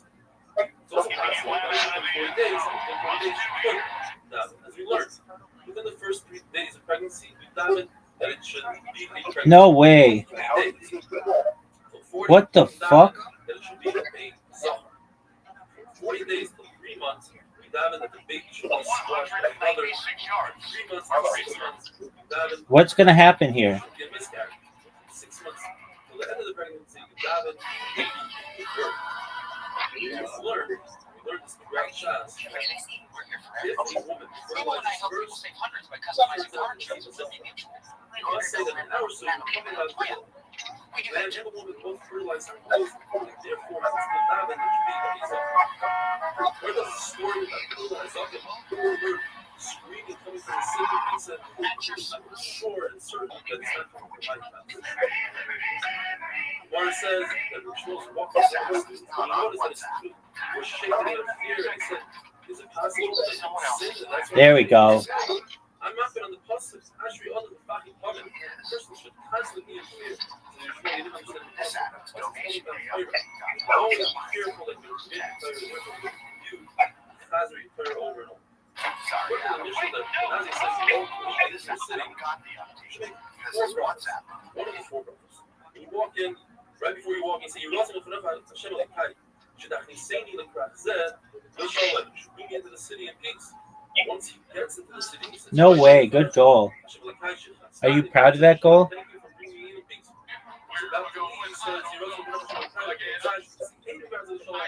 should be the case. He says, when I tell Hashem, Hashem, Satan, Hashem, Shalom, just like the reality is, the Fed Shalom, the City is there, it's the Fed Shalom, the Fed Shalom, it's the Fed Shalom, Lord says, this is in a place that there's no judge, there's no court system. But in a place where there's a court system, there's no reason to rabbit everything according to the law, as long as you keep the law. Says Gemara, no, or you can say, but perhaps even in a place that there's a law and court system, unless you should rabbit, perhaps you don't find someone to testify for you. In those days, that's a very dangerous place. The only way to get the water was to suspend the water on an upper level and have fire underneath that floor. And occasionally it would collapse. So you had to say a special diving that only the defeated would say he wasn't from that one. Shelley Pilot gives us the lately said that there's the same this is always like here in the Bible and love is best after the Lord. They care about the Lord. This is really that happens. It's such a point I says what's going on with your Giants when you said it was an entertaining back and forth game. The officials use the Kansas City. They will forget about the back. That's something we would have seen from the time what it says. The story of the goes to the bathhouse and the floor fell out. And they say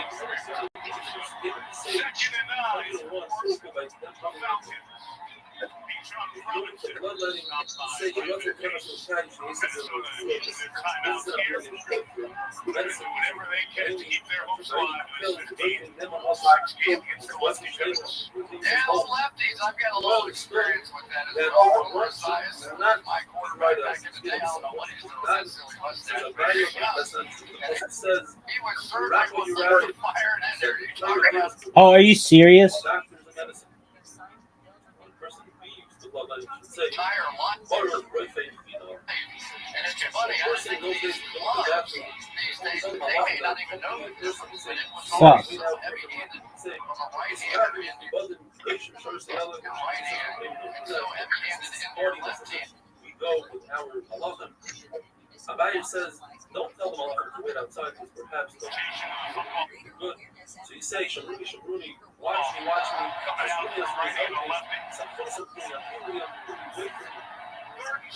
Goes out.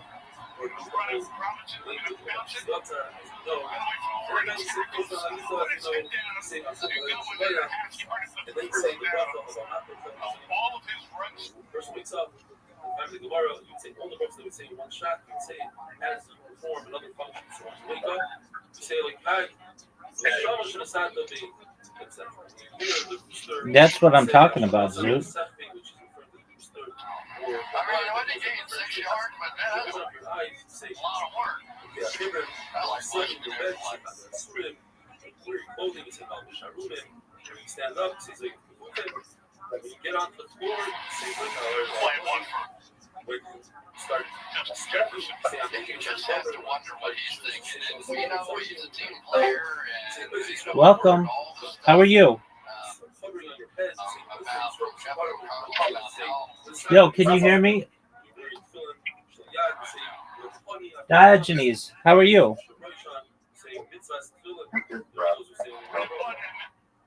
What have you been up to recently?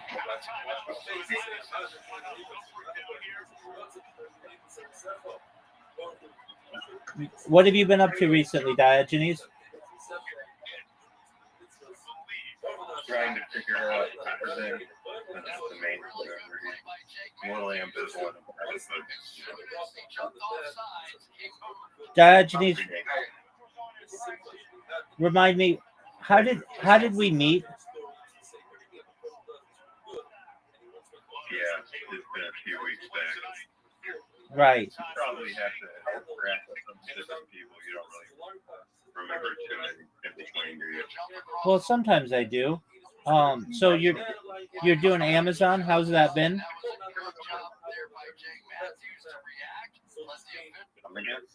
You're doing Amazon, you said? No, I'm not doing Amazon. Oh, I must have misheard you. Okay. What are your interests? That's usually how I remember people. I was just streaming on shit and you had a bot that clipped me, and then I came here Oh yeah, excellent. You're the man. So how's your kick streaming been? I haven't really been streaming.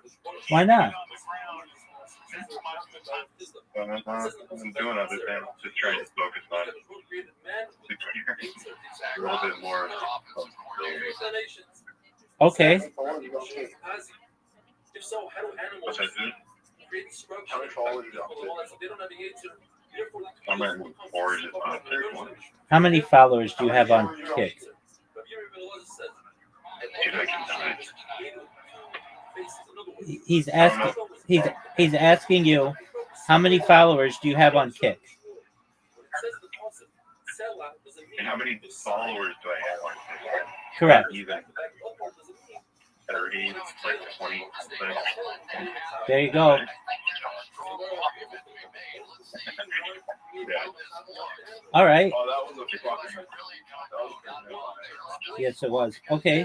So, you haven't been streaming recently. Do you think you're going to get back into into streaming soon? Yeah. Do you think you're going to get back? Do you think you're going to get back to streaming soon? What is practical is what I always ask in myself. Okay. It's working. Yeah, I've got you. No, I understand. Do you do multi-stream? Do you do multi-streaming? Yeah, I usually like doing YouTube and Kick. I was trying to get. I had Twitch connected at one time, but I don't know something. I gotta update the RMPT. Yeah. Feed link for the stream for Twitch. I have to renew that. Yeah, isn't that a pain in the ass? I don't know. It was if it's something that happens like annually or what. So it depends on the service. Sometimes you have to do it with every single stream, and other times it just is something that's like monthly. So I think it just depends on what do you use to multi-stream?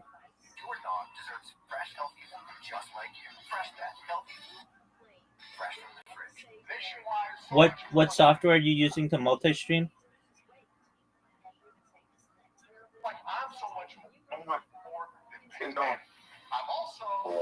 Yeah. What software do you use to multi-stream?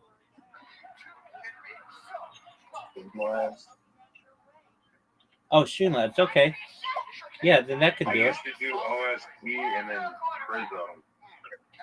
But Yeah.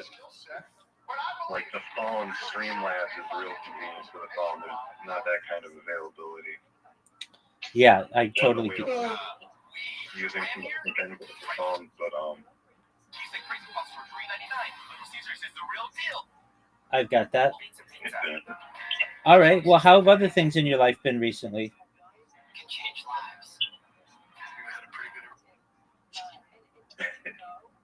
I feel like I'm living through trials of Joe. Uh-oh, things have been tough. Okay. Talk to me about it. What's happened?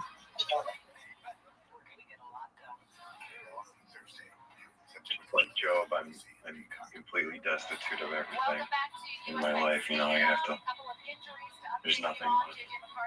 Okay. I mean, you have your health, don't you? That's all. Okay. Well, that's something. That's definitely something. Trying to figure out how to get. Okay. Well, sucks. Yeah.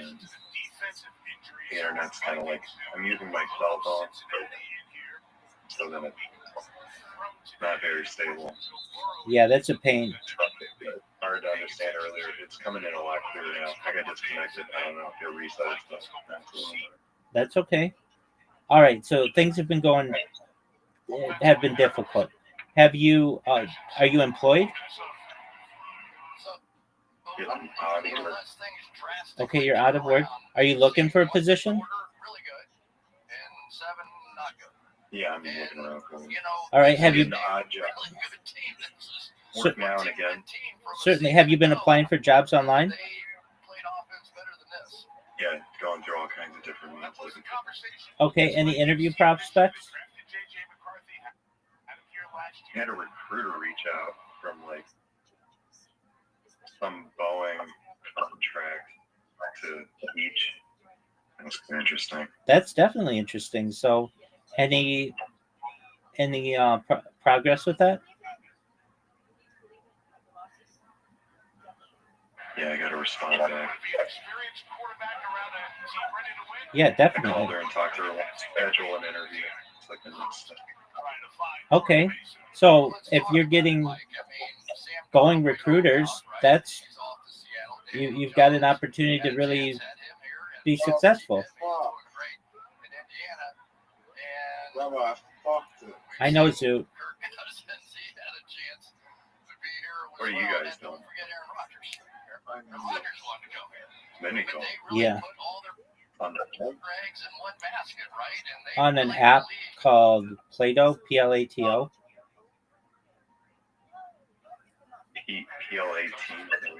Plato, like the philosopher Plato. Plato. P-L-A-T. Yeah.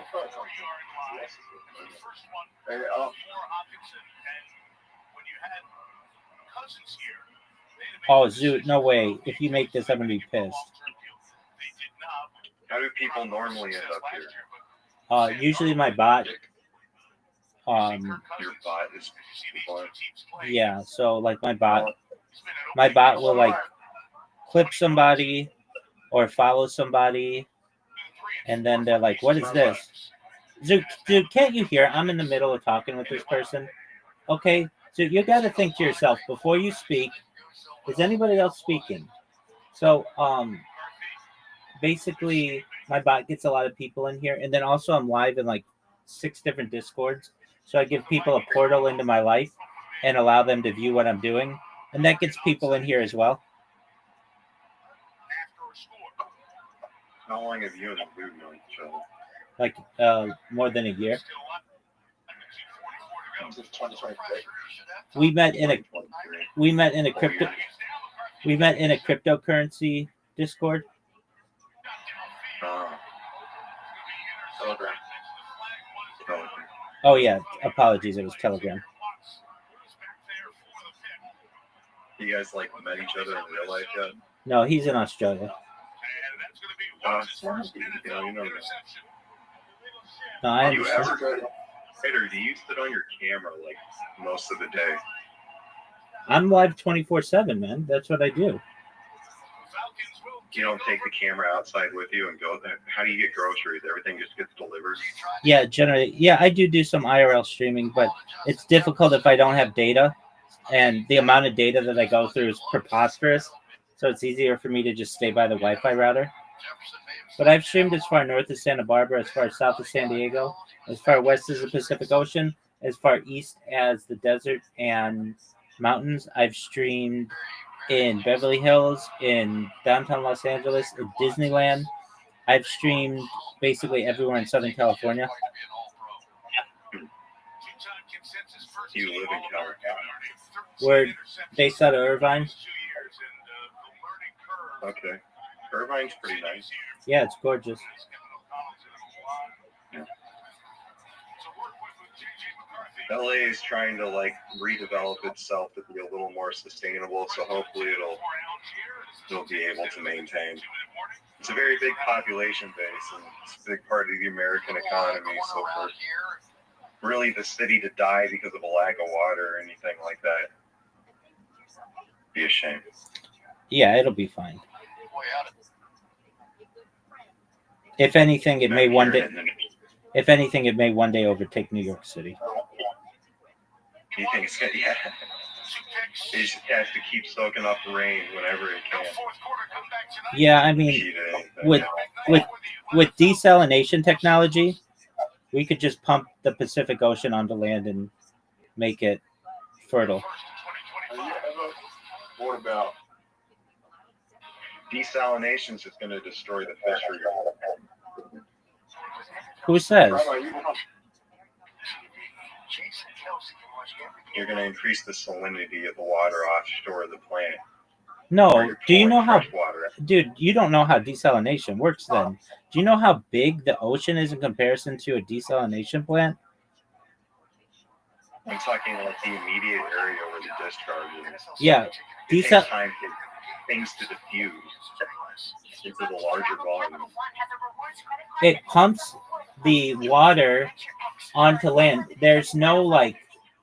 It pulls the salt out in the water. It pulls the salt out on land. It pulls the salt out on land, and generally they discharge it right. No, you sell the salt. You're gonna sell the salt. Absolutely. Yeah. Sodium. Best thing to do. Sodium's like a highly demanded resource. It has been for thousands of years.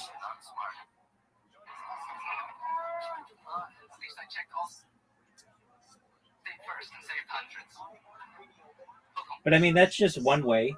You could do it through cloud seeding. There are a Where lot. are you gonna get the energy for all the decontamination? Nuclear energy. You think nuclear energy is like any cleaner than any other form? It is much cleaner than any other form of energy. It's the cleanest type of energy that we know. Except for the way that we're processing the waste for one half of the reaction.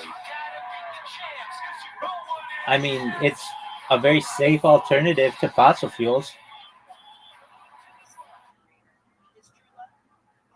Carbon generally doesn't have a very long life cycle in the atmosphere. It does in people's lungs. Yeah, all kinds of nanoparticles. Exactly. But I mean, it's fair to say that tree pollen and other things are just to harm to people. I disagree, but you know we can agree to disagree.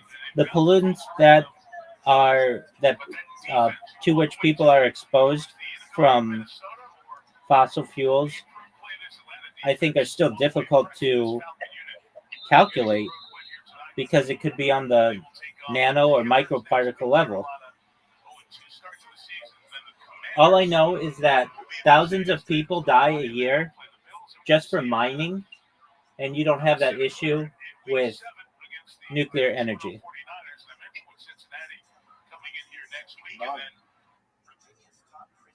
The deaths are just slower, and not that it's like.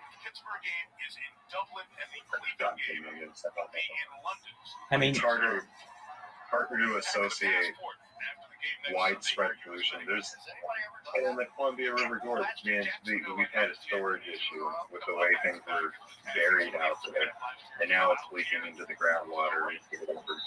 Yeah, but nobody has died from that directly. Yeah, it's harder to pinpoint where anyone's cancer came from, I guess. I agree. It could be from their food. It could be from. How many people in Europe could be blaming Chernobyl for an earlier untimely death? Well, basically, but it's like, how do you not Europe? Not Europe, because the radioactive waste went in the opposite direction of Europe. The smoke? Yeah, it went to the east, and Europe is west of Chernobyl. In Eastern Europe, whatever. Yeah, but I mean, even that whole area has like 100-mile containment zone, so it's basically, at least the flora and fauna in that area currently is all very healthy.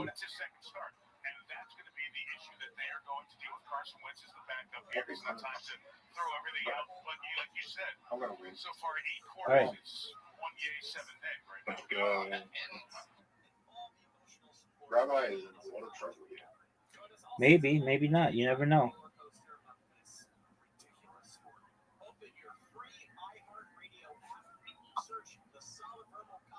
Do you like sports? So? Yeah. Do you do fantasy football? Do you do fantasy football? So I do. Fantasy football? No, I should. Yeah, I do it with the cryptocurrency of which I'm a part. You have a crypto around fantasy football? What'd you say? You said you had a cryptocurrency around fantasy football? No. Just the cryptocurrency that I'm in. One of the things that we do with the community is we have a cryptocurrency. Apologies, we have a fantasy football league with the people there, and it's a lot of fun. Is everyone sharing the same roster? No, we have like a draft, and then we have like 12 individuals in the cryptocurrency to partake. But there are like thousands of people who own the cryptocurrency. This is just like the people who are there regularly. Yeah. Okay. There's only a dozen people there regularly out of 1,000 people who buy into the project. No, it's just the people who are interested in football, who also have, the time and patience to do cryptocurrency. Not everybody does. I mean, you don't need time and patience. You just buy Ethereum and Bitcoin on down. Look at it. No, for cryptocurrency. Yeah. The best strategy is just to buy Ethereum and Bitcoin and look at it. Zoo, you don't know what you're talking about. We're talking about something having to do with sports. The people who are in the people who are in the cryptocurrency, what Zoo or who are in the who are in the Buying league. and holding, waiting is probably the safest versus trying to like trade or anything on a daily basis. 100%. I agree with you on that. Yeah.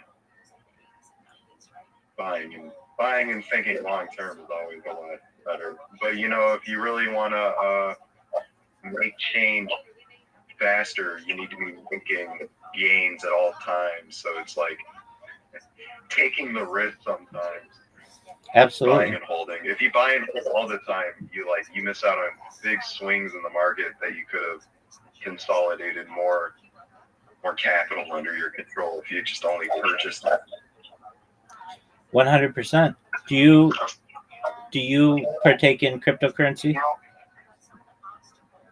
Yeah, I've been doing things here and there for a few years. All right. And have you done well? Frustrating because I'm saying if I had just bought and held and never looked at it and tried to do anything with it, I'd probably be in a much better place. Yeah, no, I understand that. A lot of people say that. I would have been in a better place. Well, you're not in too bad of a place right now. You got your health. We talked about that. What did you trade? Huh? What did you trade? What did I trade? Yeah. Like in Binance, for example, different periods, even before they had like the separate trading app. Trying to trade on leverage. But the problem is you can't. Trading on the open books, your position's always open and they're trying to consolidate the smaller positions and they're able to make the market go whichever way they want. So it's like if you have stop losses put in, then everyone knows where your threshold is. So if you walk away, it's really just an opportunity to liquidate you and know where their end of pushing anything is, because they have to manage for resources to make markets swing. Just buy, hold. Buy and hold. Yeah, buying and holding is the best thing to do than anything. But you don't ever really experience the same amount of returns and trying to play the swing. It's not an amount of euphoria. It's the trying to keep up with inflation. That's an issue as well. You got to make your money grow as soon as you can just to keep up with inflation. Well, that's the thing is inflation causes assets to go up. So inflation is good for long-term holders. Yeah. It's like trying to get $1 million today, $1 million really isn't anything. You're exactly right. And don't.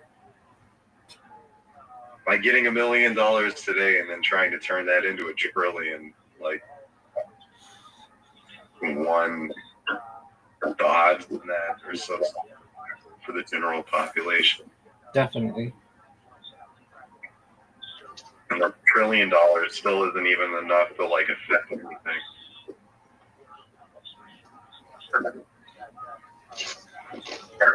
Yeah, I mean, it's better than nothing, but I get what you're saying. Well, no, you can do a lot with $1 trillion. You can have a lot of connection to $1 trillion. You can buy a lot of people off. You know, you give Significant portion of a country or like you give the right person $1 billion. You got connections to politics. You got everything. You can literally have the influence to change the world with $1 trillion. having a trillion is like having what used to be $1 million in 1950s to the 70s.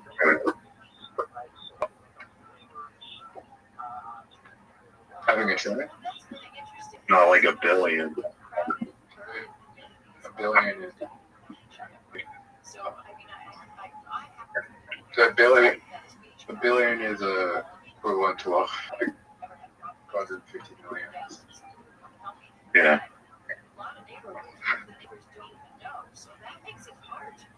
Like 100, you know, it's the Austin Powers joke. I'll take 100. Oh, make $100 million a lot of money. Used to be. I don't think it's going to allow a rich person to always $1 million because that is like a very tempting amount of money to spend really fast. It's really hard to imagine how you can spend $1 million really fast, but you can't even find a home in most like coastal states for less than that. Yep. To buy cars and bullshit, I don't know. I guess you could. How many cars? It's pretty crazy.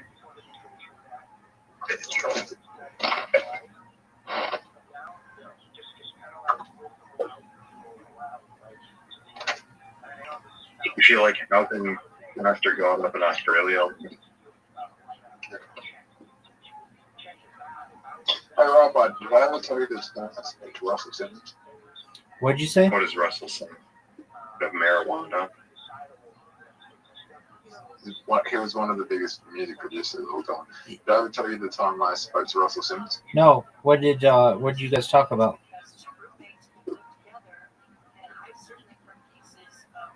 Well, this was after the rape allegations. Okay. What did you guys talk He was about? living in Bali. He was what? Said I asked him how Bali was. And what did he say? He said it's good. He's living there. He's meditating. He's relaxed. Less stressful than America. Where did you talk to him? Instagram. Like in an Instagram live or via message? Yep. Instagram live. So you just typed to him? No, I was on live stream with him. Oh, cool. Does he still live there? I think so. There's no extradition laws from Bali to Indonesia to the US, and he's wanted on rape charges. Is he still wanted? Do you have any issues with going back to face his charges? Or he's gonna stand by? What were you saying? Smoked him. What do you mean by you smoked him? I spoke to him last night. Like you smoked him in the debate? No, he said spoke to him. Spoke.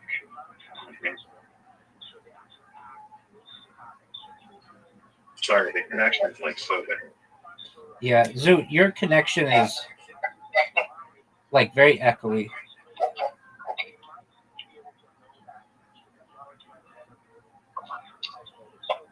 What else did Russell Simmons talk about?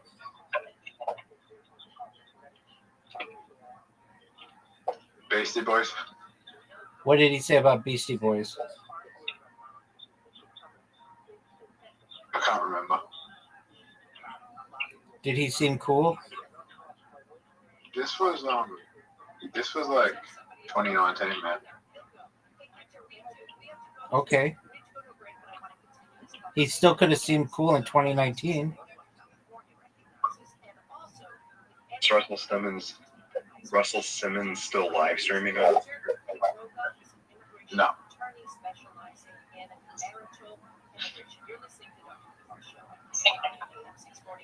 I think he's living pretty quiet.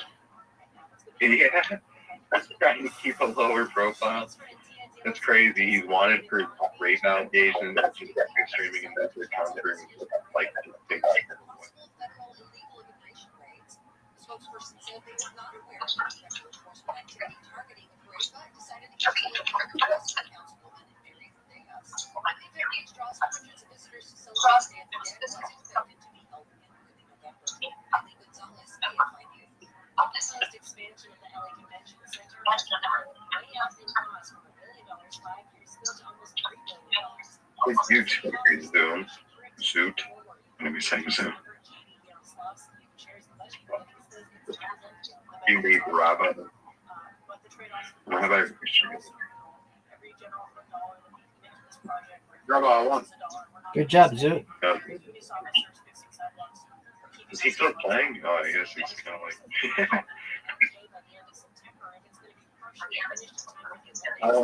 How did you meet each other? Where were you used to meeting up? I live stream my life in a cryptocurrency Telegram, and Zoot's a part of the cryptocurrency. Like, how did he get into the cryptocurrency, though? I don't know. Zoot, how'd you get into Harry Potter or Baba Sagatani? Yeah. You met him off Instagram? Telegram. Zoot, you're being asked a question. Yeah, met him on Instagram. No, we didn't meet on Instagram. We met on Telegram. How did you find out about Harry Potter Obama Sonic Tenino, Zoot? It was on Telegram. I know, you were just randomly on there, and how did you find out about the cryptocurrency? It was on trending at 10 months ago. I saw it and I was like, Oh, I okay. was like, I don't want to buy that. It's like a skin. And then it pumped this like 600k. Like, pumped to 600k and I was just like, it's too late. And then I bought it at like 6 million because I thought it was the funniest thing I ever seen. I bought it because of Bitcoin Obama. Bitcoin Obama?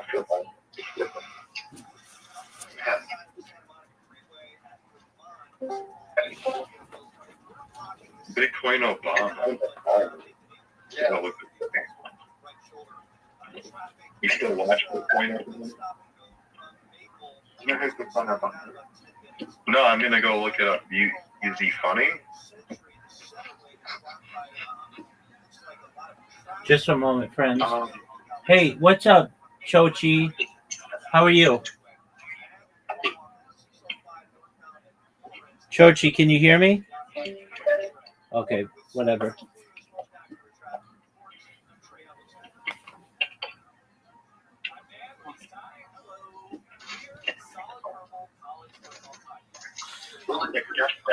Like your profile picture.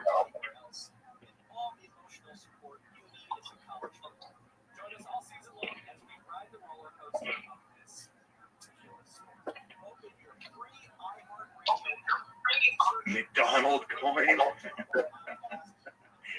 Yeah.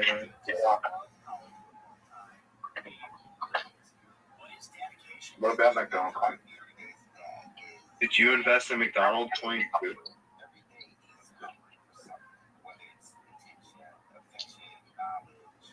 Were you part of the McDonald's?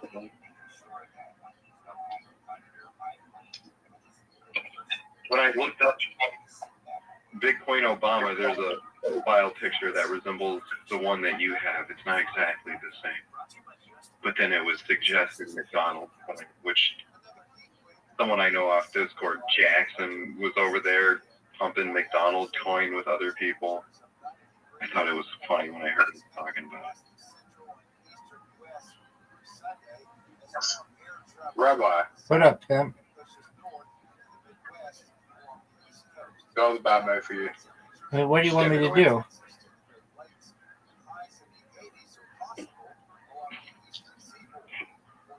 $17 to 20, 31. So you know I've beaten you in far more games. Yo, what's going I on? am going to. What's going on, OMG? Just check this out. Some different bots have been posting like clips on my channel, so I'm just checking it out. Oh, excellent. That's how Diogenes found out about me. I know. I get it. Excellent. Just checking it out. Yeah, dude. Do you mind if I tell you about myself? No, I'm actually queued up for League. I'm just checking it out for a second. Okay. Well, I stream my live 24 hours a day, 7 days a week, 365 days a year for world peace. I've been doing so for more than 3.5 years. I have more data archived on the internet. Peace is good. Yeah, definitely. I have more data archived on the internet than any person ever. And data is Earth's number one, according to The Economist. I used to have a lot of data. I've been live streaming 24/7 for 3.5 years on 22 different YouTube streams. So that's a lot of data. That's wild, brother. Word, dog. And if you didn't know, The Economist magazine stated that data was Earth's number one resource, more valuable than food, water, gold, air, petroleum. And that may make me an influential person someday. And if that happens, I'm going to make you, your friends, your family, all independently wealthy if you're not already. I'm going to make sure that you have the ability to have generational wealth if you don't already. And I want you to be able to start charities and philanthropic organizations of your own. Well, what if I do? What if I already have generational wealth? Then I want you to be able to start charities and philanthropic organizations of your own. Okay, we do that. Excellent. I talk about things to better the world, like ending world hunger through the use of technology. My grandpa was also like second in command for Southeast Asia for the UN for like UNESCO, World Food Program, World Heritage, like all of it for like 15 years maybe. Excellent. He was originally a missionary, a United Church missionary, but then he got tapped by the UN. Very cool. I talk about ending world hunger myself through the use. My mom and my uncles grew up in India. Very well. I talk about ending world hunger through the use of technology such as agricultural drones, floating greenhouses, saltwater greenhouses, things like vertical farming, hydroponics, cloud seeding. I want to help end world thirst. We were just talking. I'm sponsored by a cryptocurrency that's worth about $100 million. And one of the things that we do is we build wells in developing nations like Nigeria. I'm also an advocate for the LifeStar program and, most importantly, desalination technology, where we pump Earth's seawater onto land and make it drinkable. How's that sound to you? No, man, I'm for all that. Excellent. I talk about a lot of futurology topics. There's nothing arguable about there. I agree. But we'll talk soon, okay? I'm loading in. All right. Take care, man. Later. Peace. So, Diogenes, that's how it happens. Just people do what you did and find out about me, and then they come in here and do their thing. Yeah, no, I remember that whole spiel from last time too. You didn't get to include people you knew into it. I don't know. Yeah. Sad Zoo Pup. Is he still playing mini golf with you, or is he gone? No, he's in Australia, so he'll come back in like the middle of the night in the United States, and we'll play for like 3 hours. It's what we do. So what's on your agenda for this week?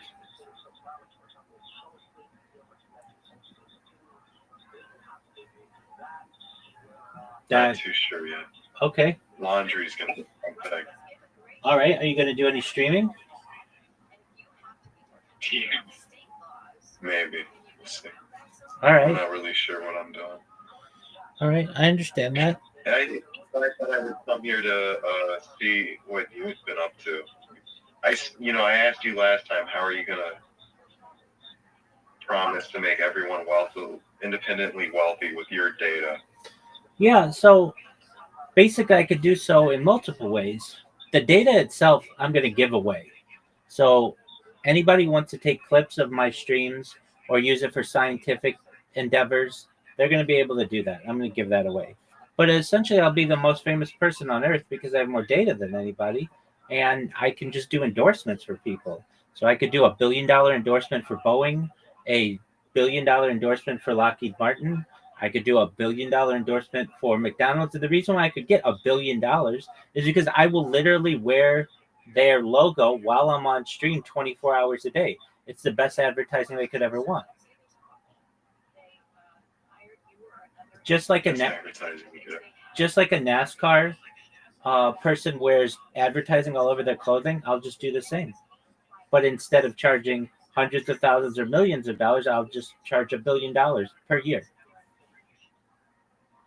Yeah, last time you were going on about you had met Aiden Ross with me and talked to all kinds of people Yeah. who were big.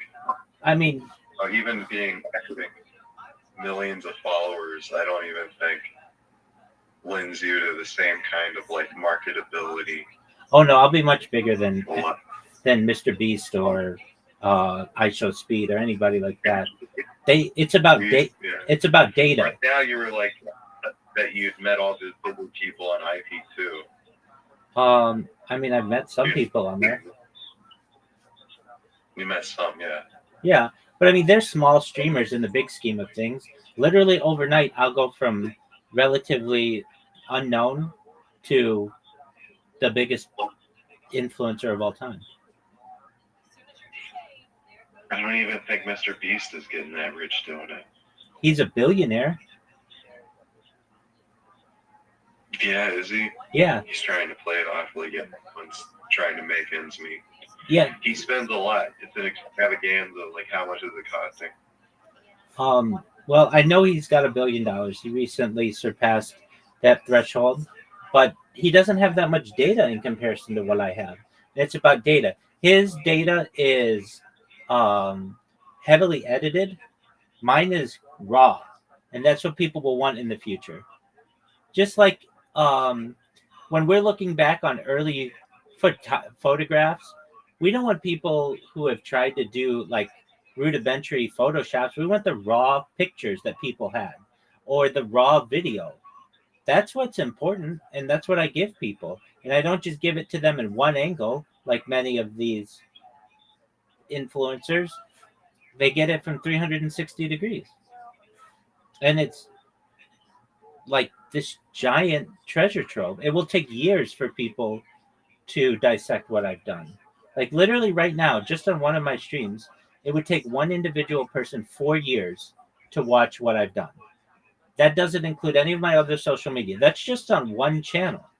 And I'm live on 22 different YouTube streams simultaneously. And that doesn't include Twitch and Twitter and any of my Instagram content, any of my TikTok content, any of my Twitter content, any of my Blue Sky content.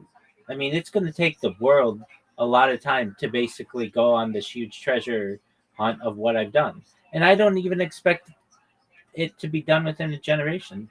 But there will be like academic programs dedicated to what I've done and the strategies that I use to get famous. And that's not even why I do it. I do it for world peace, but I do it for all the things that I like to talk about, which is ending world hunger, ending world thirst, anti-gravity, antimatter, faster than light travel, all of that stuff.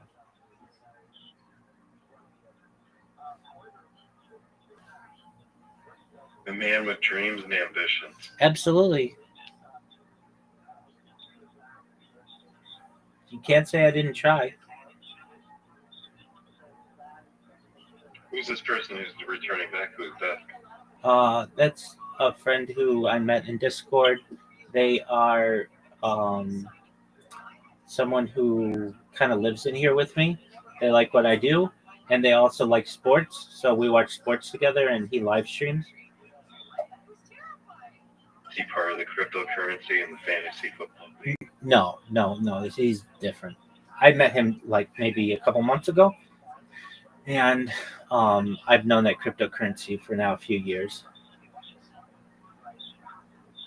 You didn't start the cryptocurrency as something that you wanted to be a part of. No, I didn't, and I didn't even want to be a part of it.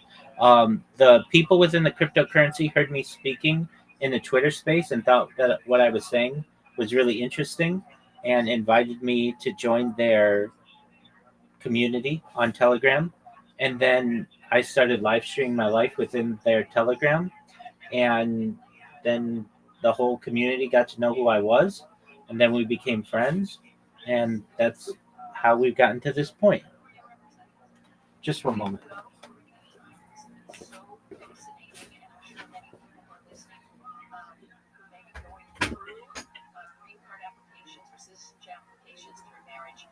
Was that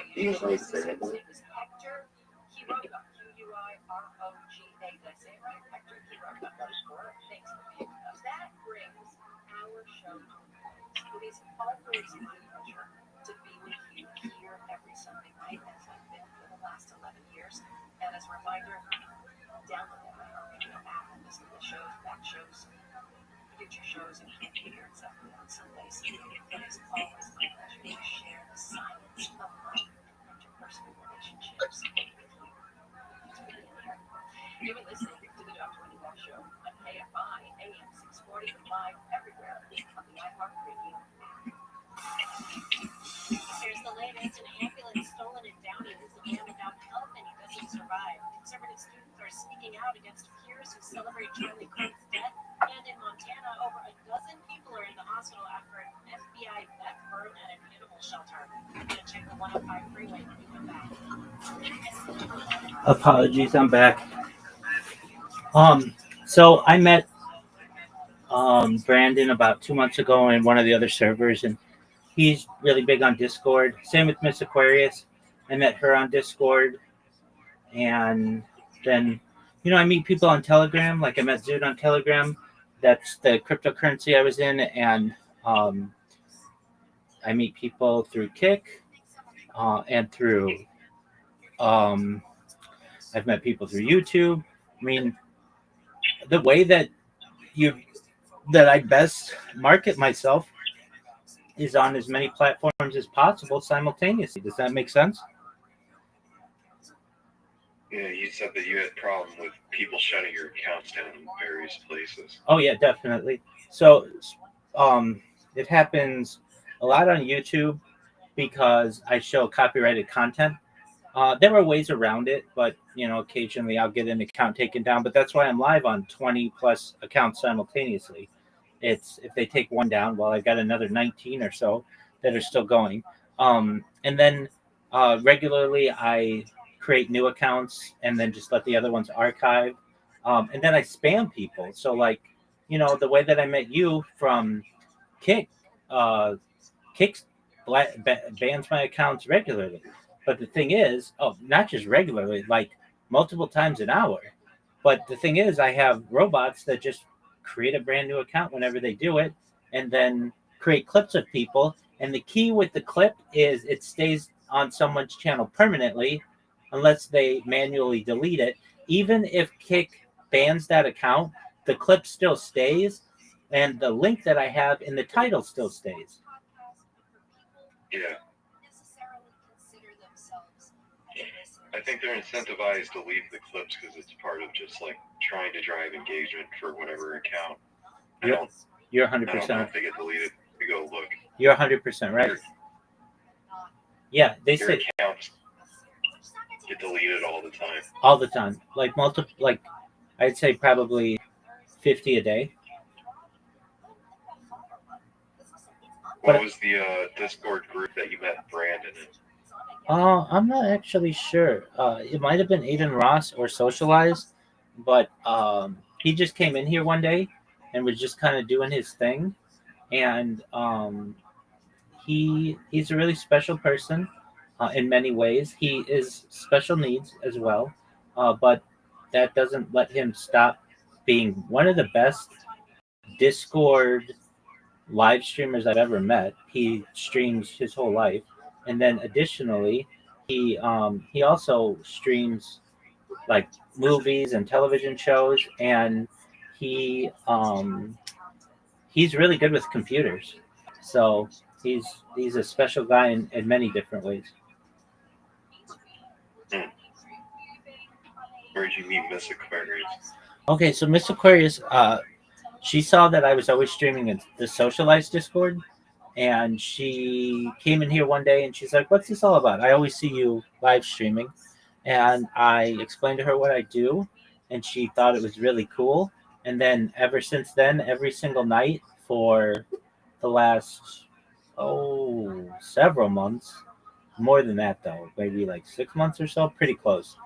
We play a game together every night. We do bowling, and then she updates me on her day and such, and then she sleeps in here. It's nice.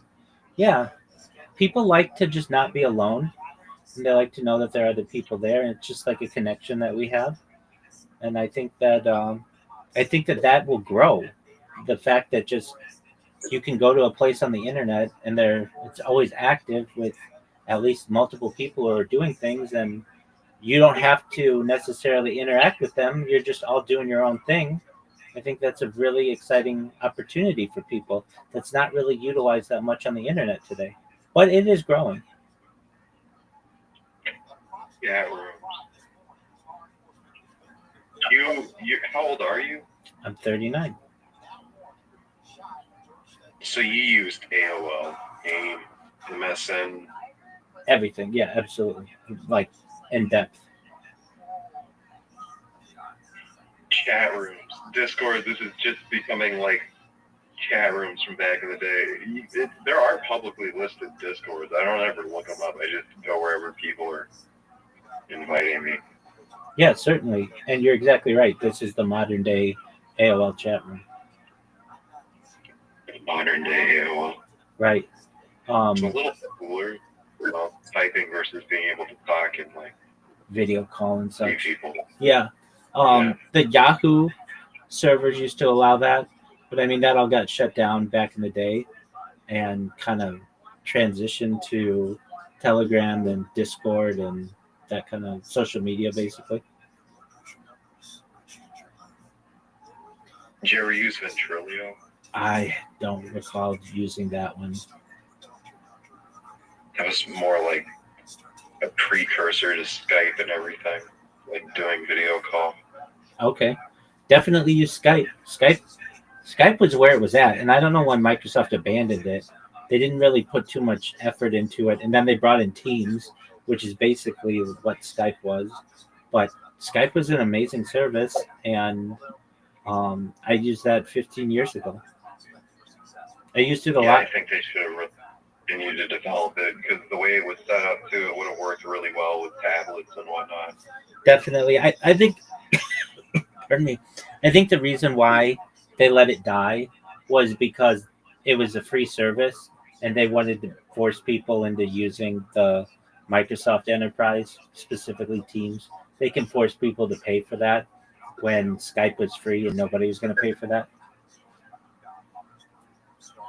I don't think people really transitioned. In the corporate world, they did. I never used Skype for corporate means. It was always like calling family and stuff. Yeah, no, I recognize that. But at least video sharing between like 2005 and 2015, it was Skype from Microsoft, and then Microsoft transitioned to Teams, in the years thereafter. I was a part of, they were mostly startups and such that used Skype almost exclusively. I didn't like it, but they did. Teleconferencing is a very expensive thing in the 80s and the 90s. Like by the time Skype came around, it was a free service anyone can use, and then all of a sudden you're saving this like huge multi-$100 bill just to be able to call people on the other side of the country and have a meeting. Right, or the world. Yeah. But yeah, that was definitely a whole thing. But, Absolutely. yeah, it was sad it kind of didn't get more investment or attention. And it should They have. could have figured out a way to, like, Discord for the most part is free, but they figure out a way to monetize it, right? Yep, with boosts and nitro and limited advertising. They seem to make enough to make it work for them. I don't know. I don't purchase anything. I'm just here to use the resource, which is this right here. Right. Filling in for Skype is a different thing. Yeah. You know, I used to like it was people I knew in the world. Now this is like just meeting random ass. Right. I don't know anything about these people. I understand. Several years ago, Microsoft contemplated purchasing Discord for $1 billion, and Discord refused, rejected their offer. So they at least thought it was worth more than that. And like Amazon bought Twitch for like $990 billion, like $990 million, like 10 years ago or so. So we're at a point where like Discord is bigger than Twitch was then, at least from a valuation standpoint. And eventually somebody will see its value and make the founders of Discord an offer they can't refuse. And then it will get very corporate. Then it will have advertising in between video calls and running banner ads and all kinds of garbage. But as of right now, it's like the wild, wild west of the internet. How do you feel about Discord streaming? Because, you know, I mean, you're saying you're streaming in different Discords. You're just connected to a bunch of different Discords and you're doing what you're doing right here. Yeah, you're like doing your video. Yeah, there are cameras on me, and I give people a portal into my life, and I've got people, all kinds of people, to see what I'm doing. You have multiple Discord accounts, so you're just calling into a whole bunch of different Discords you're in from the same account. I do. Well, I have multiple Discord accounts, but I do the latter. So I have one account that is in like right now 1, 2, 3, 4, 5, like half dozen or so Discords with the camera on, and then people come in. They don't know what to make of me. They always try to talk to me in there, but I just have them muted. And then eventually they click on my profile, then they come in here, and I say, "How'd you learn about me?" And they say, "You're in this such and such Discord. I see you every day.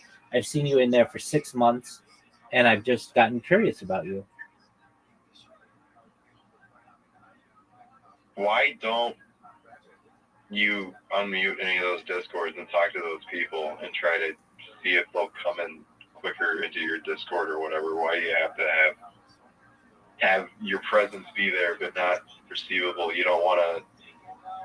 If another Discord is like so active in the conversation, you could just mute yourself at that point, I guess. Yeah, 3 reasons. No one's in there saying it's empty. There are 3 reasons. 1, you're not allowed to self-promote, generally. 2, I don't want to talk with children. And 3, I don't want to interact with trolls.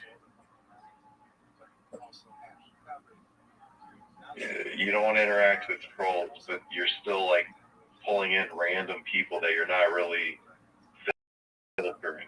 Yeah, I mean, if I don't like somebody or they're rude or something like that, or they're using inappropriate, like, language or whatever, I can warn them in here and explain to them that their comments aren't appreciated, and I would appreciate if they would express decorum. And if they want to be mean, then I can give them a final warning. And if they want to continue to do that, then I can kick them out, and I don't ever have to deal with them ever again. Though if they want, there's an appeal server, and so they can appeal there. I've gotten people who are like, "Rabbi, I was drunk, and I was just trolling you, being an asshole, and now I've sobered up. I apologize. Is there any way you'll let me back in?" And I let those people back in. Yeah. But yeah, so like I can control that you have to be 18 to be in here, I can't control in these other discords who is in there, and a lot of times, you'll get people who aren't 18, and I don't want to interact with them. Not that I have anything against children. I think they're our future, but I don't want to talk with them. A lot of times people want to have conversations with me that are very mature, and those aren't for necessarily children's ears. But I don't do anything on stream that doesn't mean they can't see who I am or other people can't see who I am. And it gives people a portal into my life. Um, and so the big three reasons are what I said. But then there are other reasons as well. When I'm like live in like half a dozen or a dozen different discords simultaneously, I can't keep track of all the conversations. It just becomes one huge uh, amount of chatter, like the hoi poi. It's just I can't discern all of that. So I just filter everything. If you want to talk with me, I'll be happy to talk with you under a couple of conditions. The main one is that you're 18. That's I'm hard and fast on that. I'll get people who come in here and say, "Hey, I'm 17 and a half, or I turn 18 next week or whatever." And that's cool. Talk to me when you turn 18. I'll also get people who come in here and just really want to troll me badly, and they'll like have like adult content on their video screen. I can't tolerate that. I mean, that's just I'll warn them though, or I'll get somebody who just wants to troll me and play um, chainsaw sounds on the Discord. Nobody wants that. That's just trolling me. And I'll warn people, and then if they're going to continue, then they get the boot. But most people see what I'm doing. They think it's really interesting. There are some people who become obsessed with me right away, and they come in here every day, just follow up, check in, or at least a few times a week. And they get it right away. They're like, "This is so cool." It's like the Truman Show. It's like, yep, it's just like the Truman Show. And then they see all of the different, all of the content that I have, and they just recognize that, wow, there is like one person who's taken over the internet and nobody knows it. But when the people of the world do find this out, this person's going to be extremely famous. And I recognize that people won't be able to do this forever. I mean, eventually, very soon, YouTube will make it so that you can't have more than one YouTube account. But as of right now, their policies are kind of open. I don't want to say open. You're not supposed to have more than one. But if you know the system, you can have more than one, or you can't have more than one TikTok. Well, I've got 1,000 different TikTok accounts. Basically, I've done this before their systems are hard and fast.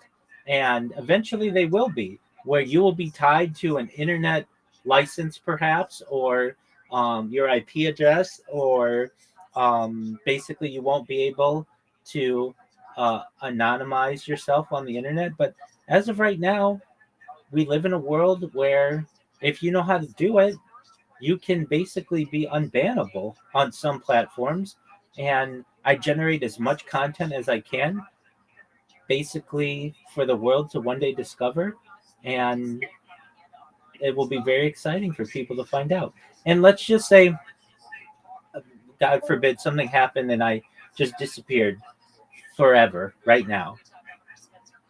In the future, internet sleuths and almost like internet archaeologists, or whatever we want to consider it, would find what I did and find it very interesting. It's just a day in the life of someone's existence from the pandemic until the current age. I think that they think that would be really cool.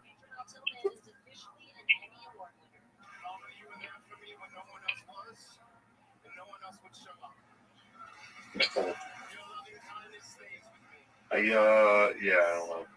The same.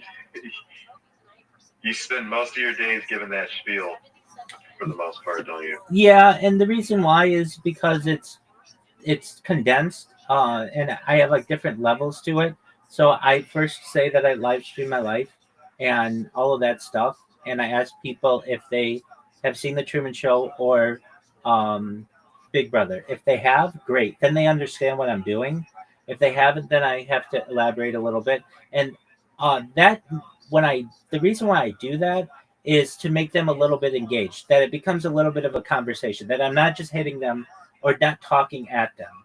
So it means that they have some investment in the conversation that we're having. Then I go to the part about making them very wealthy, because a lot of people want to hear that. They love hearing that. That's they become invested in that. There are some people who are like, look, I don't need your money, and that's cool too. That's fine. We can be rich together. That's great. Then if I get to that point, then I go through the world hunger, ending world hunger, and ending world thirst, because that allows me to kind of judge what kind of person they are. I get some people who are like, well, I want people to die, and I want world hunger. I want people to starve, and I want people to be thirsty. And it's like, okay, that's fine.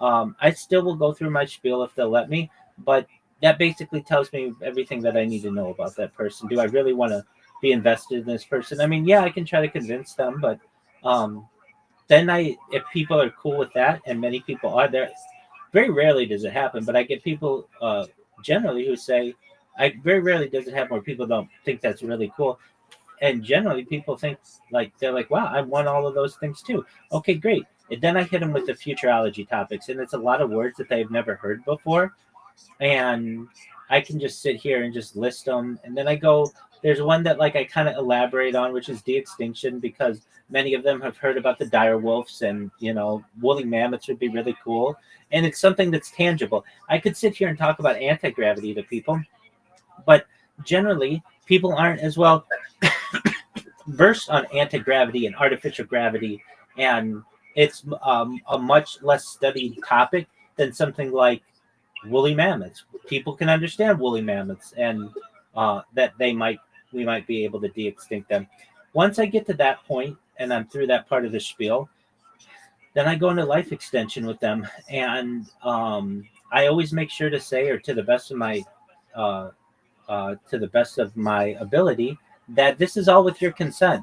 Now, people don't really recognize that we're all utilizing some type of life extension technology in one way or another, whether it's just having clean water or it's cooking our food at a primitive, in a primitive sense. Those are types of life extension technology. But then getting into the nootropics and cold shock therapies and ambrosia therapy and all of that stuff, um, I say to people, if you want to just die at age 80, you absolutely can. And of the people who I give that part of the spiel to, about 20% of people, maybe 30%, say that's what I don't want to live longer than what I'm supposed to live, and that's fine. But then, like 70% of people. That's where and you also had the whole thing about going on to being uploaded to some sort of Hold on, yeah, electronic absolutely. That's a consciousness. Absolutely, that's I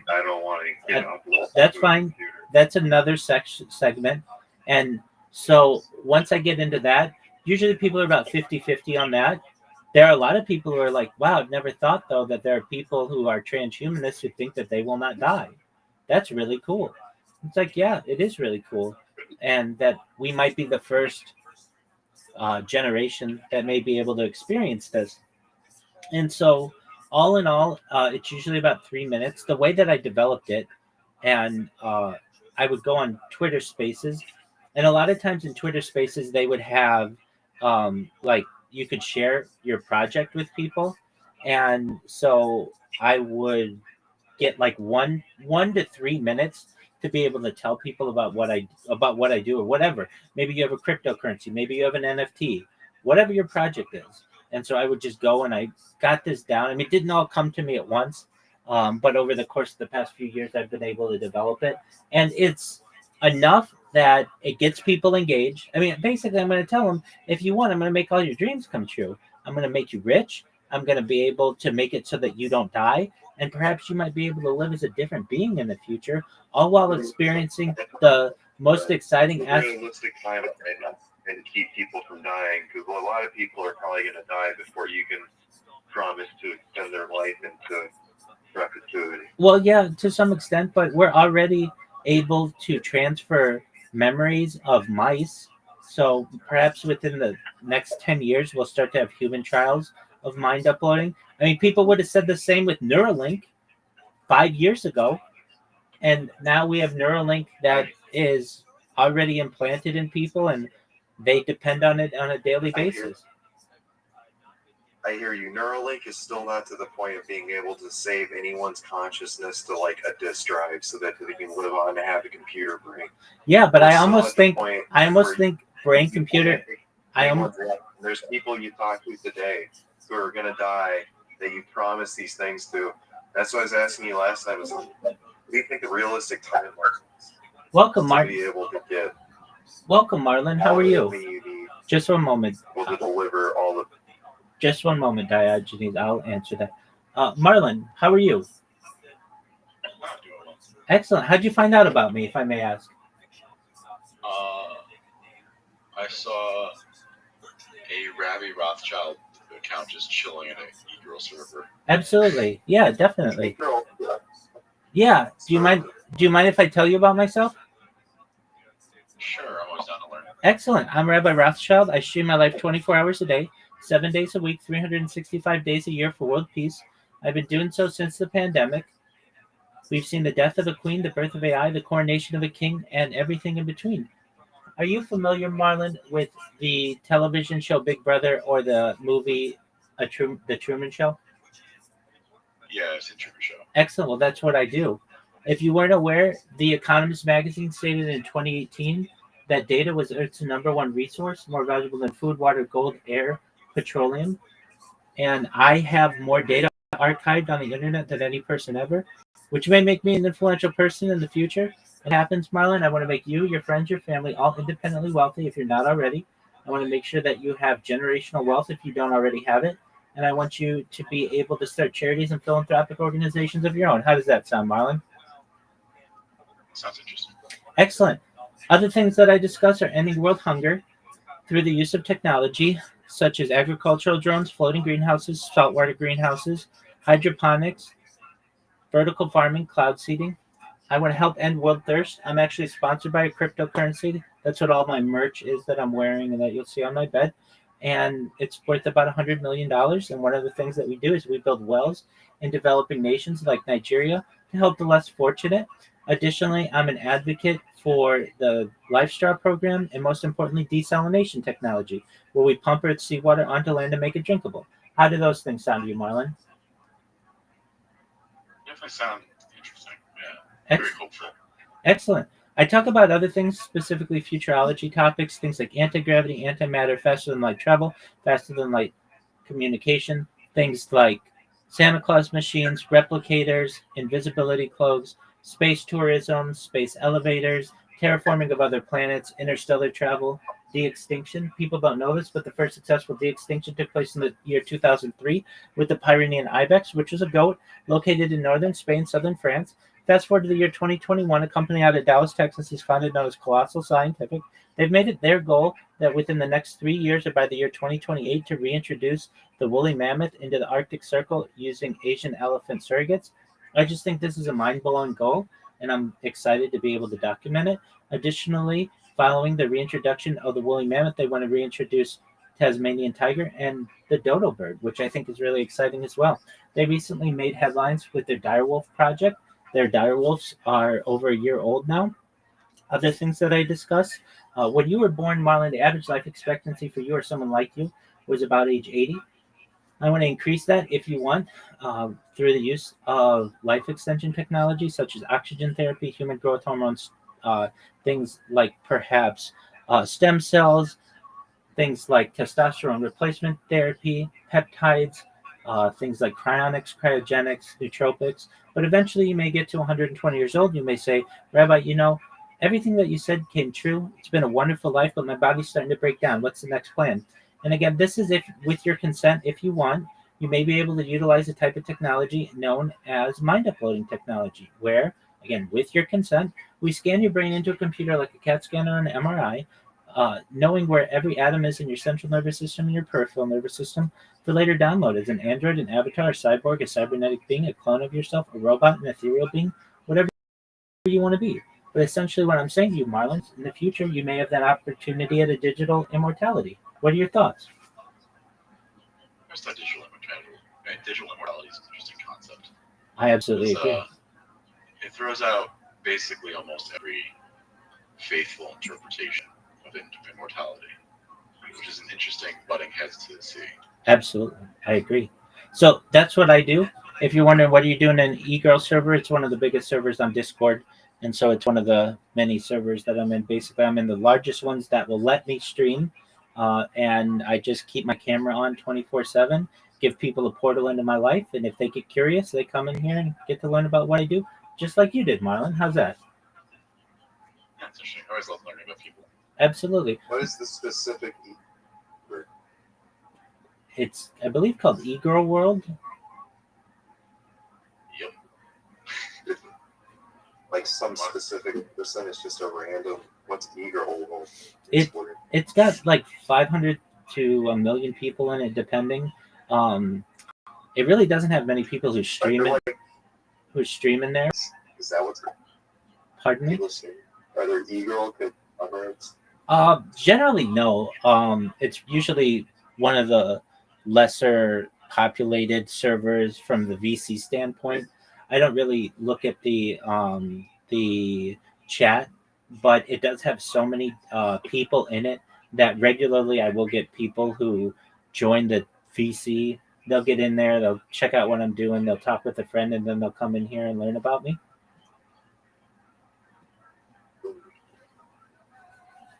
It's mostly a bunch of guys. It's both genders, but if you're thinking like, is it like, I mean, I don't know what you're thinking of what it is, but it is. It's just people I think who are in general like gaming, and so people usually who are in there have a common interest in gaming, and they come in here and tell me all about what they like to do from a gaming perspective. So with that said, Marlon, do you like the game? Game? Yes. Excellent. What kind of games do you like? I'm mostly a Rainbow Six. It used to be Overwatch, but Overwatch 2 kind of killed it. League of Legends kind of person. Okay, excellent. I love Rainbow Six. What was the first Rainbow Six you ever played? Siege is what got me into it, and then I went back and I played Vegas, and I played Rainbow Six 3. Oh, okay, excellent. Do you ever play Grand Theft Auto? Yeah. Excellent. Are you excited for Grand Theft Auto 6? Not particularly. It's never one of the games I put a lot of time in. It's more of like a friend slop game, which like is corny to say, but it's one of those games where it's like the friends you made along the way is really what makes the game's fun. I get that. Absolutely. All right. If I may ask, are you a fan of any sports games? Probably not particularly. Okay. I used to play some Madden, but that was like very casually. Yeah, that's what I was going to ask. Okay, so Madden, do you play any FIFA or college football, anything like that? No. Okay, very well. What are your other hobbies aside from gaming? A little bit of music. What kind of music do you like? A lot of alt rock, a lot of old alternative stuff. Okay, when we say old alternative stuff, are we talking like 90s indie rock? What would now be referred to as like divorced dad rock is probably my current like biggest interest, but a lot of like Pink Floyd and okay, so before like then. Okay, excellent. All right, so I'm gonna. Is dad rock? Well, Modest Mouse is what I consider like just after dad rock, so it's like pretty just afterwards, but like the Creeds, the Stone Temple Pilots, stuff that old divorced dads listen to, you know? Yeah. That makes me feel old. Doesn't it? Okay. Oh, don't worry, I'll get my medicine soon enough. Sabrina Carpenter will be like old dad rock in a few years. Oh, for sure, dog. Okay, so do you like Weezer? A little bit. The amount that other people like Weezer kind of ruins it for me. Okay, I understand. Dad rock now. Do you like Dave Matthews Band? Oh, I love Dave Matthews Band. It's like the dad rock final boss. Yeah, exactly. Wonderful, man. Okay, have you ever seen Dave in concert? Other dad rock bands hear Dark Souls music when Dave Matthews comes in the room. That's true. Yeah, 100%. Have you ever seen Dave in concert? No. Oh, it's amazing. If you ever have an opportunity to see one of his summer tours, it's amazing. It's absolutely unforgettable. All right, yeah, you're right. Dave is like the final boss of divorced dad music. Okay, excellent. What about Red Hot Chili Peppers? They're a band that I used to not like. I've been getting their stuff a little bit more lately. Okay, now you went back to like Pink Floyd. Okay, Pink Floyd's amazing. Usually, I consider that classic rock. I don't know what the kids call it these days. Okay, so are you a fan of classic rock? Yeah, I'd probably say. Okay, now how about before then? Like, are you a fan of '60s rock? 60s. So I feel like my interest drops off like once we get to the 60s for most of that century. But then when we get back to the romantic or broke eras, that's where I'm back in it, boys. Okay, all right.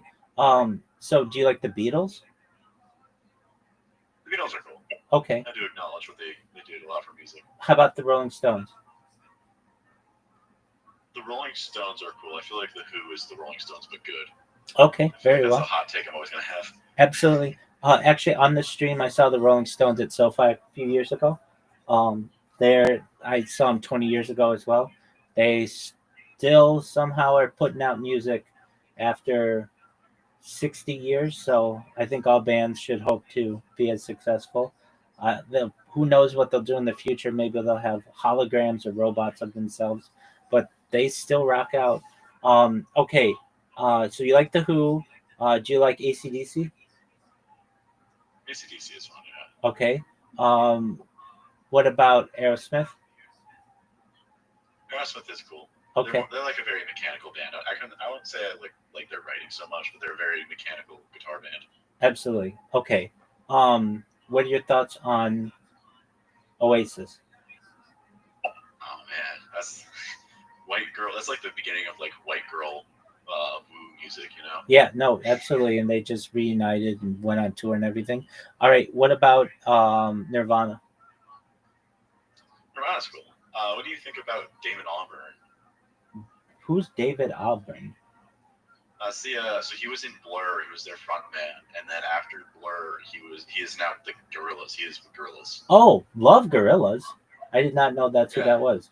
Yeah, I feel that. Yeah, if you listen to Blur, you ever listen to Blur? They have like that. They have song 2. Is there like one song? Yeah, I think so. I think I know that. Yeah, it's like one song. And Damon Albarn was in that band. It was like a very commercialized rock band, and so Gorillaz was like a big strikeout against that kind of culture. He didn't like bands that were like made to succeed and very like synthetic and like made and like created and curated in a lab.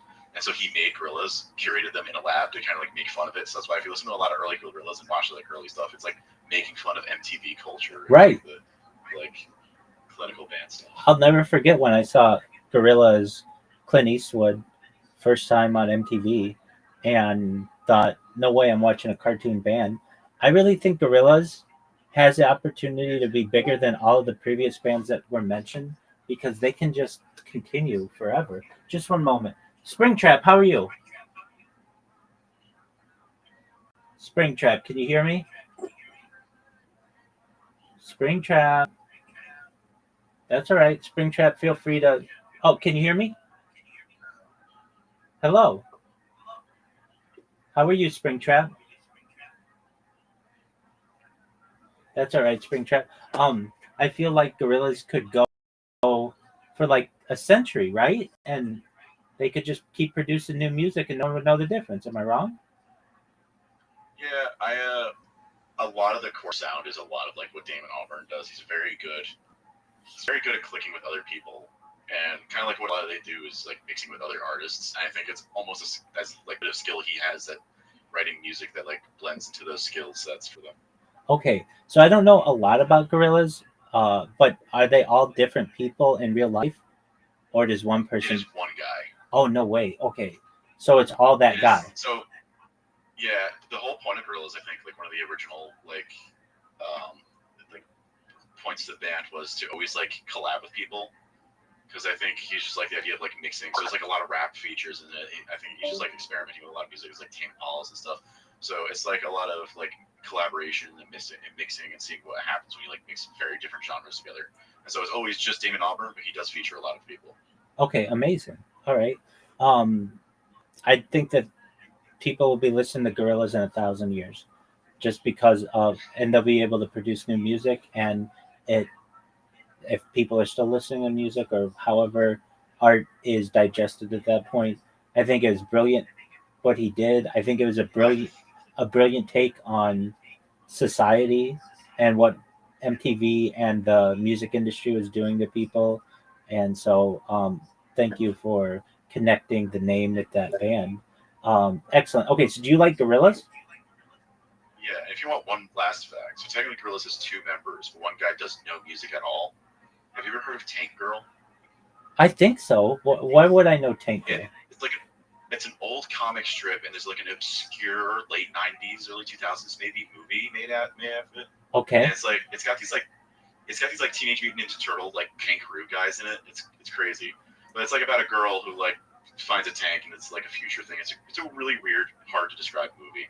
But the other guy in the band drew that comic. That's the guy that draws all the Gorillaz art. So like, okay, it's like a collaboration between that artist and the guy that makes all the music, which is like an interesting thing about it. And are there 4 Gorillaz? 4 members of Gorillaz? Like in the cartoon band, there Yeah. are 4 members, kind of 5, because like in the last album they had a Powerpuff Girls villain like guest star as a bassist. Oh, okay. Which is cool. But the original core. As far as like the sound recording happens, it's just one guy makes all the music and one guy draws all the stuff. And they drew 4 original characters, originally, right? Okay, yeah. And one of the characters, what's the one? There's like one crazy guy. What's that guy's name? Murdoch. The green one, right? I thought I could be wrong. Let me look up the Gorilla. I guess it's just Gorillaz. Have they ever reached? I mean, like when they came out with Clint Eastwood, was that the biggest hit? I think their second to latest album actually also was pretty like culturally notable. They had let me look up the name of it. It's that Island song. Plastic Beach, the album. Plastic Beach is awesome, but I think their most notable song, like recently, is Cracker Island. Cracker Island has gotten like a lot of play. Okay. That's like a song they made about like cultism and stuff. Very interesting. Do they still make music videos? Yeah. Okay, I guess that's the only way that people. I guess. Well, that's like a big part of them, right? Because of the cartoon aspect. Yeah, it's like an ARG. Have you ever heard of an ARG? You know what? Yeah. Wait. Hold on. It's somebody was just telling me this about this yesterday. So previous to yesterday, I hadn't heard of it. Is it some kind of role playing game, or maybe I'm wrong? So, an ARG is like a genre game, kind of like first person shooter or RTS. It's an alternative reality game. That's what it was. That's what it was. Yeah. It's where the game takes place in the physical world that we inhabit. Right. A funny thing is, my dad used to play an ARG. Worlds? You know Pokemon Go? Yeah, definitely. That the company Niantic that actually like programs that and like manages it had a game before that. It was like super obscure. They didn't release any like lore. There's like 3 teams you'd be a part of, and you had to like scan things and like different monuments of the world. Whoever like scanned it more, like it'd be claimed for that team. It was like really interesting. People were like trying to figure out like what it was all about. Oh, very cool. Are you familiar with worlds.com? No. Okay, that was one that this person brought into my life yesterday, and then they had one other one that they showed me. Yeah, I hadn't known this term till yesterday. So very cool. Okay. I think one cool application for the ARGs is like some people use it for marketing. Like Halo 5 did it kind of horribly. They tried to recapture it, but in Halo 2, I don't know if you're a big Halo fan. Big time Halo 2 fan. Games. Halo 2. One of my favorite games back. When Halo 2 came out, they had that I Love Bees thing. I don't know if you saw that at all. I don't know if that was like I Love Bees 20 years ago. And Halo 2, it's like this whole website that there was like a Marine in the universe of Halo. And the website was like in his perspective leaking documents to like the Covenant was coming. It was like you were getting a snippet of the Halo 2 story from like the people's perspectives in world, and that's like kind of the perfect ARG where it's like mixing our world and their world, and it's like you're not seeing things as like a story, you're seeing things as like someone's communicating with you, like you. I a person. Oh, that's really exciting. And like a totally outside the box way of marketing a game. I think the best ARG related thing wasn't a game, it was a show / movie where they like blended reality with fiction. Have you ever heard of Marble Hornets? Oh, I have not to my knowledge. We learned some origins today. You know Slender Man? Yeah. He comes from an obscure YouTube miniseries called Marble Hornets. Okay. The creators like simultaneously thought of the concept of Slender Man on a forum as like other people, but they made a show, and it's like the show is not like a show to be watched like where it's a fiction. The show is from the perspective of a guy who finds his friends' tapes and he's looking through them and posting them to YouTube. So it's like expected to be the fiction of the world is supposed to be in our actual reality. He like posts to YouTube, and it was interactive. If you were watching it during the time, he had like a Twitter account, and you interacted in the comments, it would change how the story was going. The fans were like solving the puzzles and stuff. That's very cool. Yeah, it's like one of the most interesting things I think I've ever seen. If you ever look into Marble Hornets. Okay, so it's Marble, Marble. Yeah, marble is in the ball. Yeah. Hornets is in the bug. Very cool. Okay, I see it. I'm gonna bookmark it to take a look at it later. Oh, dude, so it's found footage? Yeah, it's. I think the Blair Witch Project came after it. I think it was like trying to capture that, but like I think it's the best found footage thing ever. It's kind of that essence. Dude, I love found footage, even though I'm not all that I don't want to say like I haven't seen that much of it, but did you ever see Cloverfield? Yeah, it's Yeah. a great movie. Yeah, I love it. And Blair Witch is really cool. That's baller. Amazing. Okay. I mean, I guess you could say you relate to like found footage characters since you're streaming yourself 24/7. You're almost found footage yourself. 100%. Exactly. I mean, people have said that before, and I think that that's very accurate. In fact, we could make this like the world. It's already the world's biggest documentary, I guess. But like once I go viral or whatever, and I want to condense it, it could start as found footage, and just however we'd want to do it. Just somebody finds a device that has it somehow this huge archive of footage on there, or somebody just finds it on the internet. There are many ways that it could be developed. So yeah, I love found footage. Excellent. Well, I don't want to take up all your time, but I did appreciate having the opportunity to tell you about what I do. Are you big on Discord? Do you like go on Discord often? Yeah, I usually just go to like have background noise if I'm doing something, or like just like being conversations with people. Absolutely. Well, you should know more than anything of making you rich and live forever or as long as you want or whatever. I'm just here to be a positive person. I'm here to have an optimistic view on the future and just here to give people hope. So if there's anything you ever need from me, Marlon, I'm here for you, okay? Alrighty.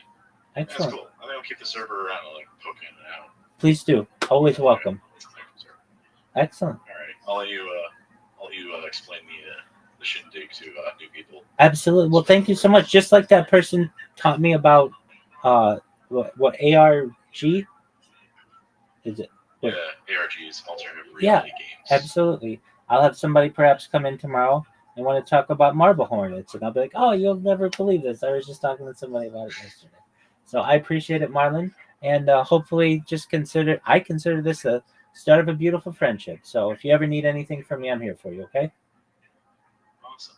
Thanks. Peace, my friend. Take care. His first for destruction.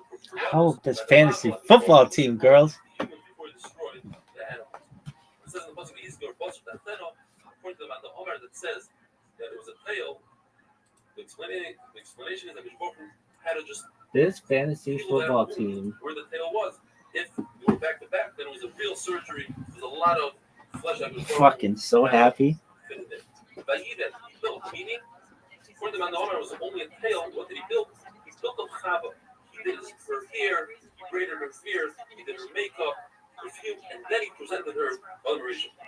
According to Rav Chisda, means that he created her like for storage to hold the baby, wide on the bottom and narrow on top. By Yel Adam, So the Baruch became Shishvim, he became their best man, so to speak. He created happiness and simcha at their wedding to learn from their parents, even though it was below the Baruch's dignity. Nevertheless, it was necessary at the time, so he did so. You have halacha. You're not allowed to walk behind a woman so that a person should not come to a theft. And even if it's his wife, it's also. And if he finds himself behind a woman, he should put himself to her side. So from here we see that if Adam and Chava were connected, Adam went in front, it's not to be an attacker. The halacha is, if a person gives a woman money in order to look at her, even if he has Torah mass and claim like Moshe Rabbeinu, he's not going to be saved from get headed. Benayah, who was Shimshon's father, one man says he was an Amaretz because it says he went behind his wife. It says wait a minute. Elisha also says he went behind his wife, but over there the shot is that he went with his wife's advice. So too Benayah went with his wife's advice. Remember, as I say, walk behind a lion rather than walk behind a woman, so you don't come to the head. Walk behind a woman rather than walk behind the Zara, and walk behind the Zara rather than walking behind the shoulder that people are grabbing. That's disrespectful. Unless because you have a great reason, you're carrying something heavy, you're on a donkey, there's another opening to the shoulder, you're running like the Gemara says in the beginning of the We have a picture in our mind what the Yitzhar looks like. The Gemara says no, the Yitzhar looks like a fly. And it sits at the two openings of a human's heart. The human being has two kidneys. One to give good advice on the right, the left kidney gives you bad advice. The heart understands, the tongue articulates, and the mouth finishes off the words. The esophagus brings in and out food. The windpipe is to speak and sing. The lung absorbs liquids. The liver is angry, where the gall throws it in at the rock, the liver, and knocks the liver down. The spleen laughs, the intestines sleep, the gizzard grinds, and the nose wakes up. The big nose reverse, the intestines of the nose, where the intestines of the person in the nose goes to sleep, will have big problems. If both intestines of the nose go to sleep, or they both wake up a person, the person dies immediately. Shout out to the Atlanta Falcons defense. You're the real MVPs. You are mediocre. How can anybody survive? Says Rabbi, the world wasn't created only for the worst of the worst or the best of the best. Only they can completely appreciate this world. Otherwise, you won't appreciate it completely. A person needs to know whether or not he's a complete savage. Says Rabbi, this world was only created for people like Rabbi Rothschild or Tzaddikim like Nina B'Daisla. It says the whole nafsha function. Love the Lord with your entire soul. Meaning that's for people that love their body more than money. Some people that love their money more than their body. For that the Pasuk says, "Oh my God!" It says, "Rabbi Kiva." The nafsha function. Give up your body, even if the Baruch Hu declares something, and that means you must give up your body. It says more a story. The kingdom of Rome decided no more Torah. Rabbi Kiva split it. It was not the people that he gave drushes and fire. Says, "Papas, aren't you worried?" Says Rabbi Kiva, "What should I be worried about?" I'll give you a mushroom. The fish were worried they're going to be caught in a trap. Says the fox, "Come on to the land. I'll say the fish." We thought we were smart ones. We can't barely survive in the water. How are we going to survive out of the water? How are we going to survive without Torah? Here is our life. You want me to stop learning Torah? I'll be like a fish out of the water. Both of them were caught by the Romans. It says, beautiful. And you were caught for the right thing, and I was caught for nothing. The Gemara tells us that Kiva went through a very painful death. They took metal cones and they combed his flesh. And as they were combing his flesh, they would say, Krishna, couple of times. How can you be Mechaveh when you're in such pain? Says Rabbi Kiva, what do you mean? My entire life, I was waiting for this moment. I always wanted to know. I was wishing for this moment that I should be given to the Hashem Shemayim dying. The question is, it says, Rabbi Rothschild says, I wish I could die peacefully in my bed.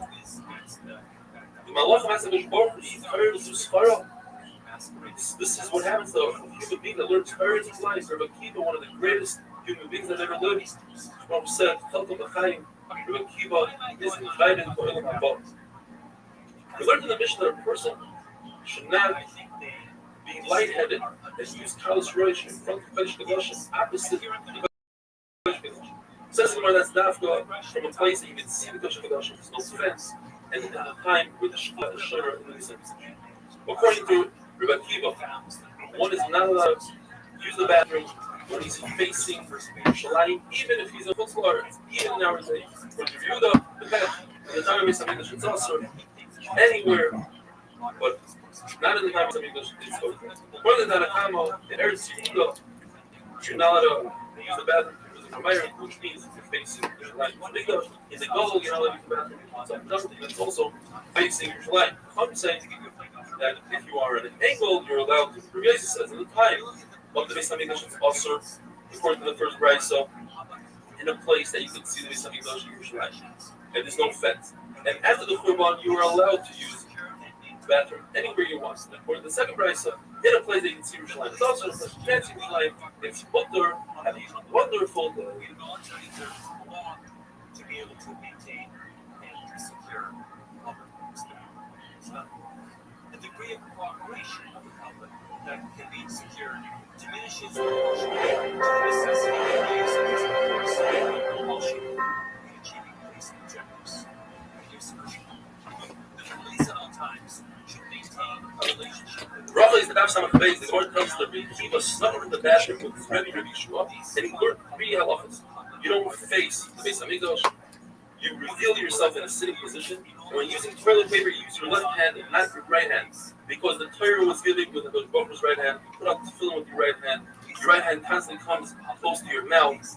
You show the signals of the timing of the trust with the Torah with your right hand, and you write the Torah with your right hand. It says, "Banazik to Rabbi Akiva, isn't that Azos to go into the bathroom with your Rebbe?" Says Rabbi Akiva, I need to learn the halachas. In fact, Ben Azai was the Talmud of Rabbi Akiva, snuck into the bathroom with Rabbi Akiva, but didn't learn anything new. The same halachas that Rabbi Akiva told him over. The Gemara says the famous story: Rav Kahana hid underneath Rab's bed, and he heard Rab first talking to his wife, then laughing, and finally doing his strachim. And Rav Kahana screams out from underneath the bed, "Rebbe, it's a mushal to somebody that's starving." Says Rab, "Is that you, Kahana? What are you doing here? Get out! It's not their cheretz." Says Rav Kahana, "Hurry! In fact, you learn halachas from Rav Kahana. Observe. A person who uses sneakers in the bathroom will be saved from snakes, scorpions, and shadim, and some say even from bad dreams. There was a famous bathroom in Tveria that had a very bad reputation. Even if 2 people went in there together, they would be damaged from the Mesikim. Rabbi Ami and Rabbi Asi didn't have any fears. They walked in there by themselves, and they weren't damaged because they used extreme measures of tznius, and they were quiet in the bathroom. Yisurim can be overcome with shtika, meaning a person who doesn't complain and accepts the yisurim upon himself and davens for the yisurim. The Gemara tells us that Abai was brought up by this woman who brought up a small sheep to go into the bathroom to accompany Abai in the bathroom. So he should be damaged by the shading. And the reason why she didn't give him a goat is because there are shading that are similar to goats, and it wouldn't work with the goat. Before Rabbi became the Rosh Hashiva, he was called Melech. His wife used a bell to scare away the shaitan. But once he became a Rosh Hashiva, he was more susceptible to the shaitan, so she created, his wife, who was the daughter of Rav, created a window, and she put her hand on Rabbi's head. If there's a fence, one is allowed to relieve himself right beyond the fence, even though other people might hear him. And if it's an open field, he has to distance himself so nobody hears. Another lesson in the Gemara is that if there's a fence, he must distance himself so nobody hears. And if they can see him, he must distance himself all the way to the hand to see him. There's a lot about people who watch oil and foods for the Arabs that Amiharetz shouldn't come and touch them. And the Gemara tells us, since they have to be nearby so nobody comes to touch, they made it cool and they said they could relieve themselves right beyond the fence or in a place where they could watch the oil as long as nobody can see them revealing themselves. Where there's a story, there's a person who gave a hesped eulogy, and he said on the dead person, he said, "Wow, he was such a tzanua. He's very modest." He says, "Rav Nachman, how can you say that? Did you observe him in the bathroom?" That's where you can tell if a person is a tzanua. Now, why was Rav Nachman so makbid on the hesped?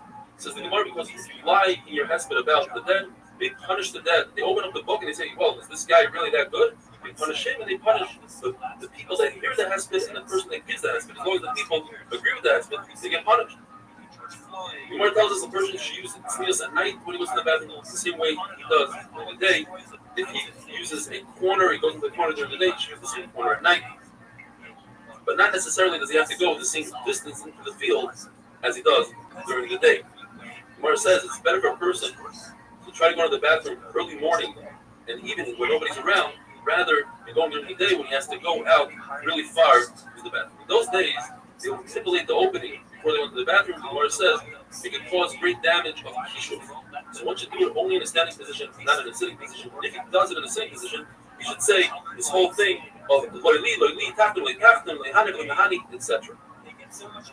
But as he says, a person should not sleep on the ground. Some explain that means without clothing. He should not sit on a beam because he might fall off. Sleeping and relieving oneself in the bathroom is great when done by Avodah Shachar. Our Kapar would sell words and sayings. And one of the things he used to say is, eat and drink when you're hungry and thirsty. Don't wait until after you lose your appetite. And go to the bathroom when you feel like you need to go to the bathroom, and don't wait too long. And sell your figs when you hear that bell, even if it's not your figs, even if it's your father's figs. We want you to sell them. Very interesting. Notice it says, they were talking about Corona in Rome. Abaya says, when he told his Talmidim, when you go out into the fields, for whatever reason, be careful not to look to the sides, because it might be women, or some say men, that are relieving themselves on the side, and it's not their affairs to look. Gemara tells a story of Abba went to the bathroom, and he made a snorting noise, as if to ask the person in the bathroom, who was Rav Safra, and somebody in there, Rav Safra said, come on in. So the Rabbi afterwards told Rav Safra, why did you talk? You're not allowed to talk in the bathroom. Gemara says Rav Safra thought Rav Abba had an emergency, it was very important to have him come in. Another story, Rabbi Elazar was in the bathroom, and a Roman pushed him out. In fact, the Gemara says the snake came and took out his insides and killed him. And said Rabbi Elazar, there's a pasuk, the Etin Adam Taftafa, I gave you another man instead of you. You also read it, Edom, a Roman. What was about Shaul? He went into the cave, and David had an opportunity to kill him, and he did it. And the Gemara says, the pasuk says, but it's talking about a third person, not David HaMelech, and the answer is it was Baruch Hu had Rahman and Shaul, because Shaul used extreme measures of tznius when he went to the bathroom. He took a cave within a cave, a fence after a fence, and he made a sukkah, he surrounded himself with a tent of clothing in order to be tzanua. All David HaMelech did was cut his coat. Then he was punished because he embarrassed his mezazah clothing. So later on, when he was really old and they tried to warm him up with clothing, it didn't work. Hashem said, David HaMelech said to Hashem, he says, if Hashem is sick, Hashem tripped you. So Hashem punished David HaMelech and tripped up David. Everybody knows that when you count Klai Yisrael, you have to count with points. David HaMelech didn't count Klai Yisrael like that. And what happened was, if a Geifa, 70,000 people died. How long did it last? Just a few hours. From the morning when you shut the comment until Tzrikas Adav will come. The Rebbe says, that's nice. Because Rabbi told the Malach, give me the best of him. And in fact, he took Avishai ben Tzriya, he killed him. The Torah says, Vaynachem. Rabbi says, Vaynachem. Because Rabbi was calm. One comment that Rabbi down to speak. Machlokes Rav says, Rabbi quoted by Yaakov. Rabbi Shmuel says, Rabbi quoted by Yitzchak. Nata says, it was the Kesef Kippur. Rabbi says, he quoted about the Beis Hamikdash. And that comes down. We learned in the Mishnah, a person should not make the Beis Hamikdash a pancreas, a shortcut. Some say, Adam a kifna, a roundabout, a shortcut. If a person goes into the shul, not in order to make it a shortcut, or to daven, that's okay. If there was a shortcut where the shul was built, you're allowed to go through there. We learned in the Mishnah that you're not allowed to spit in the Beis Hamikdash. You're not allowed to shoot in the Beis Hamikdash. You're not allowed to spit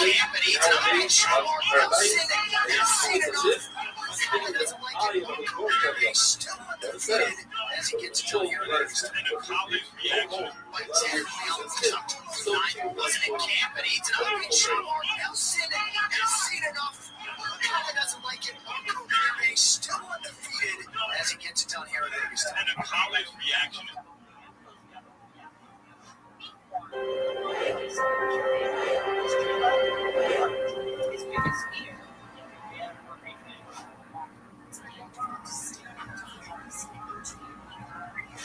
Rochis have some of Gimel. And the Beis Hamikdash itself, they didn't say the word Amen. They didn't say Baruch Hashem, they say Shalom, Olam, V'ad Olam. In the times of the Psukim, they added the word V'ad Olam. And they said so in every single bracha. Rabbi says this following pasuk, you can read it front to back and back to front. Eis Laslois Hashem, and Feruter and Secha, referring to Rishon that are doing Averis. If they do Averis, then it's Eis Laslois Hashem, it's time to stick up for Hashem. Or you can say that the pasuk referring to Tzadikim. And Feruter and Secha, there are times that you have to be over and every Torah. If you do an Avera, sometime, in order for Eis Laslois Hashem. Says the Gemara, Bill Azakim would say, in a generation where people are gathering, they're not giving over Torah, you should step up and give out Torah. And in a time where there's a lot of Torah given over, you can take a back step and be an Anna. If you see a generation that loves Torah, give it over. If they despise Torah, it's better to keep it yourself rather than having a design on Torah. Like Kapara says, also referring to Torah, if you see that the price is low, gather as much as you can. If there's no men, step up and be a man. It says Abaya, if there is a man, in other words, there's a gadol that's passing, and even if you're equal to that person in halacha, give him the right passing.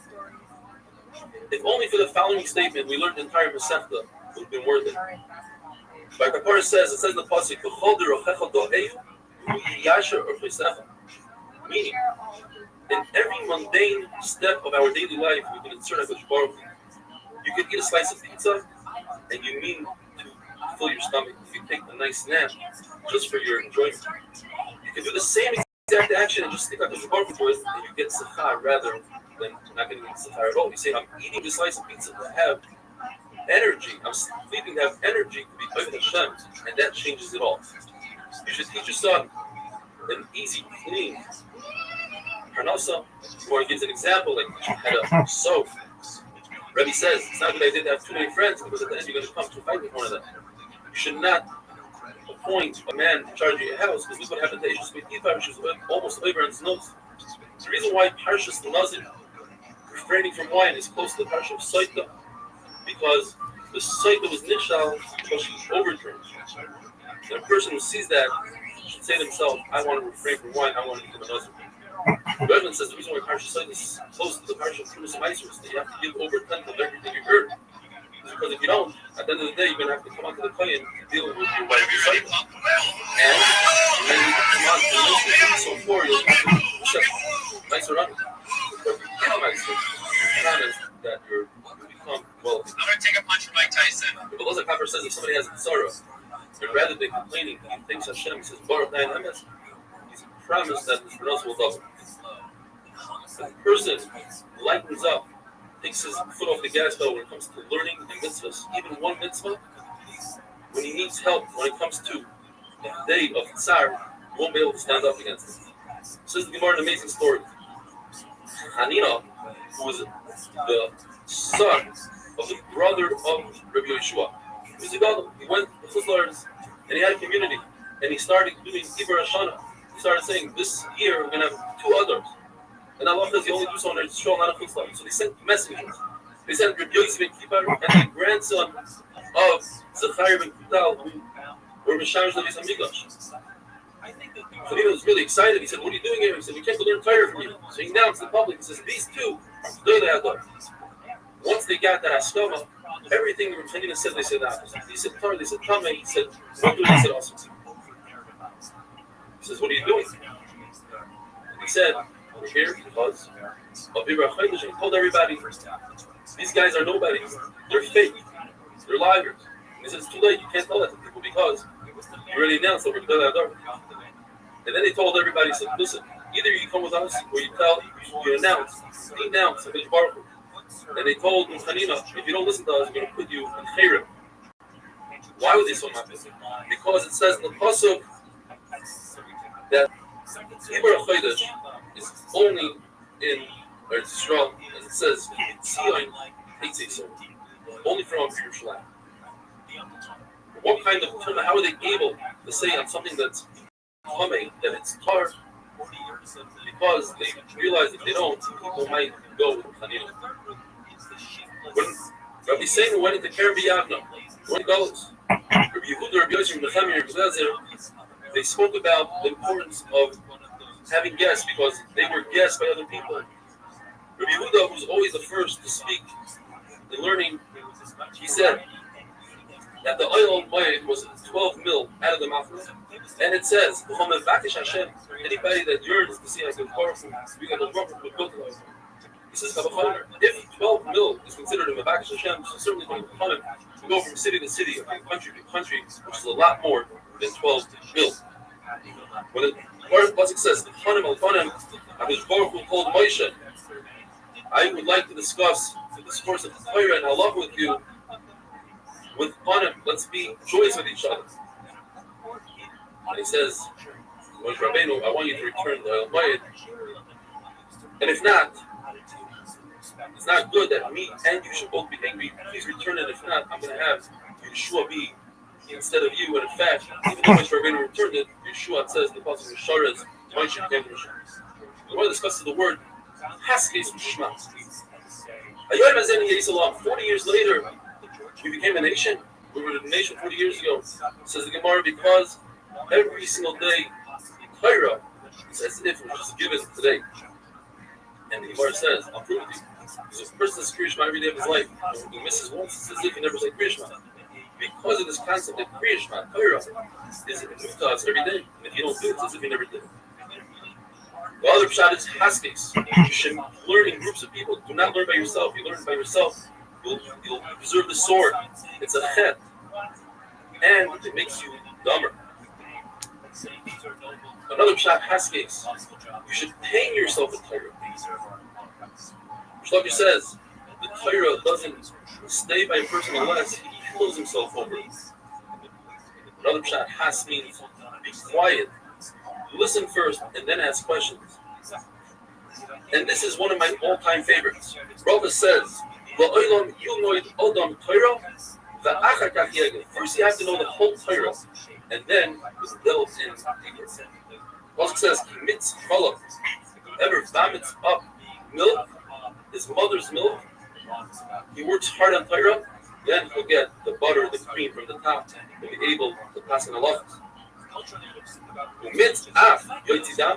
And if your Rebbe yells at you, embarrasses you, and you don't answer, you'll be able to differentiate between them power and them coming. If he does it a second time and you don't answer, then you'll be able to be great. Which the Gemara says there's nothing greater than Luchas Mominos. Says the Pasuk, if you shame yourself for Torah, at the end of the day, it's going to uplift you. And if you are quiet and you don't ask questions and try to figure out the Torah, but when people come to ask you halachas, you'll be quiet, you won't know what to say. Have a wonderful day. And I think that's exactly what core narratives are doing. They're simply giving different answers to that question. It's just the ordinary man, his son, his own conscious that they can reach. In the northern, the officer is not up to the task. In the southern, Rothschild's down South Dallas, yes, it's the last down for the second process, and the amazing accomplishment to finish the first and second shot. You're going to learn the second shot from beginning to end. It's an amazing Masechta. It's very, very good style. You're going to love it. If you're not part of the shear, you're looking for a shear, you can check us out. Over 2,000 people that watch the shear every single day on YouTube. Search for Alex Stefanski or Rabbi Rothschild. We have an app, 8 minutes, and we are on Torah anytime. The word tells us that we come and win the Yada. First, we need to spoke about the importance of thinking the host. And then, Rabbi Kenya, who basically says, it says in the Pasuk, decide ability, it says, don't decide ability, why not? In the Bible, it says, don't forget only the people that are trying to us, yet we have to have a fight. So he says, I'm a fight there. If you invite on fucking people or something, you treating the money, certainly it's going to help you. That's the son of the he says, touch the heart. And the guy tried to touch it, and it was very scary. So he took the heart and put it in Edward's house. What if I would do? Cut it off and busted it off once in a while. And the Torah said that it's working by your love, Hashem gave it brothers. Certainly, we have a relationship where we just don't don't talk about certain things. And I was like, yeah, you hate cats and I love cats. We have a whole relationship. We should never talk about cats. But if you hate cats and disagreeing on cats,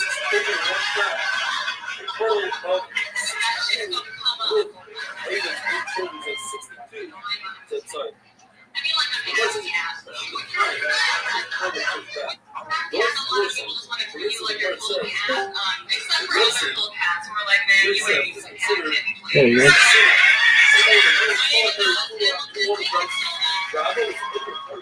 He's very sharp. When they were looking for Rosh Hashiva, they decided we need a Sinai, somebody that knows everything, all the prices, guys from all the Thursday, asking races, Rosh Hashiva, and refused the clause. To start, he just told him that he will die after 2 years.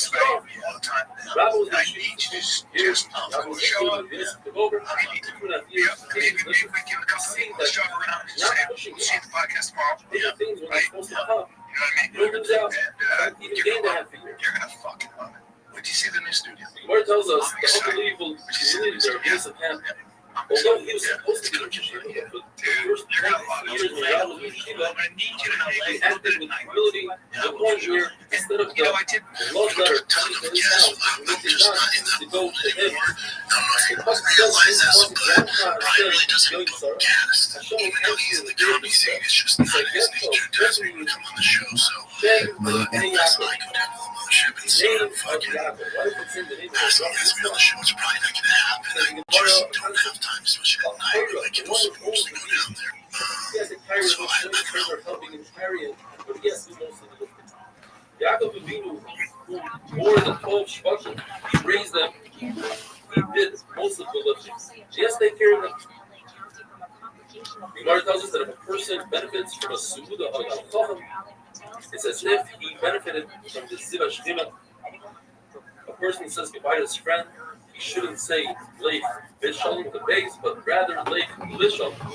The dead, he departs from the dead. He says the dead person leif b'shalom, rather l'shalom. Great question, brother. I don't have a problem with Bobby. I don't have a relationship with him either. I think that's more of a Brian thing, because Brian's still in that comedy scene. He's a whole other shit. I think Bobby's there sometimes, so Brian would see him. Brian says they're cool. Me and Bobby haven't spoke in a second. I have no ill will towards him. One of the worst mistakes I've ever made. I'd love to have a lot. We don't do a ton of guests. I'm just not in that mood anymore. I don't know if you realize this, but Brian really doesn't go guest, even though he's in the comedy scene. It's just not in his nature to ask me to come on the show. So unless I go down to the mothership and start fucking asking to ask me on the show, it's probably not going to happen. I just don't have time such at night when we get us supposed to go down there. So I don't know. Bobby would have to run into Brian, and Brian and him would have to come to some agreement, but we'd love to have him on. He's one of the funniest guys in the world. You know, I have no ill will towards Bobby at all, and he's crushing it. What happened with Joshua Fernandez and Tito's? Do you guys keep up with them? Jason, when can we see Bobby Lee make an appearance on the Fight Weekend again? Great question. Yidushinaf Mem, how's everybody doing? Welcome today. Lord tells us that if a person is faced with an Aveira, he controls himself and doesn't do the Aveira, it is the greatest mitzvah a person can do, says Rashi. The greatest mitzvah. In fact, the Gemara brings 3 stories. One was with Hanina, the other with the Tzaddik. All 3 of them faced a situation where a woman invited them to do an Aveira. Rabbi Hanina, he jumped into a bathhouse, even though he's Chazikim, and he's safe. Rabbi Tzaddik jumped into an oven. Hana actually jumped off where Leonavi came and saved him. It doesn't Leonavi, the reason why she got into this to begin with is because of selling baskets to women, and it's because I'm poor, so you don't give him money. The point is that when a person saves himself from doing Aveira, it's a tremendous thing. Baruch later on does this for the person. The famous Mishnah is Baruch Shalom comparison by myself. The Gemara wonders why isn't Shiguach Haken one of the can, as the Torah says, get a richus yom, get a mazeh, get a labah. And the answer is because the Mishnah is only doing things that you're good with your Kodesh level and with your fellow. You're doing kibbutz abayim, you're doing midos chesed. It's that. Where shluch again is completely Rebbeinu Shalom. The Gemara tells us that a mitzvah has dividends. Hashem pays more than the actual value of the mitzvah. Whereas an Aveira, Hashem pays exactly as the Aveira is. There's one exception. A person does an Aveira, other people learn from him. He's an important person and other people do that Aveira because he did it. So now that Aveira that he did has dividends. Other people are mimicking him, and therefore they'll receive a punishment for the dividends that from. It says in the Pasuk of Cheshvei Shemot that a mitzvah which Baruch is Tzaref, Machshav L'Maisa.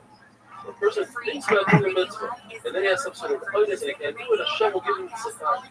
But an Aveira, typically speaking, if he thinks about doing an Aveira and he doesn't do that Aveira, he doesn't get an holiness unless it's one of the following exceptions.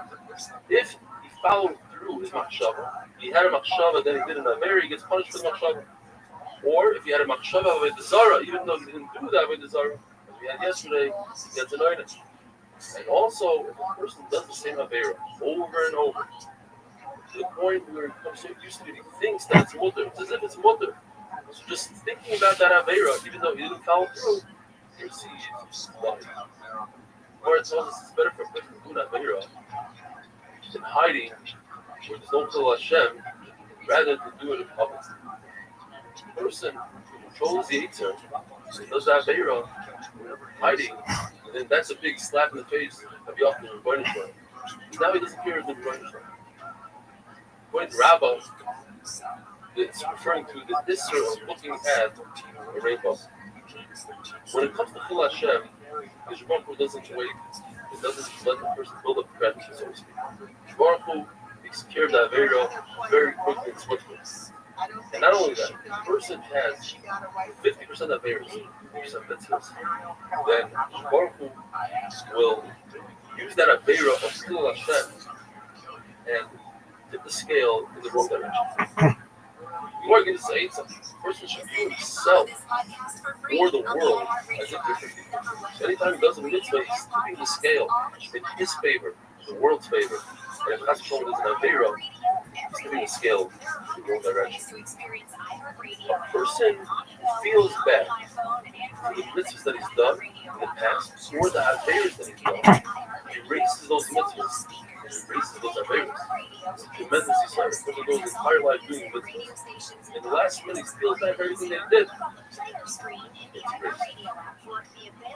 Brand new Mishnah. The Mishnah tells us the person who has these teachings, he learns Chumash, he learns Mishnah, and he has their Teretz, he won't be choitus of it. He won't sin that person. When a tzaddik has Yisroel, it's as if he's a tree that's in a Makom Tahara, where its branches go to a Makom Tumah.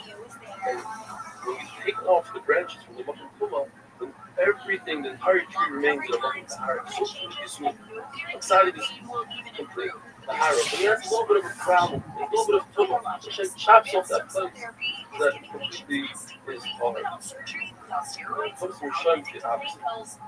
They're completely in Tumah. They have a little bit of Tahara, so Hashem gets rid of their Tahara. This world gives them Sahar, that when it comes to Ilam Emes, they don't have. The Tarfin tell that doing a mitzvah is greater than learning Torah. Rabbi came together, and then came together, and he says, "I don't think of Kiva." That Torah is greater because Torah brings a person to do mitzvahs, and therefore you have both. You have Talmud Torah and the mitzvah. Even that Torah came 40 years before Talmud, 54 years before there was a Maestros, 61 years for Shmita, 103 years for Yovel, that's Sham at the beginning.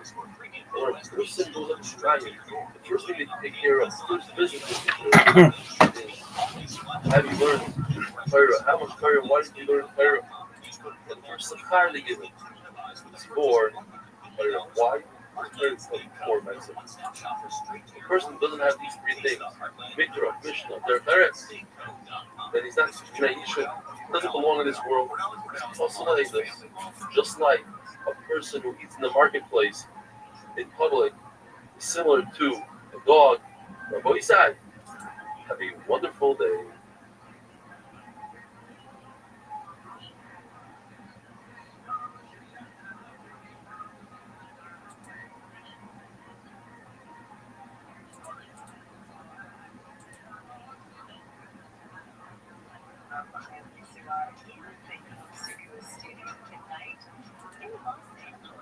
Well, I said, I'm really excited. The second position.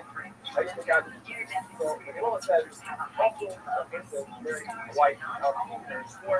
Straight here up here, father did that's like her, but right up outside. There's where she's going to go. That's the post. Yeah. So one of them doesn't have to sell. We're not worried about something from here. That's the father. Later that, whatever up here is your husband there. Kind of married. Now, still the mission says she should get married on her own. It's better than this. I love them. It's something that's your own. It's on your own.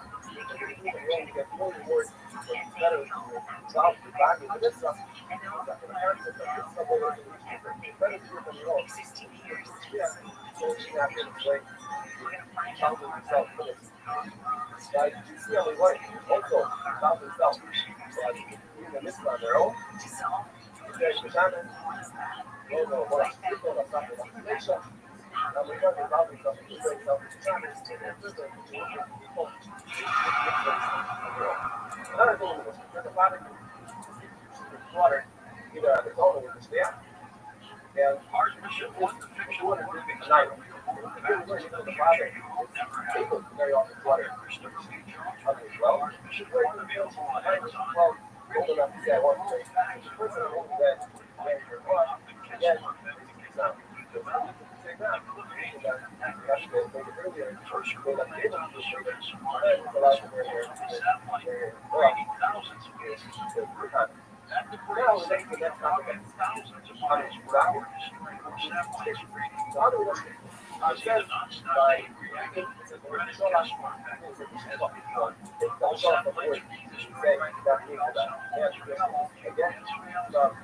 extra hey, this is fun.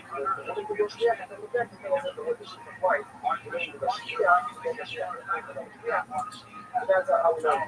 How you know whatever. Most investments today feel like second jobs in disguise. Real estate, stocks, even day trading, crypto, or full-time research. You get a lot to live. Your investment should help you look at a service strategy that builds wealth without sacrificing your time, sanity, or freedom. That's why more Americans are choosing gold. Gold doesn't demand your attention. It doesn't crash overnight. It doesn't care who's trending on Twitter. Noble Gold Investments has helped thousands of investors just like you. People who want gold profit and peace of mind. Secure their future with real physical gold. There's a reason smart investors are going back to basics, choosing the only asset trusted by civilizations for over 5,000 years. Gold offers freedom and peace of mind, 1 ounce at a time. Visit NobleGoldInvestments.com to get your free wealth protection kit. That's NobleGoldInvestments.com. The best performing investment purchase policy gold investments. Some investments in your financial professional before making an investment decision.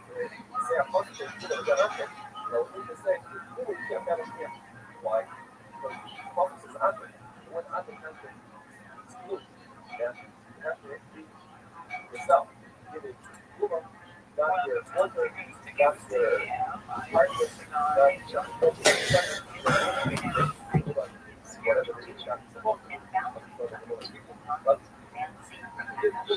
every day, but here, that's not now, we're doing all too much. Yeah. So, we're typically that